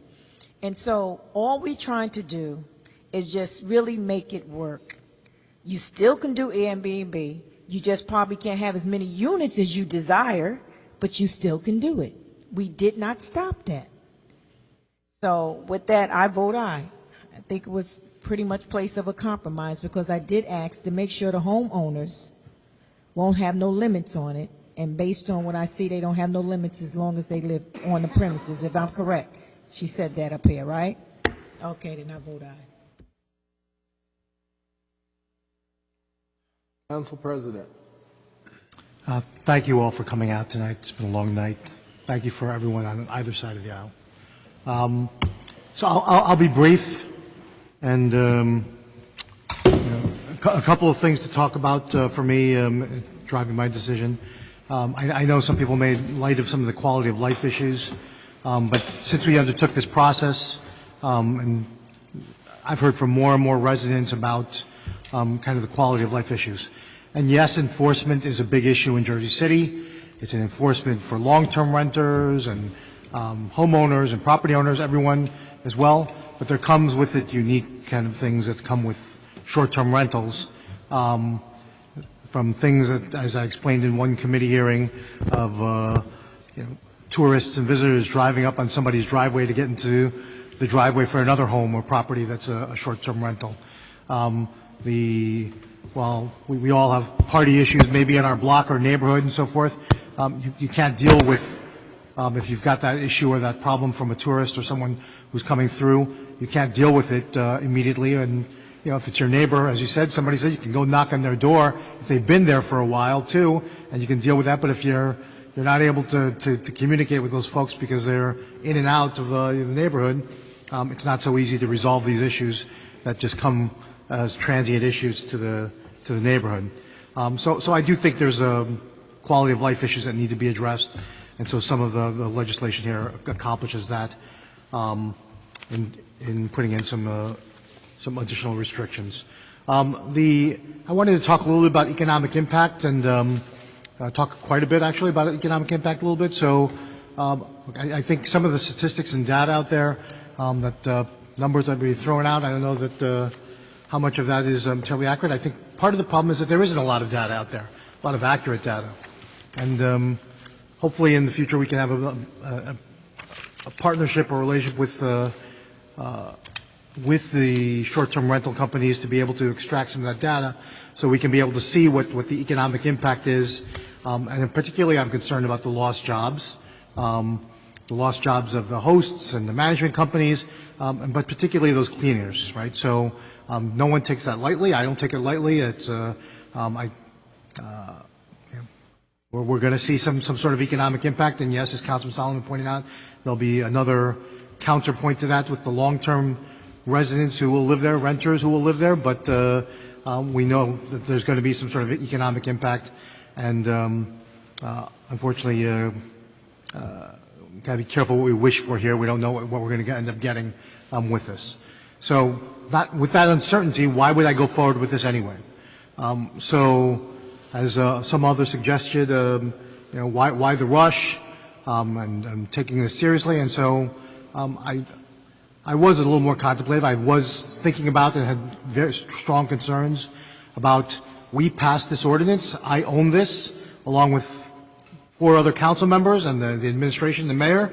We passed this in 2015.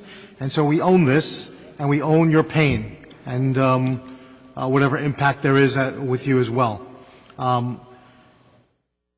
But as was raised by many people here, the issue of non-conforming use and the grandfathering, if you've looked at that legislation, the opportunity there for all of you who are already in here, who already have established Airbnbs, is that you have this, despite if grandfathering not being approved here tonight, there is a state statute out there that does allow for non-conforming use. We have a legal opinion that says otherwise, that that the applicability of that doesn't apply here in our situation in Jersey City. I'm not going to opine about legal matters that are beyond my capacity. I'm going to trust that we have our legal attorneys here around that. But for my part, I'm not willing to kind of take that risk. I can see the energy and the passion that you have. You're going to take it to the end, and I'm sure there's going to be lawsuits as a result. There may even be a referendum. I'm not sure how that's all going to play out.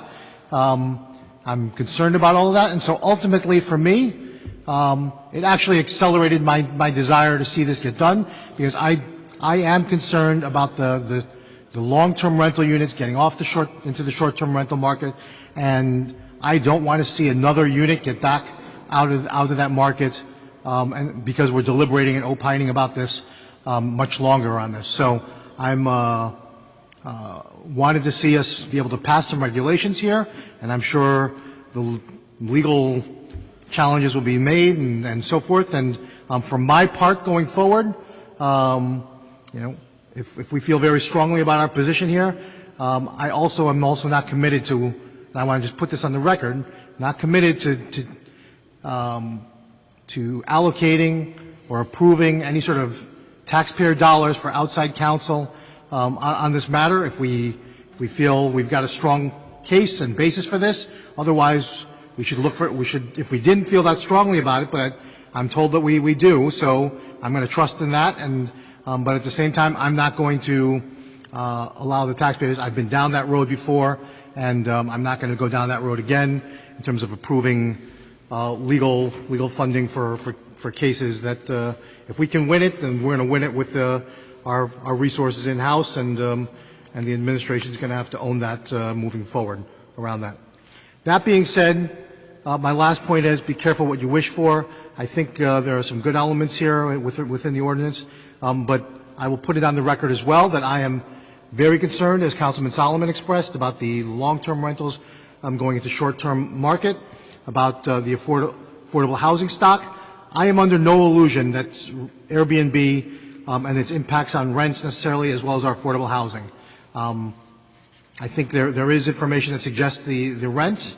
We're slightly unique situation here in Jersey City because we just completed the reval alongside with this whole thing with the with Airbnb being legalized, and so some of this the rental issues as well as affordable housing issues are kind of all coming together around multiple issues, multiple causes impacting all of that.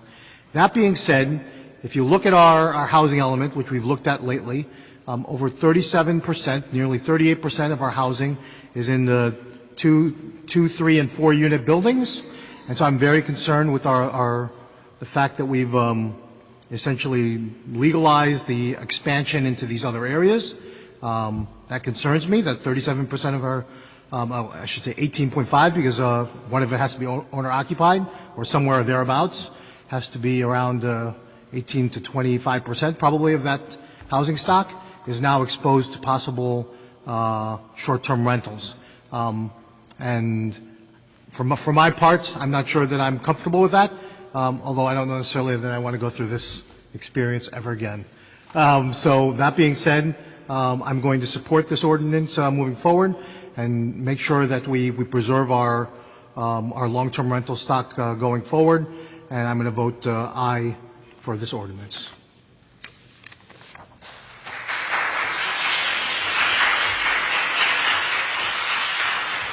To the ordinance 19077, item 4.1 on this agenda has been finally adopted. 7-2. Voting no, council members Bajano and Yun.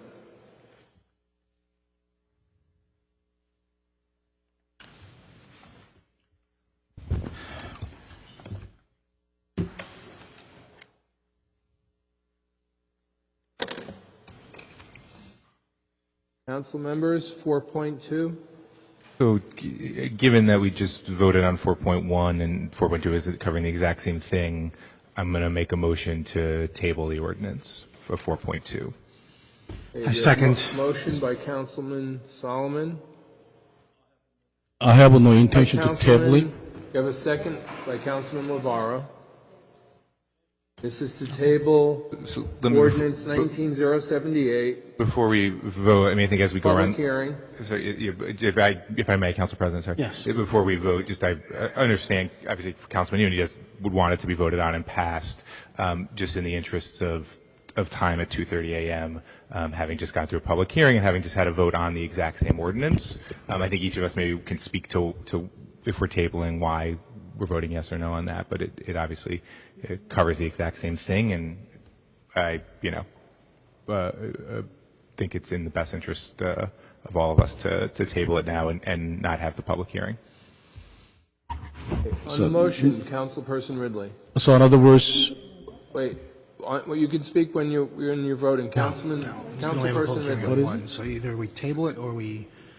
This is the table. Yeah, I know what Item you're saying, but I 4.2. just want to be clear because we've already had the public hearing on both, so we're not. No, we gonna- did not. We're not, right? Basically, it's just a public hearing we on the just first ordinance. we just that limited the public hearings are understandable. But we made Yeah. a case for everyone to kind of give their comments. But Yeah. if they want to do, okay. Correct. Well, yeah, I vote aye. Thank you, Councilperson Prinzary. Aye. Bajano. No. Yun. No. Solomon. Aye. Robinson. Aye. Rivera. Waterman. Aye. Lavaro. Aye.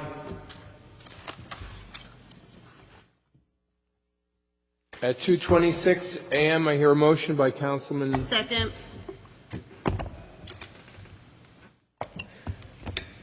(2:26 a.m.)